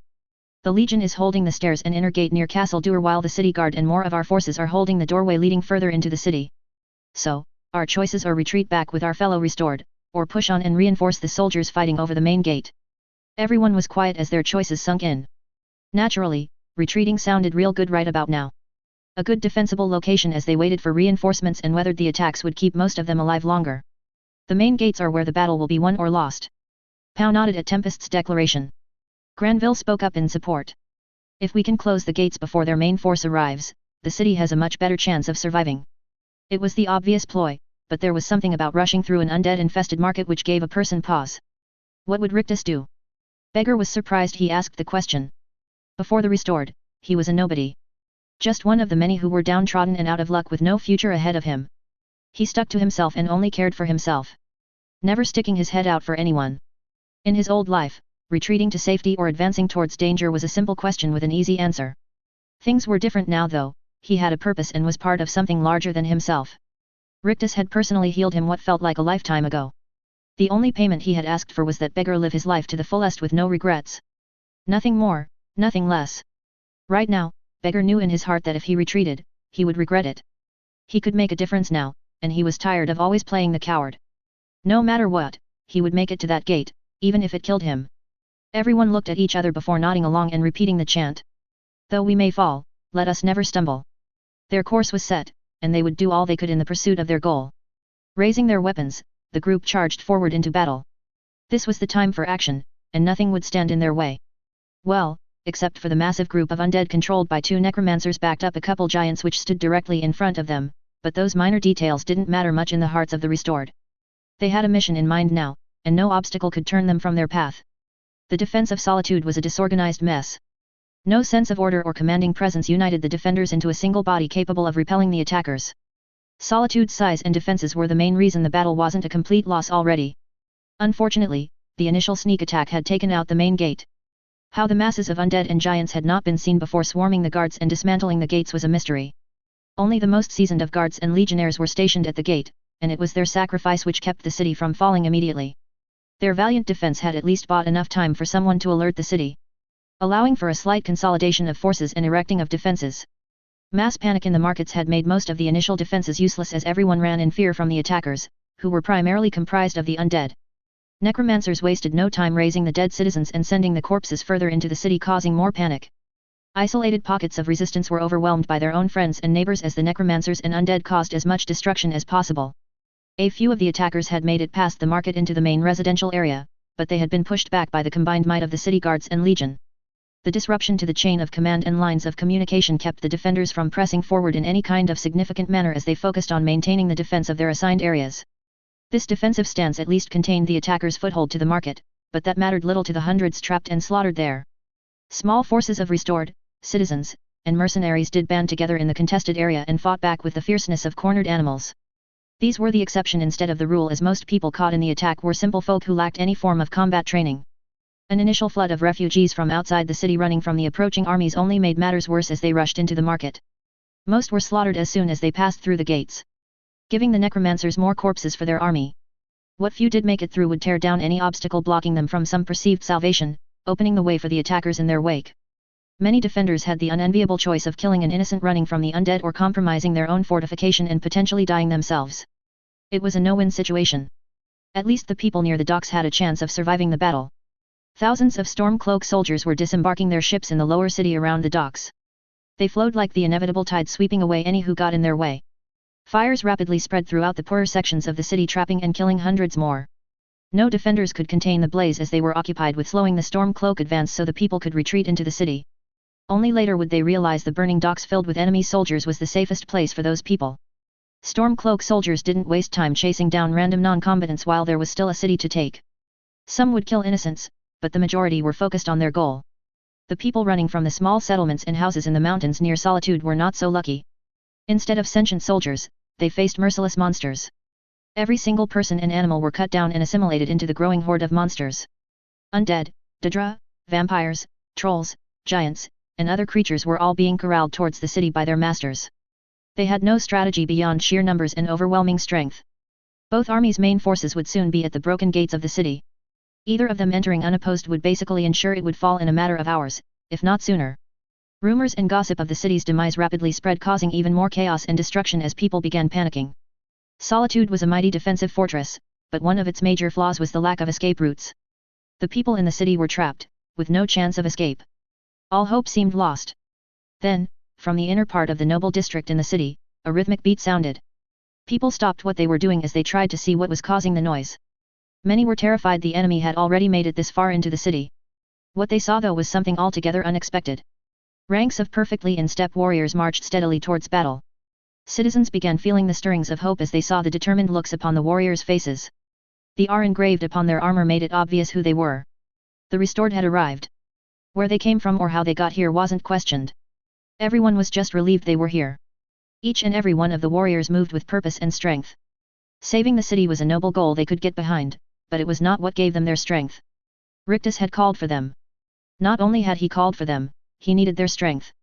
Their powerful and unshakable leader who had saved them from their past and given them a new life, a new purpose, had asked for their help. No demands, no impassioned plea, or motivational speech.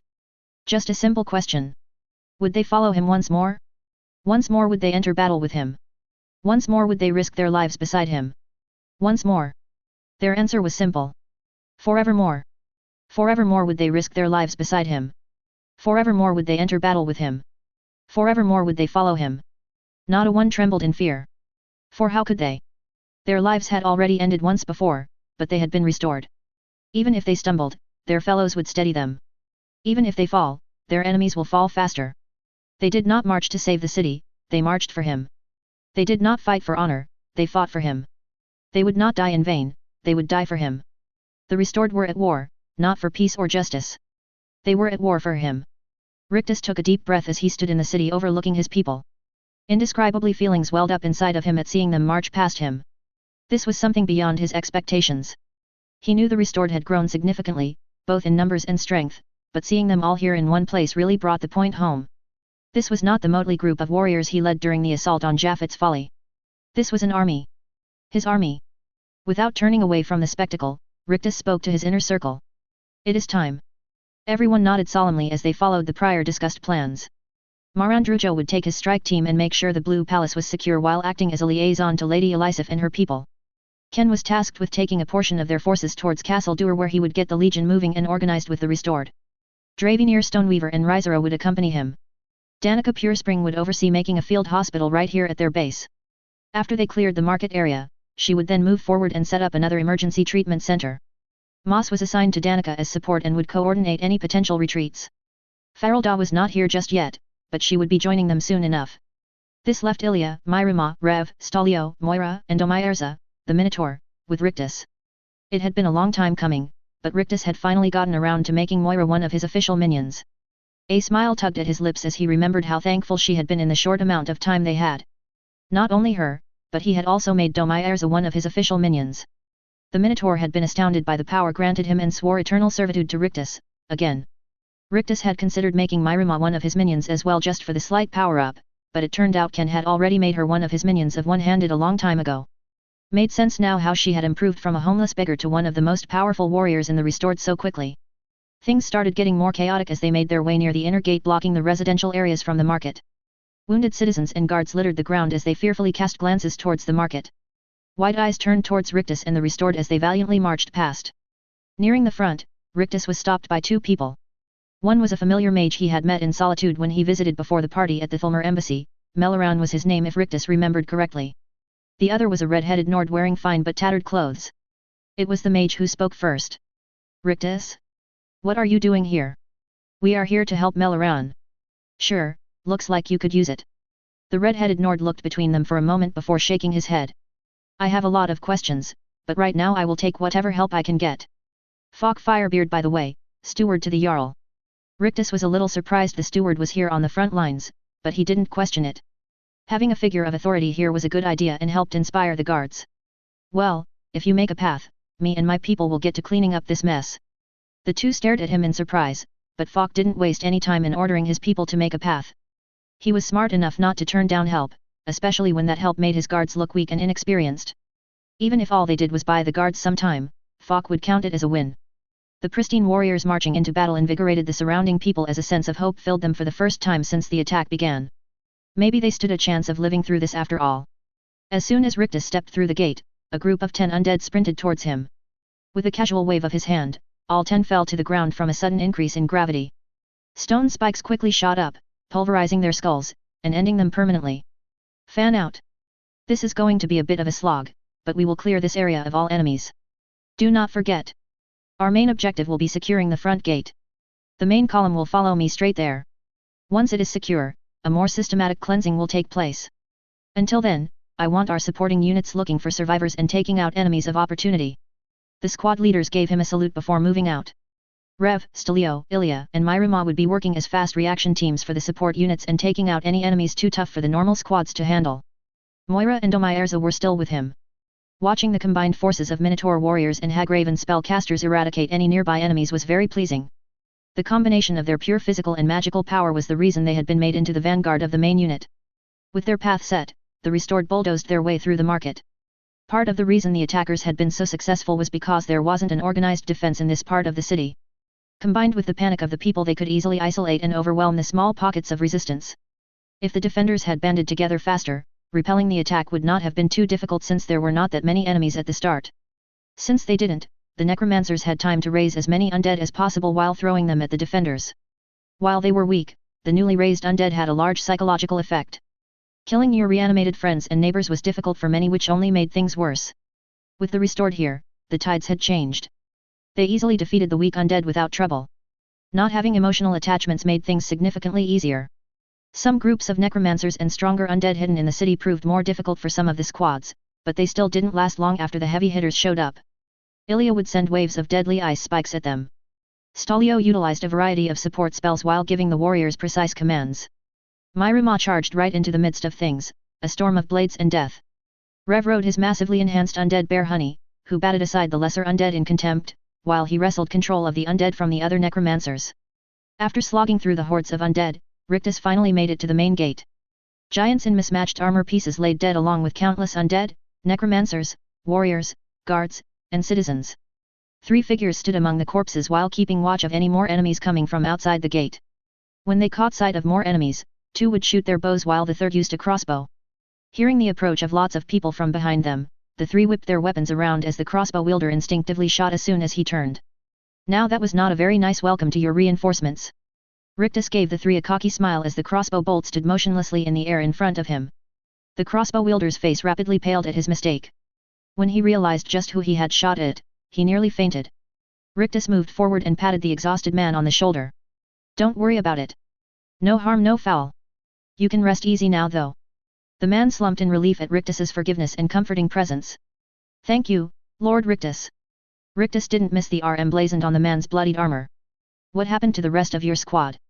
A shadow passed over the man's face as he looked down solemnly. All dead, sir. We fought our way here and held as long as we could. Tempest smoked one of the giants good, but another 2 more came out of nowhere and hit us hard.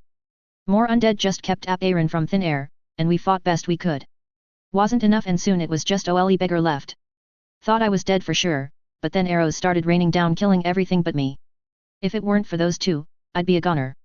He then looked down while muttering under his breath. I can see what Moose saw in that vampire now. Rictus patted the man's back as he directed some other soldiers to help assist him. He then looked back towards the 2 archers and thanked them with a smile. Well, I suppose I must thank you for saving my follower. I am glad to see you both here though. No one knew exactly where you were at. Alucard laughed while giving him a smile. Sure took you long enough to get here. I was beginning to wonder if you would even show up. Looking around, Rictus didn't see Valerica, which was surprising. Turning towards Serena, Rictus asked about it. Where is Valerica? Both their faces got stormy at his question. Serena spoke apathetically as her face showed no emotion. Dead. Harkon killed her after she sacrificed herself for us. Rictus moved forward and wrapped Serena in a quick hug. He didn't say anything since there wasn't anything he could say which would make things better. Serena's eyes began watering as her stony facade broke for just a moment. She pulled herself away as she recomposed herself. Harkon must die. Rictus nodded at her declaration. He had actually started liking Valerica and had even considered making her one of his minions. Now that would never happen. Rest assured, today will be his last. As he was catching up with the 2, the restored secured the gatehouse and surrounding area. Once that was done, Rictus looked at the broken gate. Seems the giants couldn't quickly destroy the actual door, so they destroyed its housing mechanisms instead. Rictus ordered a few of the largest minotaurs to help guide the gate back into place as he maneuvered it with his magic. A few minutes later and the city was no longer open for anyone to just stroll in. It wasn't a complete fix, but it would work for now. A large force of restored were sent towards the top of the gatehouse to man the walls and keep an eye out for the approaching armies. Serena and Alucard stayed with them since they thought they would be the most helpful there as they waited for Harkon to make his appearance. Rictus and the rest of his fighters began systematically clearing the streets and buildings as they worked to link up with the rest of the restored. Having enemies hidden behind your main defensive line could be disastrous, so everyone worked as quickly as possible. While this was happening, Rictus felt a sudden pang of loss. Surrounded by all this death and destruction, Rictus wondered if there would ever be a time of peace. He had been through so much and was getting tired of the constant conflict. After making it to the main market area, Rictus had a moment of respite from all the fighting as he read over a couple reports from his subordinates.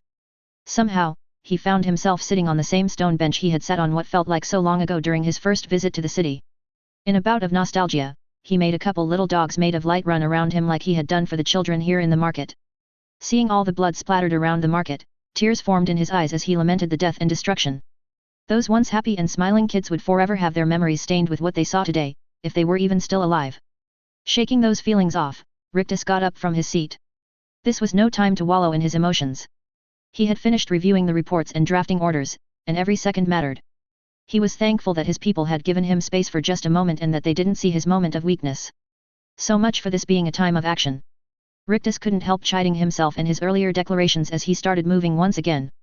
Sharp, debilitating pain shot through Rictus's chest and lower back. Looking down with wide eyes, he was surprised to find the tip of a bloody dagger sticking out of his chest. A cruel wisping feminine voice whispered in his ear. How pathetic. At least the cat almost scratched me. Rictus fell to his knees as a bloody black bag landed in his lap. Its partial opening revealing the head of a familiar-looking Khajiit. Slightly turning, Rictus stared at his attacker. An Argonian woman wearing the classic red and black leather armor of the Dark Brotherhood slinked around him, two long bloody daggers in her hands. Rictus's eyes kept sliding right off her even with him focusing on her.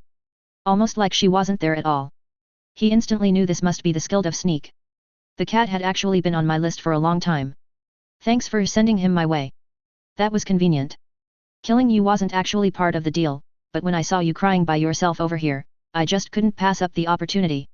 She crouched down in front of Rictus while she gloated. It wasn't something she normally did, but she just couldn't help herself. The tales of Rictus's greatness had spread far and wide by this point. Seeing him on his knees bleeding out before her, she found the stories to be greatly exaggerated. She smirked as she saw his trembling hands holding a box she hadn't noticed before. What do we have here? Don't worry, the poison and the blood loss will finish you off soon enough, so you can rest assured I will keep this little treasure safe. Plucking it from his hands, she couldn't resist opening it up. Part of her wondered why she was acting so differently than normal. Gloating and stealing during the middle of a job was just something she didn't do. Ignoring her altered mindset, she couldn't help but smile as she reached for a massive glowing crystal orb. It was beautiful. Her smile quickly disappeared as she heard a raspy laugh. Looking down, she saw Rictus mocking her with a mischievous glint in his eyes. You should have gone for the head. Before she could say anything, a powerful voice boomed in her ears, deafening her to everything else in the world. A new hand touches the beacon. The assassin stared in horror as she realized what had just happened. More words drowned out her thoughts as Meridia, the Daedric Prince of Life and Land of Infinite Energies, spoke directly into her mind. The power of such a being talking to her was completely disorienting. Once the words were over, she glared down at Rictus as he kept laughing at her. That was your final play? Meridia's fucking beacon. He just laughed even harder at her. She drew back her dagger to slit his throat when a sharp devastating pain erupted from her chest. 4 sharp metallic objects were now protruding from her chest. She was further shocked as Rictus casually stood up and looked down at her, like he wasn't injured at all. His mocking smile was the last thing she saw as she was consumed by the void. So, who was that in the bag? Marandrujo wiped off his elongated claws while staring down hatefully at the assassin. That was Malandrujo. A member of the staff at the Blue Palace who sometimes passed us information. This one thinks Malandrujo was just in the wrong place at the wrong time. The mix-up is strange though. We don't even look that much alike. This one's pelt is of much finer quality. Looking at the near-identical looking Khajiit, Rictus held his tongue. There was a bit of mirthless humor as the master and apprentice chuckled at the assassin's mistake. Marandrujo looked at Rictus's injuries questioningly. Rictus just smiled as he motioned to his already healed skin and mended armor. Having the regenerative abilities of a troll combined with his enhanced body made many of the most grievous wounds trivial. The armor self-repairing was just a nice bonus feature Morrigan had included on it. Rictus was glad the assassin did some pointless monologuing and wasted so much time. Even if Marandrujo hadn't killed her, he had been more than prepared to end her existence, but things were much easier this way. It was a little anticlimactic, but Rictus didn't mind having a villain so easily defeated, especially one that just appeared out of nowhere. It wasn't like she was someone he had history with or was even that important. Well, since you are here, I am guessing that Elisif was also assassinated. Marandrujo nodded his head. Yes. She was already dead by the time we got there. We did find Thane Bryling there who we motivated into action. She mentioned coordinating forces with Balgir and Falk Firebeard. Falk should be on his way here now. Rictus was a little sad hearing about Elisif's death. She was actually pretty interesting and had a lot of potential as a leader. Shame really. He opened the small chest and used it to place Meridia's beacon back inside without touching it. He offered the Daedric Prince a soft word of apology and promised he would have someone clear her temple once this mess was all over. Someone truly worthy of her blessings. It didn't take long before Ken, Falk Firebeard and a dour-looking Nord woman in full imperial armor arrived. Ken offered him a slight bow. We have the vast majority of the market under control with just a couple pockets of resistance. Rev is working with Housecarl Balgir and the city guard to stomp them out as we speak. Rev can easily find the undead and necromancers while the guard knows the city best. Falk Firebeard nodded his head in agreement. The guard will also help manage any survivors and keep everyone else under control so everyone else can focus on fighting. Rictus agreed with that plan. While the guard could be useful in defending the city, they were not on the same level as the Legion, much less the Restored. They would better serve everyone by keeping the streets safe while the main battle was handled by the soldiers. He then turned towards the Legionnaire. Legate Rick. Would you mind telling me what happened to the Legion? She angrily spit on the ground. Assassins. Don't know where they came from or how they got here, but the damn Dark Brotherhood infiltrated Castle Dur and took out most of the senior leadership. General Tullius is dead, and I am now the most senior officer in all of Skyrim. If Commander Morrow wasn't also killed, I would kill him myself for such a gap in security. Despite the loss of so many officers, the Legion is back on its feet and ready for action. Castle Dur is firmly secured, and forces are moving to secure the Blue Palace and the Jarl as we speak. Additional siege weapons will be brought into the market area for defense. It was a shame General Tullius had died, but it did make things easier for the Restored as they wouldn't have to contend with the ornery old general. He did give Rick a sad look at the mention of the palace. Unfortunately, Jarl Elisif has also been assassinated. Leaving some of your troops there as added protection would not be a bad idea as it would help keep the populace calm, but I doubt it will need to be a very large force. Legate Rick cursed at hearing the palace was also hit, but quickly regained her calm. Rictus looked at Ken who began giving him an update on the battle at large. As I already mentioned, the market is ours by now, and we fully control the city. The outer bailey has been destroyed so we do not need to worry about retaking it. Harkon's forces will be the first to reach us. I would guess they will be at the gates in less than an hour. The storm cloaks have stalled out in the port for now as they make sure there aren't any forces hiding there and disrupting their rear. A strong force of guards and legion are holed up in the East Empire Trading Company's warehouse built into the rock, but it is just enough to slow the storm cloaks down. Ulfric will likely have a force trap them in there and move on. Rictus nodded at the report. It seemed Ulfric may not be entirely allied with Harkon. Harkon's forces would easily make it to the city first and soften up the defenses. Ulfric could then wait for the other two to kill themselves and then sweep in with his more rested forces. The storm cloaks would even look like the saviors who liberated the city from monsters instead of rebels. So, while it looked like they were allied, Rictus was skeptical about it all. Ulfric was not a man who would so casually ally with someone like Harkon. Rictus, Ken, Legate Rick, and Falk Firebeard hashed out some of the finer details of the defense before adjourning their impromptu meeting. The market was now a hive of activity. Ruined buildings were torn down and fires put out. Legion soldiers, city guards, restored, and even regular citizens worked frantically as they cleared debris and started setting up temporary defenses. There wasn't much time, so every second counted. On the wall, a multitude of additional defenses were being prepared. Large rocks were moved from the towers storing them.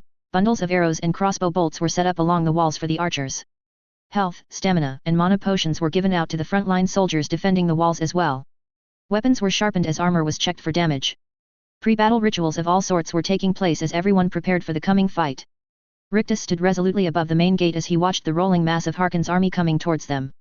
It was comprised of more than just the undead. He could see numerous Daedra of all varieties and even a large number of giants slumbering in a tightly knit group. Rictus couldn't help wondering how Harkon had even amassed such a large force so quickly. From a glance, most of the Daedra had a bluish tint to their skin. Rictus remembered reading about how most of those in service to Malag Bal had such characteristics. Could Harkon have called upon his ancient patron for assistance, or was there something else at play here? Only time would tell though, and that time was quickly approaching as the horde was nearly upon them now. The defenders had done as much as they could. There wasn't time for any more preparations. The real battle for Solitude had only just begun. I actually had the idea for killing someone after trolling them with Meridia's beacon since the very start of the fanfic. Glad I could finally use it on someone. Chapter 101, Battle for Solitude Part 2. As promised, here is Part 2. Only one more chapter to go. Fire. Thousands of arrows, crossbow bolts, siege weapons, and spells rained down upon the encroaching army as soon as they came into range. A normal army would have been torn to shreds or at last paused after such an attack, but this was no normal army. The undead were not stopped by something as mundane as an arrow to the knee while the Daedra didn't much care if they were defeated since death was not permanent for them.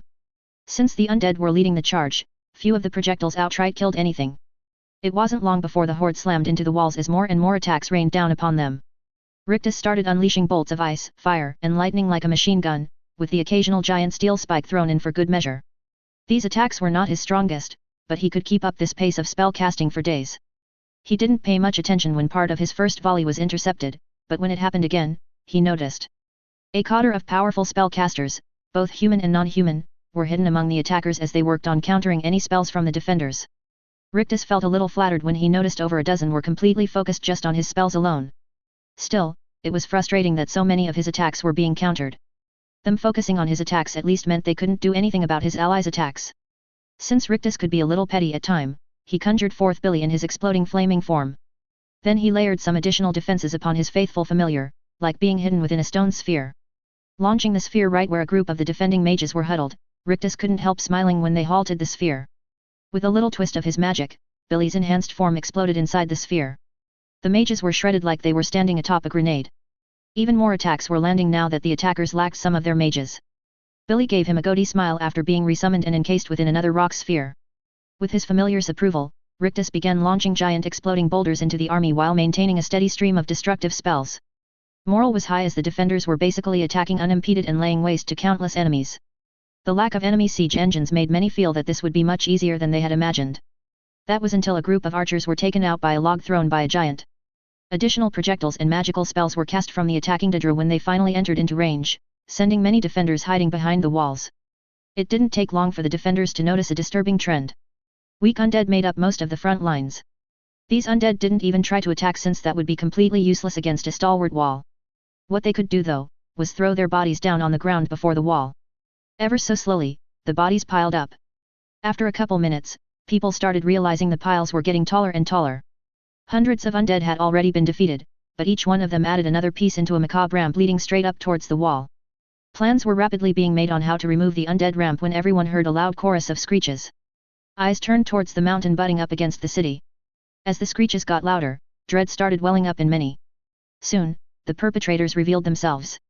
A huge flock of humanoid, feminine bat-like creatures with blue skin dappled with scales, and wings instead of arms, shot up over the side of the mountain. These winged twilights were commonly seen under the employ of Azura, but were known to serve other Daedric princes like Marun's Dagon, Malag Bal, and Nocturnal. Hundreds of the creatures flew high above the city before rapidly descending. They were not alone though. In the claws of their feet, they held small blackish goblin-like creatures with wispy blue veins and glowing blue eyes. While not commonly seen in this coloration, many recognized the scamps despite the cosmetic difference. As the scamps were brought closer, they each cast a simple fireball spell. While a single one was not very destructive, hundreds of them shot simultaneously was devastating. They didn't just target the defenders on the wall either. Many fireballs landed on the buildings of the city. Roofs caught fire from the attack and screams of those hurt could be heard. After another volley, the scamps were dropped off by the winged twilights and ran amok in the city. With their passengers no longer slowing them down, the winged twilights had free reign of the skies and started pestering the defenders with shock spells and diving attacks where they would try and knock them off the walls or slash them with their long, sharp, hooked tails. Their occasional mana-infused screams deafened and stunned many defenders. The winged twilights were bad enough, but there were some more powerful flyers within the flock as well. These grievous twilights were large masculine gargoyle-looking creatures taller than a minotaur with bluish-purple skin and spiked tails. Unlike the winged twilights, their wings were separate limbs from their arms. They commanded their lesser kind, and when they attacked, they used a combination of physical might and shadowy bolts of magic to wreak havoc upon their targets. If those two were not enough, another type of creature appeared after the flying Daedra were attacking. 3 gigantic titans which looked like a Daedric version of a dragon flew above them, all releasing glass-shattering roars. Unlike dragons, they had defined arms and legs which were covered in thick scales and long claws. Seeing the mass of flying enemies, Rictus knew they were in trouble, especially if those titans started attacking them. How they had managed such an impressive force was beyond belief, but it wasn't like the Daedra would listen to his logical protests. Thankfully, he had a great counter for just this situation. Nehvir. Dernevier appeared in an explosion of purplish flames. As soon as he appeared, a bone-shaking roar shook the heavens. Rictus noted that the dragon looked better than ever and could see and sense a fundamental change about him. No longer was he the half-rotted corpse of a dragon. This time, he appeared in all his splendor and original power. He was almost double his previous size with thick black scales tinged with gold covering his body. He was magnificent and terrifying all at once. Paying no attention to what was going on around him, Dernevier turned his head this way and that while sniffing the air. The vampire is no more. A toothy grin adorned his scaly face which would give lesser men nightmares. The vampire is no more. If his roar was loud before, this one was on a whole new level. It was a roar of victory, relief, and freedom. A couple winged twilights tried attacking, but Dernevier casually pulverized them with his massive tail. Looking down upon Rictus, the dragon spoke solemnly. You are truly a Balan Fadden, worthy friend/ally, Kanaran. Had you not done what you had, I would not be stood unbound. Your battles are my battles. Your enemies are my enemies also, for eternity. Nothing will stand in your way my savior. A strange imperceptible strand of energy left the dragon as it entered Rictus's chest. Once it did, he could feel a deep connection with the dragon. It wasn't clear how or why, but Rictus knew the two of them were bonded in some way now. Rictus was touched by Durnevier's declaration as a fierce smile appeared on his face. He could feel the desire for battle and displaying a dragon's aerial dominance from Durnevier, and Rictus wanted nothing more than to show these pathetic flying Daedra their place as well. Then let us go into battle once more, my friend. We will show those pretenders up there the power of a true dragon. Rictus glanced over at a focused Ken. The battlements are yours. I will handle these flying pests. Without looking away from the battle before him, Ken nodded while shooting another crossbow bolt into the horde below. Of course. The city guard is clearing the city of scamps as we speak, and I have some of our more accurate archers and mages helping thin the flock. Happy hunting. Rictus didn't say another word as he prepared to take to the skies. He was surprised when he felt Durnevier inviting him onto his back. Rictus felt touched by the action. A dragon was not a mount, as Durnevier had told him once before. They did not allow people on their backs like some common horse. The only time any self-respecting dragon would do such a thing would be for someone they saw as worthy of their true loyalty. Without another word, Rictus jumped onto the dragon's back as they shot into the air. Dozens of the winged twilights falling in a matter of seconds under their combined might. Not wanting his original familiar to feel left out, Rictus summoned Billy. This time, Billy was almost as large as a small dragon with dark clouds pulsing with lightning surrounding his body. Combining his familiar and the storm Atronak gave Billy the ability to fly and easily kill the winged twilights. With Billy working in concert and supporting Rictus and Durnevier, Daedra began falling from the sky like rain. Ken spared them a glance while shaking his head in amusement and amazement. Sure, the Dragonborn could kill dragons and even subjugated one into submission, but Rictus had befriended one and gained their eternal loyalty. That was something much more impressive in his eyes. Killing was easy, restoring was not. He knew that the battle for air superiority was already decided as soon as Rictus and Durnevier flew away. Rictus summoning Billy was simply overkill in his opinion. His face hardened as he looked at the enemies spread before him. He would do his part here. Rictus had entrusted the wall to him, and nothing would move him from it. As the battle intensified, people's eyes couldn't help but be drawn to the sky. What they witnessed was something straight from the legends of old. None would have believed it if they were not witnessing it with their own eyes. Dragons had become a thing of nightmares for everyone in Skyrim. Here though, one was fighting off the inhumane horde trying to kill them. Not only that, but they also witnessed a man riding upon that dragon's back while casting magics faster than the eye could follow. Bodies fell from the sky wherever they went. Then, they clashed against the three Daedric titans. It was glorious to behold. The thudding impacts as the dragon crashed into and ravaged the Daedric titans could be heard throughout the city. Blue flaming breath attacks from the titans tried consuming Rictus and the dragon, but giant metal spikes interposed themselves between them and the attacks. The spikes shattered in an explosion of metal, but Rictus somehow controlled the metal cloud which was then moved around the sky like some deadly swarm ripping apart their enemies. One after the other, the titans fell, leaving the dragon and its rider as the undisputed ruler of the skies. Cheers from throughout the city rang out at witnessing such a sight. The display inspired many a citizen. No longer were they scared for their life. Instead, they felt hope. No longer did they run screaming from the sight of the scamps rampaging through the city. Instead, they charged forward. No longer were they passive. Instead, they acted. With the countless volunteers and fighters, the city was rapidly cleared of all invaders while they formed fire brigades which rapidly doused all the burning buildings. They trusted the warriors to hold the line. The least they could do was make sure there was a city still standing for their valiant defenders once they won the battle. Ken watched as Rictus dropped down beside him as Durnevier and Billy continued clearing the skies of all enemies. He wasn't sure Rictus even noticed the scales creeping along his skin, his elongated fangs, slightly slitted glowing eyes, or the predatory aura he gave off. The two stood silently as they gazed at the battle around them. The end of the horde was in sight now. Unfortunately, it was the most powerful and elite units left since many of the weakest were already killed. There was a pile of undead corpses which now reached all the way to the top of the walls. Warriors were brought forward to hold off the encroaching tide of enemies as they scaled the mound of bodies right to the top of the walls. I think it is time we took the fight to them instead of simply defending. Rictus knew it wasn't the most strategically sound decision, but his blood was boiling for another fight. He yearned for the rush of combat as he crushed his enemies beneath his might. Ken saw and understood this. Despite his years of experience and knowing better, a bloodthirsty smile appeared on his face. Seems he may have picked up a couple bad habits. Took you long enough. They shared a look before Ken turned towards the nearby Legate Rick. The wall is yours, Legate. We will clear away the scum for you. Try not to let the city fall while we are gone. Without waiting for her answer, the two men jumped off the wall into the market area. Rictus smiled as he looked at the rows of restored already waiting for him. Myra stood with the warriors who started bashing their weapons on their shields or armor. Ilya and Stalio stood among the mages whose magic was already cackling around their hands. Moira gave him a saucy wink as the hag ravens with her licked their lips at the coming carnage. Marandrujo and Omaerza stood with the minotaurs at the front of the line, baying for blood. Seeing his people arrayed before him like this made Rictus's heart soar. Once more with me, my friends. Feeling his magic roiling inside him like a tempest, Rictus looked at the gate he had sealed less than an hour ago. With a wave of his hands, a blast of raw magical force impacted it, shooting it and the nearby stone forward through the piles of bodies pressed against it. Those on top of the walls witnessed a hole being blasted through the undead ramp as bodies flew everywhere. Dust obscured the area for just a moment as bloodthirsty yells filled the air. Charging from the cloud, the restored slammed into Harkon's unprepared forces. The members of the Legion couldn't help staring in fear and admiration at the restored's war cry as they reaped everything before them. There was an entirely new type of monster on the battlefield now.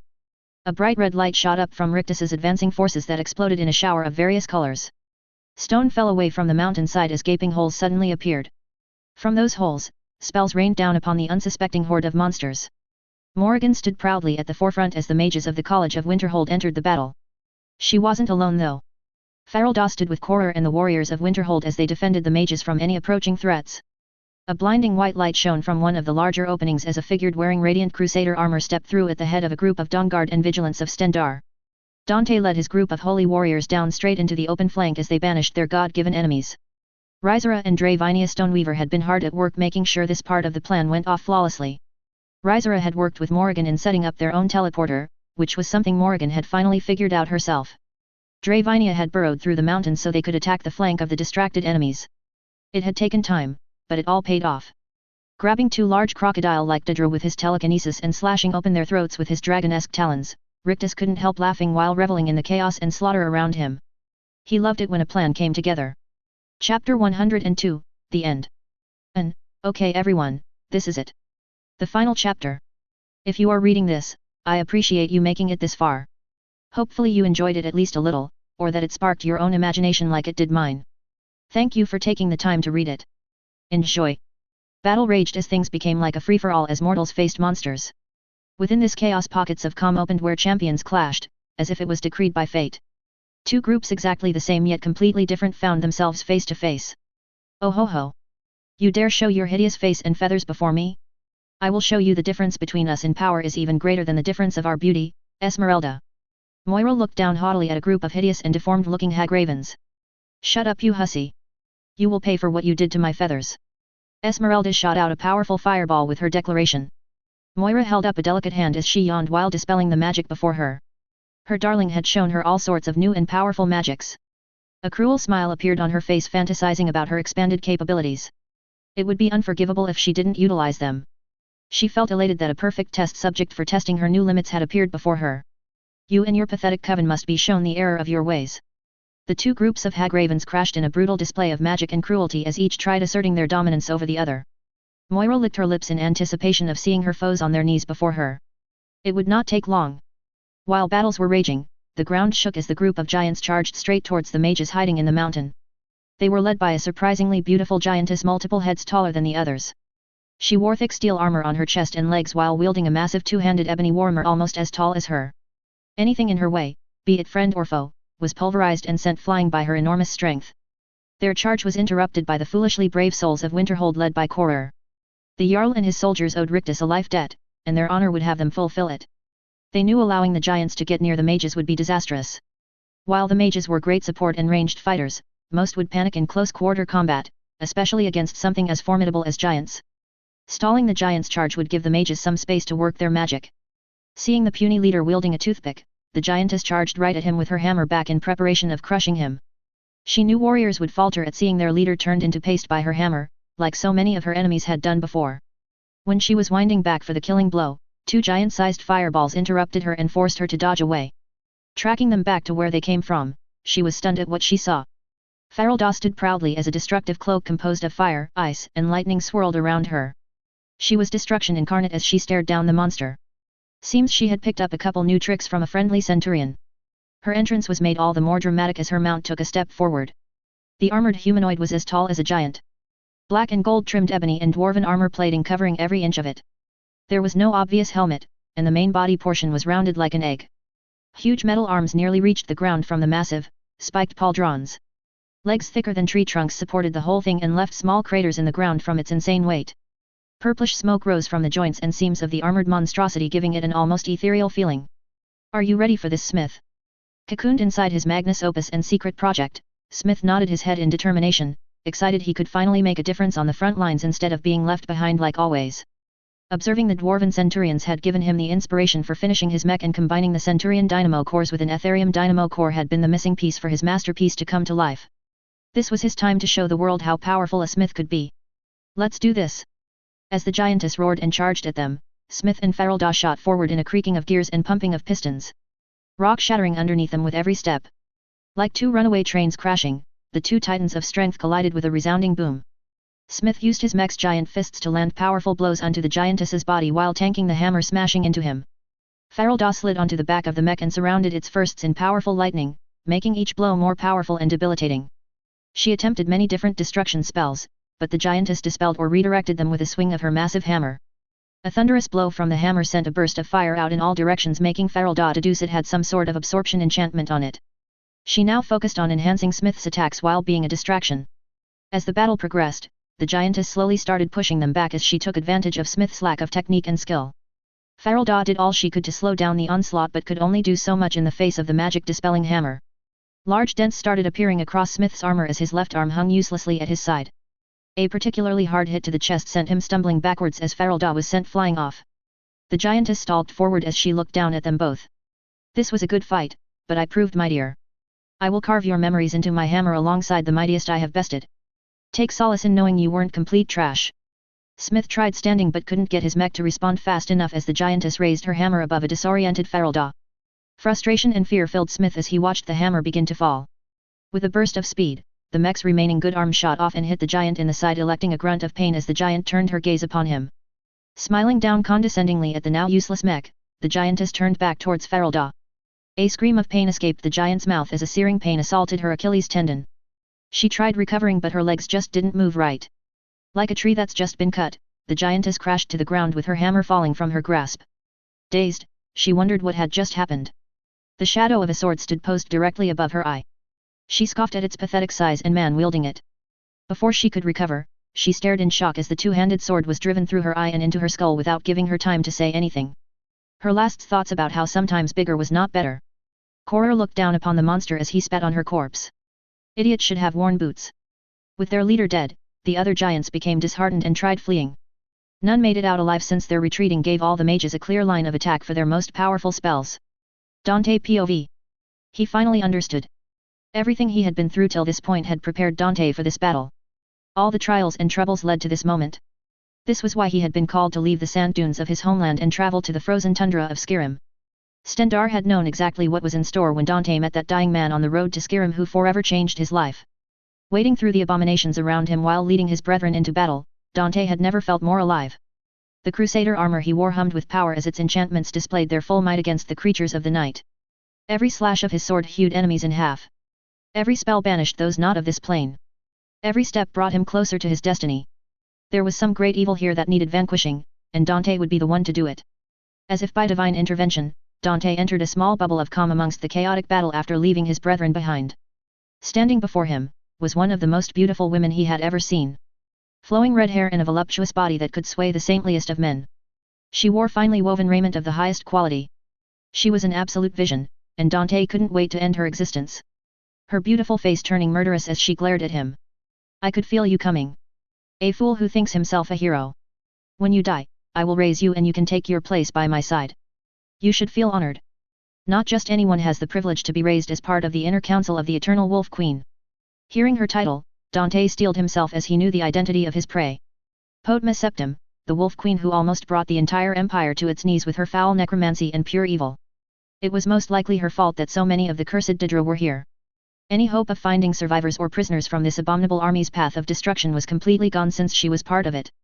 He need not speak any words, for none could persuade her from her madness, only the mercy of Stendarr could do that. Golden light shone from his armor as a purifying and holy energy pulsed from his sword. Potma raised her hands as shadows coalesced along the ground. Two massive Dragra overlords pulled themselves from the darkness before drawing the deadly great swords from their back. With a wave of her hand and a made cackle, the two undead charged forward while she simply watched her puppets fight.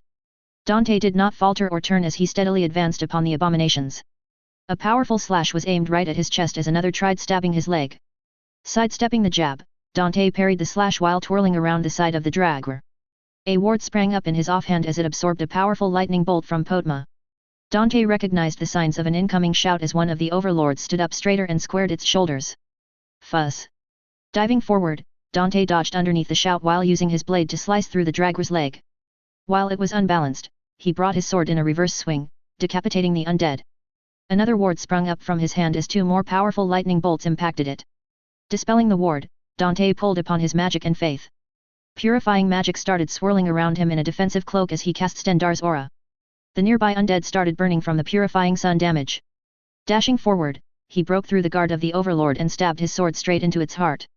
Potma screamed in rage at him. "Don't applaud yourself too soon, worm. All shall bow before me." More undead rose from the ground, some from Potma's shadow while others were the many dead bodies surrounding them. Dozens began rapidly converging on Dante, but he didn't so much as flinch. He brought his hands together in prayer as he poured more magic into Stendarr's aura. "Come to me, Stendarr, for without you, I might falter in the face of evil. Strengthen my spirit and grant me the power needed to ride the world of these abominations. Let none escape the vigil. All shall come into the light." The light around him ballooned outwards and rapidly consumed the encroaching undead while banishing the shadows reanimating them. Staring straight at Potma, he began walking. She backpedaled at his advance while summoning more creatures, hoping to exhaust the inexhaustible holy night. Lightning bolts shot out as quickly as she could summon them, but a powerful ward would spring up and consume them. A slight humming permeated the area with each swing of his sword as Dante continued his advance. Potma reared back as she used a shout to slow him down. "Fuss Aro da!" The unrelenting force barreled straight towards Dante, who showed no signs of moving out of the way. Right before it hit, he swung his sword upwards. As it cut through the air, it sang as a blinding gold light shone before bisecting the shout in half. It continued forward, smashing into Potma and throwing her to the ground. She slowly pulled herself from the ground and spat as black blood poured from the massive wound across her body. "Stendarr's mercy be upon you, for the vigil has none to spare." Her eyes grew wide as she saw Dante shining like an avatar of light before her. She tried saying something, but it was drowned out as he swung his sword once more. Piercing her, the powerful purifying energies disintegrated her body into ash. Dante looked at the dust blowing away in contempt and satisfaction. Potma's evil will never threaten the world again. Looking around, many of the Daedra started running wild and attacking everything in sight. Seeing their rampage, Dante felt determined. There was more evil in this world needing Stendarr's tender mercy and embrace. Who was he to deny them their eternal rewards? Serena POV. Serena watched in morbid wonder at the battle all around her. This was unlike anything she had ever experienced. She had been in countless fights, but never one of this scale. It was terrifying and intoxicating at the same time. She could practically taste the blood in the air from all the fallen, which put her slightly on edge. After so many years, she was not controlled by her urges, but even she could feel the temptation. Glancing over beside her, she could tell that Alucard felt the same way if his obvious fangs and blood-red eyes were anything to go by. They had shot countless arrows into the horde beneath them as they defended the wall. If Serena was being completely honest, she didn't much care about what happened to Solitude. She was there for one reason, and one reason only. Revenge. Her father. No. Harkin was here.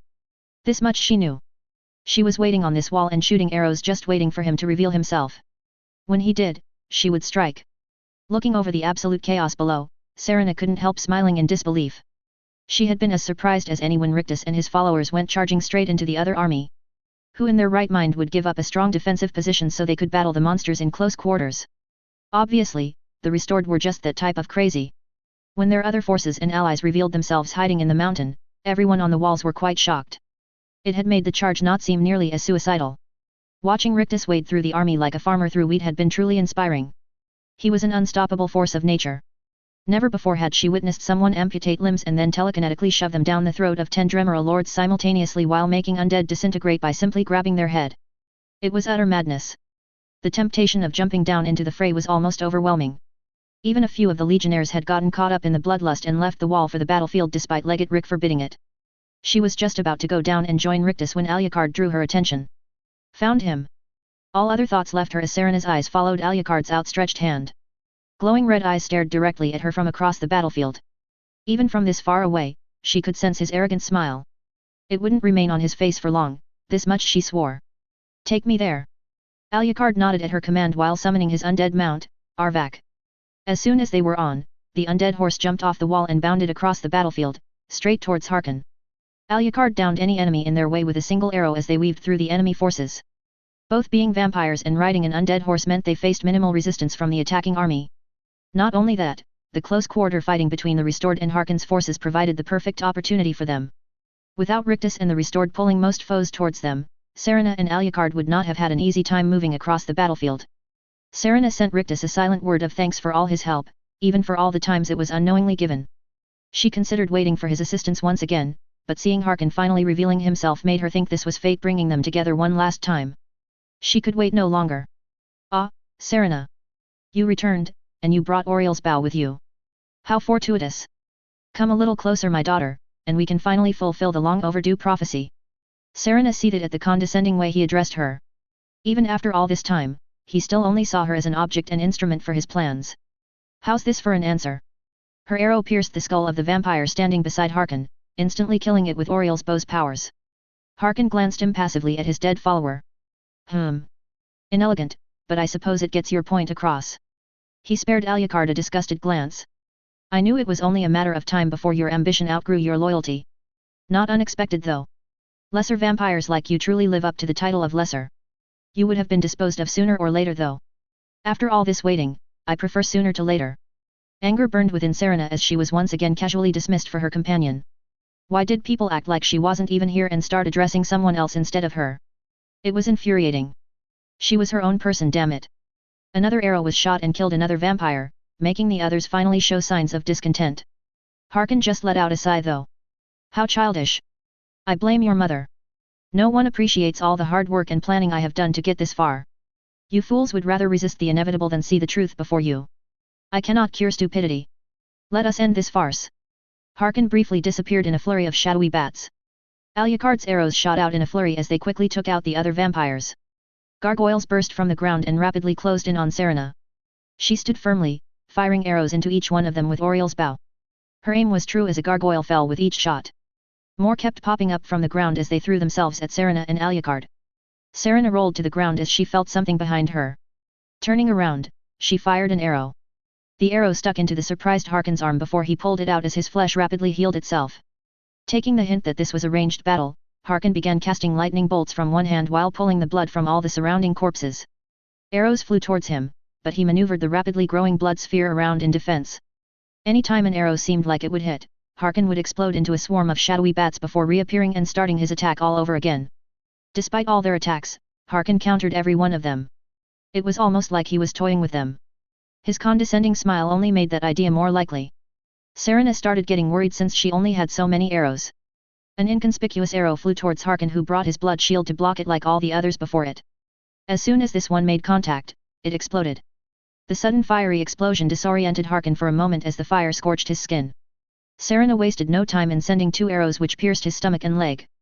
Alucard launched another mana-infused arrow at Harkon, who quickly dodged out of the way before flying into the sky and sending more lightning bolts at them in conjunction with magically reinforced blood spikes. In between attacks, Harkon reanimated the undead around them as a distraction. Seeing her arrows being casually removed and the wounds healed, Serena began feeling frustrated at their lack of progress as she watched Harkon zip through the sky while his undead charged them. She then did something she had sworn she would not do. She transformed. In her vampire lord form, Serena could feel the power coursing through her. It had been so long that she had forgotten the intoxicating feeling of strength pulsing through every fiber of her being. While Harkon was distracted by Alucard, she exploded forward in a swarm of bats. Harkon screamed in pain as Serena raked her claws against his exposed back while stabbing an arrow into his kidney. Twirling around, he backhanded her and sent her flying away. While not debilitating, the attack took him from the flow of battle, and Alucard did not let the moment go to waste. Another arrow detonated in a burst of lighting after impacting Harkon. Alucard had also transformed by this point and was using the enhanced speed to get around Harkon's defense. Ice spikes flew from Serena's hands as she disregarded the bow for the style of combat she was most familiar with. She took a moment to summon a giant flesh Atronak, a spell her mother had taught her. Veilrika always told her reanimation spells were for the desperate while the prepared used summons. The formidable flesh Atronak easily defeated or distracted all of Harkon's reanimated enemies, allowing Serena and Alucard to focus solely on him. Attacks were constantly exchanged, but now Harkon was on the losing side. Serena felt elated at the change of pace as she and Alucard fought completely in sync, pushing Harkon further back every second. If they kept this up, it would not be long at all before Harkon fell. The original vampire lord tried different spells and various blood magics, but Alucard's variety of magically enhanced arrows kept him off balance, especially since Harkon had to dodge Serena's ice spikes and sudden backstabs. She had just landed a particularly deep slash before flying back beside Alucard, where they both started pouring on attacks. Fuss aro da. The unexpected unrelenting force slammed into Serena and Alucard, throwing them across the ground like ragdolls. Serena tried assessing the damage done, but the shout had disoriented her. Looking down, she found Alucard lying beneath her as blood poured out from a plethora of wounds covering his body. Instead of dodging, he had wrapped her into a protective embrace so he would take the brunt of the attack. Serena tried standing up, but her leg collapsed out from under her as she felt intense pain shooting through it. A closer look revealed multiple arrowheads embedded in her leg. Had someone used arrowheads with that shout? You took your sweet time, mortal. Hearing Harkon's labored voice, Serena turned to see who he could be addressing. What she saw made her heart sink. Ulfric had finally arrived. His main army was still a little behind him as they charged up the hill, but his second-in-command, Galmer Stonefist, as well as his court mage, Wounfirth the Unliving, stood at his side. The rebellious Jarl was standing there looking down his nose at Harkon.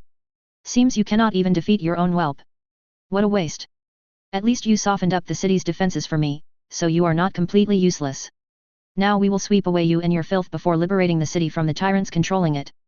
Skyrim will soon be free from all threats, and then I will lead it to glory once more. Harkon let out a laugh at his declaration. Haha. The arrogance of mortals never fails to amuse me. I care not about your petty squabbles and obvious betrayals. You can have your city. I don't care if you kill everything here. They are all beneath my goals. Serena couldn't help feeling fear as Harkon stalked towards her with madness in his eyes. She wanted to run, but her leg would not cooperate. Even if she could run, she would not get far. Harkon, or Ulfric and his companions, would catch her. Was this really the end? Would the prophecy come true despite everything done to prevent it? Was everything she did and all the pain she suffered in vain? Well, looks like we are just in time to this little get-together. We were almost late. You should have stopped playing around when I told you. Yelling yoink while killing enemies someone else had handled was just childish. Would you two stop bickering? It isn't very becoming of people of your status, and I am just plain tired of hearing it. Everyone's eyes turned to look upon the three figures strolling towards them. Rictus turned from Ken and Morrigan as he looked over the mess before him. Serena's eyes widened as she felt the power pouring off him. He was covered in dust and blood, but he didn't have a single scratch on him. A strange green-blue light flowed along the veins of his left hand and up around his neck. Looking close, small scales the color of his skin covered any part of him exposed. When his blood-red slitted eyes with magical blue flakes flashing in them turned her way, she couldn't help but shudder under the pressure. Ah, just the people I wanted to see. I have a little bit of business with the two of you. He gave Serena a quick wink as he passed her by. Standing in front of the vastly different group of people, Rictus addressed Ken. Ken, would you and Morrigan please keep Ulfric and his cronies busy for me? Harkon and I have a personal matter to discuss. Don't worry Ulfric, I will be with you shortly. Ken twirled around a dragon bone sword as Morrigan readied her staff. Both gave him an affirmative nod, all signs of joking put aside. Rictus disregarded anything Ulfric tried saying since he would get to Ulfric when it was his turn. Harkon gave him a questioning look as he noticed the casual way Rictus approached him. Seeing he wasn't stopping, Harkon began to get nervous for some reason. Unconsciously, the vampire started taking steps backwards as Rictus kept getting closer. Who are you and what do you want? Hearing the tiny tremor in the ancient vampire's voice, Rictus couldn't help smiling. That was how Prey talked, and it stroked something primal within him. Ah, don't you remember me? To think I was that forgettable after delivering Serena and the Elder Scroll to you. That just hurts my feelings. Harkon scrutinized Rictus for a quick moment before shrugging his shoulders. You have changed since that time, if that pathetic excuse of meat was even really you. If you speak the truth, you have already helped me once before. Go retrieve the bow for me, and you can help me rule over those beneath our kind. Rictus scratched his beard as he pondered the request. That is extremely tempting, but I think I will have to decline. I would normally tell you to send a formal request to the Restored, and I would consider it. Unfortunately, that won't be an option since you will be dead in a couple minutes. Harkon decided this charade was going on long enough and cast a lightning bolt at Rictus. He stared in shock as Rictus lifted his left hand and caught it. Twirling it around for a moment in amusement, he tossed it aside. Cute. Harkon growled in anger at the action and started drawing blood from the surroundings yet again as a partially translucent shield formed around him. Nothing shall not stop me from taking what is rightfully mine. Blood crystallized around Harkon into a cloud of sharp shards before sending it blasting towards Rictus. Stone shot up intercepting the attack as Rictus stopped walking. That is an interesting technique. Rictus raised his left hand as he sensed the blood around him. With a pull, blood started pooling above his hand. A second later, it crystallized into a large spear. Smiling, Rictus nodded his head appreciatively towards Harkon. Thank you for the lesson. I had been pondering other uses for my blood magic, and this seems perfect. Ever since he had been turned into a vampire by Sanguine, Rictus had some affinity and innate understanding of blood magic. It was how he had done the ritual to drain the dragon of power. Combining the blood magic with his alteration came naturally. It took seeing Harkon actively using it for Rictus to recognize he wasn't utilizing it to its full potential. Reaching out with his magic, Rictus willed the blood to come to him. Being on a battlefield supplied Rictus more than he could ever want.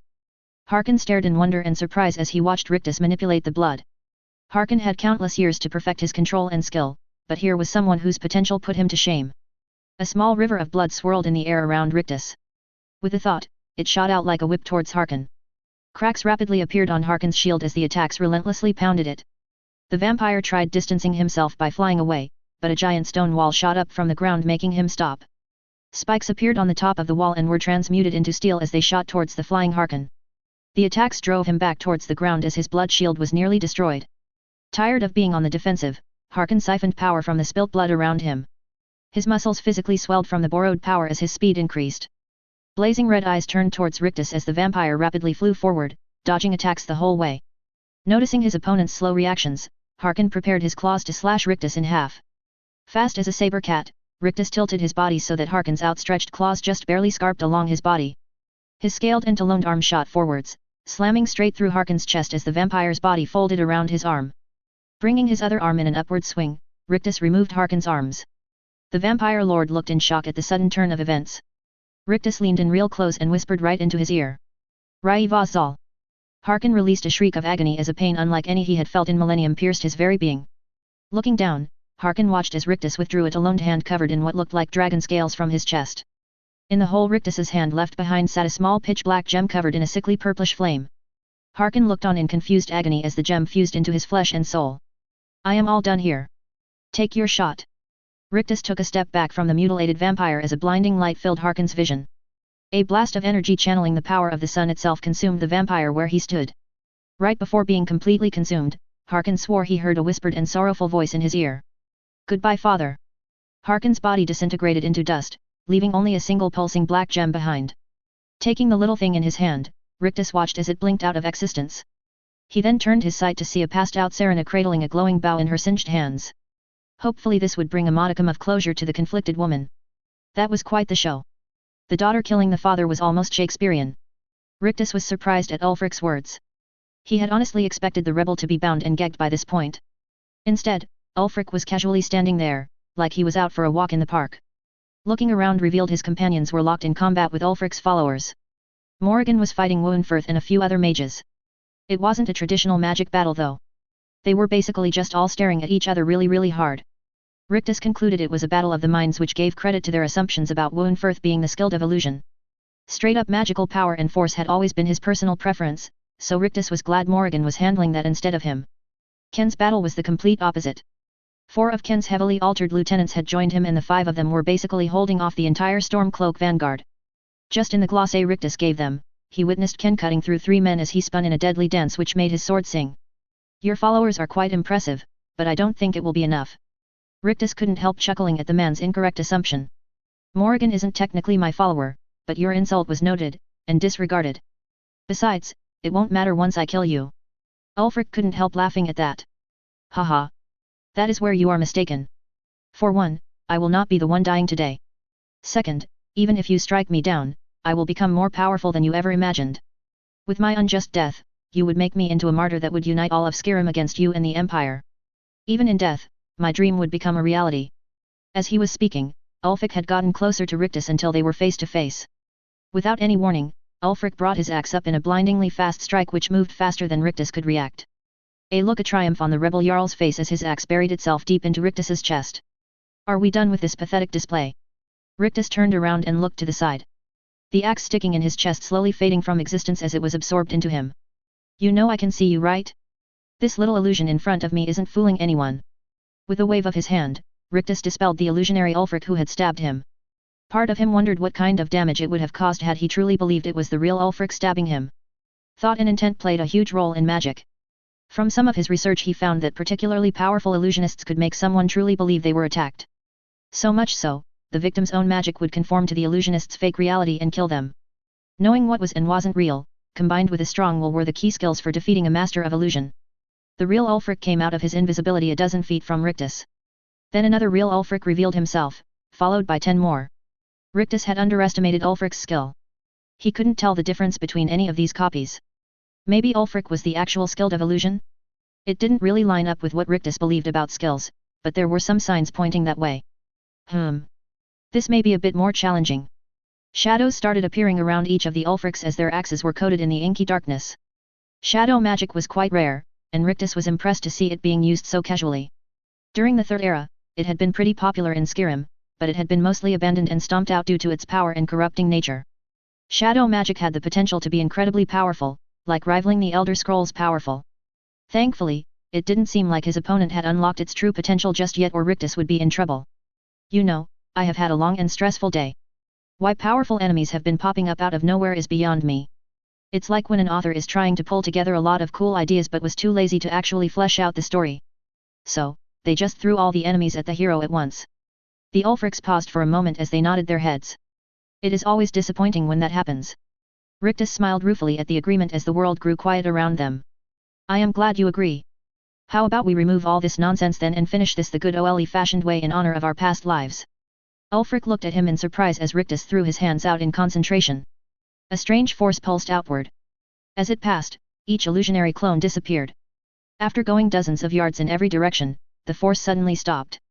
Rictus smiled as his opponent started stuttering. WWWWHHH, what did you do? Looking down at the short and slightly pudgy dark elf female, Rictus's smile only grew larger as his elongated canines became even more prominent than normal. She was an exceptionally beautiful woman, and the additional weight only made her more so as it accentuated all her curves in all the right ways. Her features were a little too perfect though, like someone had personally designed their appearance for maximum beauty without accounting for reality. Rictus guessed she had been relying on her magic for everything and not doing any exercise, which would explain the little bit of extra cushion for the push-in. At his intense stare, she began trembling. Once he noticed this, Rictus finally answered her question. I removed all magic in this little bubble, so we can talk face to face. The null field was something I had been working on in my spare time ever since I first discovered dispelling magic in the Arcanium, and this was the perfect moment for it. There is something I am curious about. Did you kill Ulfric? As he got nearer, the woman tried backing up, but tripped. Staring up at the mountain of muscle before her, she couldn't see a way out by running away. Maybe she could have a chance if she stalled long enough for her magic to return. There was no need for her to lie either, as the truth was a much better story than any she could weave off the top of her head. Besides, men always hesitated in front of a pretty face. She looked up at him with big watery eyes. No. I kept him alive so I could more easily assume his appearance and access his thoughts. He is currently stuck in the dungeons thinking he has liberated Skyrim from the Empire while starting a grand campaign against the Thalmor. Being able to observe him makes my illusions of him even stronger and more realistic. Her words were abruptly cut off as Rictus crouched down in her face. Thank you for the honesty. You are lucky. My father taught me never to hit a woman. A sliver of hope ignited in her heart at that. She thanked every god she knew that chivalry still existed. Rictus's next words made her think she may have celebrated too soon. My mother though taught me that everyone is equal and should be treated that way. Doesn't matter what color, gender, race, or political affiliation they are, they must always be held accountable for their actions, and I always was more of a mama's boy. His fist slammed into her face, slamming her face into the ground while breaking her jaw and making her see stars. Reaching down, Rictus wrapped his hand around her throat and lifted her into the air. Turning around, he looked at the crowd they had gathered. His allies had retreated as soon as Ulfric had engaged him so that the Stormcloaks could witness their battle. Rictus had hoped killing Ulfric would discourage them from attacking, but this was better than even he could have planned. Sons and daughters of Skyrim. You have been deceived. This witch has used her nefarious shadow magics to kill Ulfric and disgrace his image by pretending to be him. Think back on Ulfric's recent actions. Take notice of the inconsistency and change of behavior and speech. The crowd began muttering as Rictus talked. There had been some little things that had been different, but everyone had attributed it to stress at everything going on. Rictus could see them wavering and kept speaking. You all saw me remove her foul and deceptive magic. She has been playing with your lives and manipulating you all for her sick pleasure. Despite her trying to kill me, you have been wronged more than I. What fate does an honorless and deceptive one such as this thing deserve? A flurry of emotions went through the crowd of soldiers. Disbelief, shock, confusion, anger, denial, rage. All this and more could be seen on their faces. One man moved forward, his face contorted in fury. A bruised and battered Galmer ignored the many wounds covering his body as he stared in pure hatred at the woman. He drew his knife and plunged it right into her heart. It was then ripped out and planted firmly in her skull. He spit on her body before walking away defeated. Rictus let the body drop as the entire Stormcloak army sagged in defeat. Their moment of triumph ripped out from under them by the betrayal. Instead of a grand battle for the fate of Skyrim, they watched the person impersonating their leader being executed. While they all believed their cause was just, Ulfric was the heart and soul of the movement. Without him there to guide them, they were lost and unsure of what would come next. Ken noticed the same reluctance, and quickly updated Rictus on a plan. It seemed decent, so Rictus gave his approval. Ken approached Galmer and the other leaders of the Stormcloaks about what could come next for them. One of the main things was repairing some of the damage they wrought. Both physical damage and reputation. Some of the Stormcloaks agreed to hunt down the remainders of Harkon's army. Turned out, that was what they had thought they were going to do in the first place. Ulfric had told them they would liberate the city from the monsters, and they had all blindly believed him without questioning his all-too-convenient timing and knowledge of their attack. Galmer eagerly agreed with the suggestion of killing the monsters. Not because he cared about repairing relationships though. All the soldiers were pissed and wanted something to take their anger out on. Harkon's monsters would be a wonderful outlet for their aggression. The civil war was still not officially over though. The ideas and beliefs Ulfric helped inflame would not go away so quickly. There would be a lot of troubles and tensions moving forward, but this was a start. The bright side was that with Ulfric, Elisif, and General Tullius out of the picture, the political climate of Skyrim was up in the air. Thinking this, a smile appeared on Rictus's face. There was no one fighting for the position of High King. The two primary candidates were both dead now, and neither had any direct heirs. Well, Ulfric wasn't actually dead, but the world would believe he was. Maybe Rictus would be nice and keep him as his own personal Thalmor attack dog, if his mind wasn't completely destroyed after all that time under an illusion. Windhelm and Solitude were not the only places lacking a contender for the throne. Morthal was still reeling from the vampire attacks which had killed Jarl Ajrod Ravencone. Markarth did have the Forsworn officially in power, but no one cared about their opinion. Falkreath was under Sidgeir who was too weak and passive, not to mention lazy, to become anything more than a Jarl. Skald the Elder, Jarl of Dawnstar, owed the Restored a massive debt for all their help rebuilding and keeping them safe from dragon attacks. Maven Blackbriar basically controlled all Riften, thanks to Rictus. No one liked Jarl Balgruelf since he couldn't pick a side during the Civil War, which just made both sides dislike him. That just left Jarl Koror of Winterhold. The Jarl who brought his forces to the defense of Solitude and personally killed the Giants' leader. The one Jarl who was on speaking terms with both sides of the Civil War. The one who had revitalized his city. A city which is quickly becoming a powerhouse. Do I hardball my way into the position of High King? I think it could be possible given all I have done. Or should I put Koror, who would do almost anything I suggested, into the position while being free to expand outside of Skyrim? Decisions. With the battle over, Rictus noticed a near imperceptible shift with the world. Despite the death and destruction, everything seemed a little brighter. Colors were a little more vivid. Air a little fresher. Gravity a little lighter. The wind brought a whisper of a dragon's dying roar. Alduin was no longer a threat. He couldn't say how, but Rictus knew without a shadow of a doubt that Myra Jane would kill the World Eater, if she hadn't already done so. Alduin's defeat had already been predicted long ago. Part of Rictus regretted not being there, but he knew he ultimately made the right decision. This was where he was supposed to be. This had been where he was needed most. A simple stone stool appeared beneath Rictus as he sat down. Finally resting as he savored the taste of a still warm sweet roll from his storage. A gentle nudge on his leg made him look down with a smile on Billy, who somehow looked like the unaltered goat he had first summoned as his familiar without Rictus casting a spell. Giving the faithful companion a rub behind the ears, Rictus relaxed as his other companions and friends made their way towards him, each sporting a victorious smile upon their faces. Rictus did not know what would happen next. He no longer had any form of meta-knowledge to fall back on. Instead of being worried, he felt liberated. He was free to do whatever he wanted now. A smile creeped up his face at the thought. This journey may be over, but that did not mean his story was done. Altering Skyrim had been fun, but why limit himself to just one small place in this wide fantastical world? Other dangers lurked, other adventures awaited, and Rictus could not wait to see how far his tale would go. After all, there were plenty of places and people who needed to be restored. It is finally finished. A little over 336,000 words and nearly 700 pages long, this story was first posted back on October 25, 2021, and has been so much more than I ever expected. I cannot express how thankful I am for following along with Rictus's journey with me. It was an absolute blast. If this story brightened one person's day or caused one smile, no matter how faint, I would count every second spent on it worthwhile. The story would not have been half as good without all the comments and suggestions, which were a large part of what kept me motivated to write more and incorporate all the fantastic ideas I was given. So once again, I thank each and every reader and commenter for their help in writing this. I do not have any plans currently for continuing the story, so this will be the end of Rictus's tale. The ending was not the best out there, but I am happy with how everything turned out. If anyone ever has any questions or ideas for their own stories, please don't hesitate to reach out, as I found I enjoy talking with others about that sort of thing. Maybe we will meet again in the future, but if we do not, I truly wish you well in whatever life may have in store for you.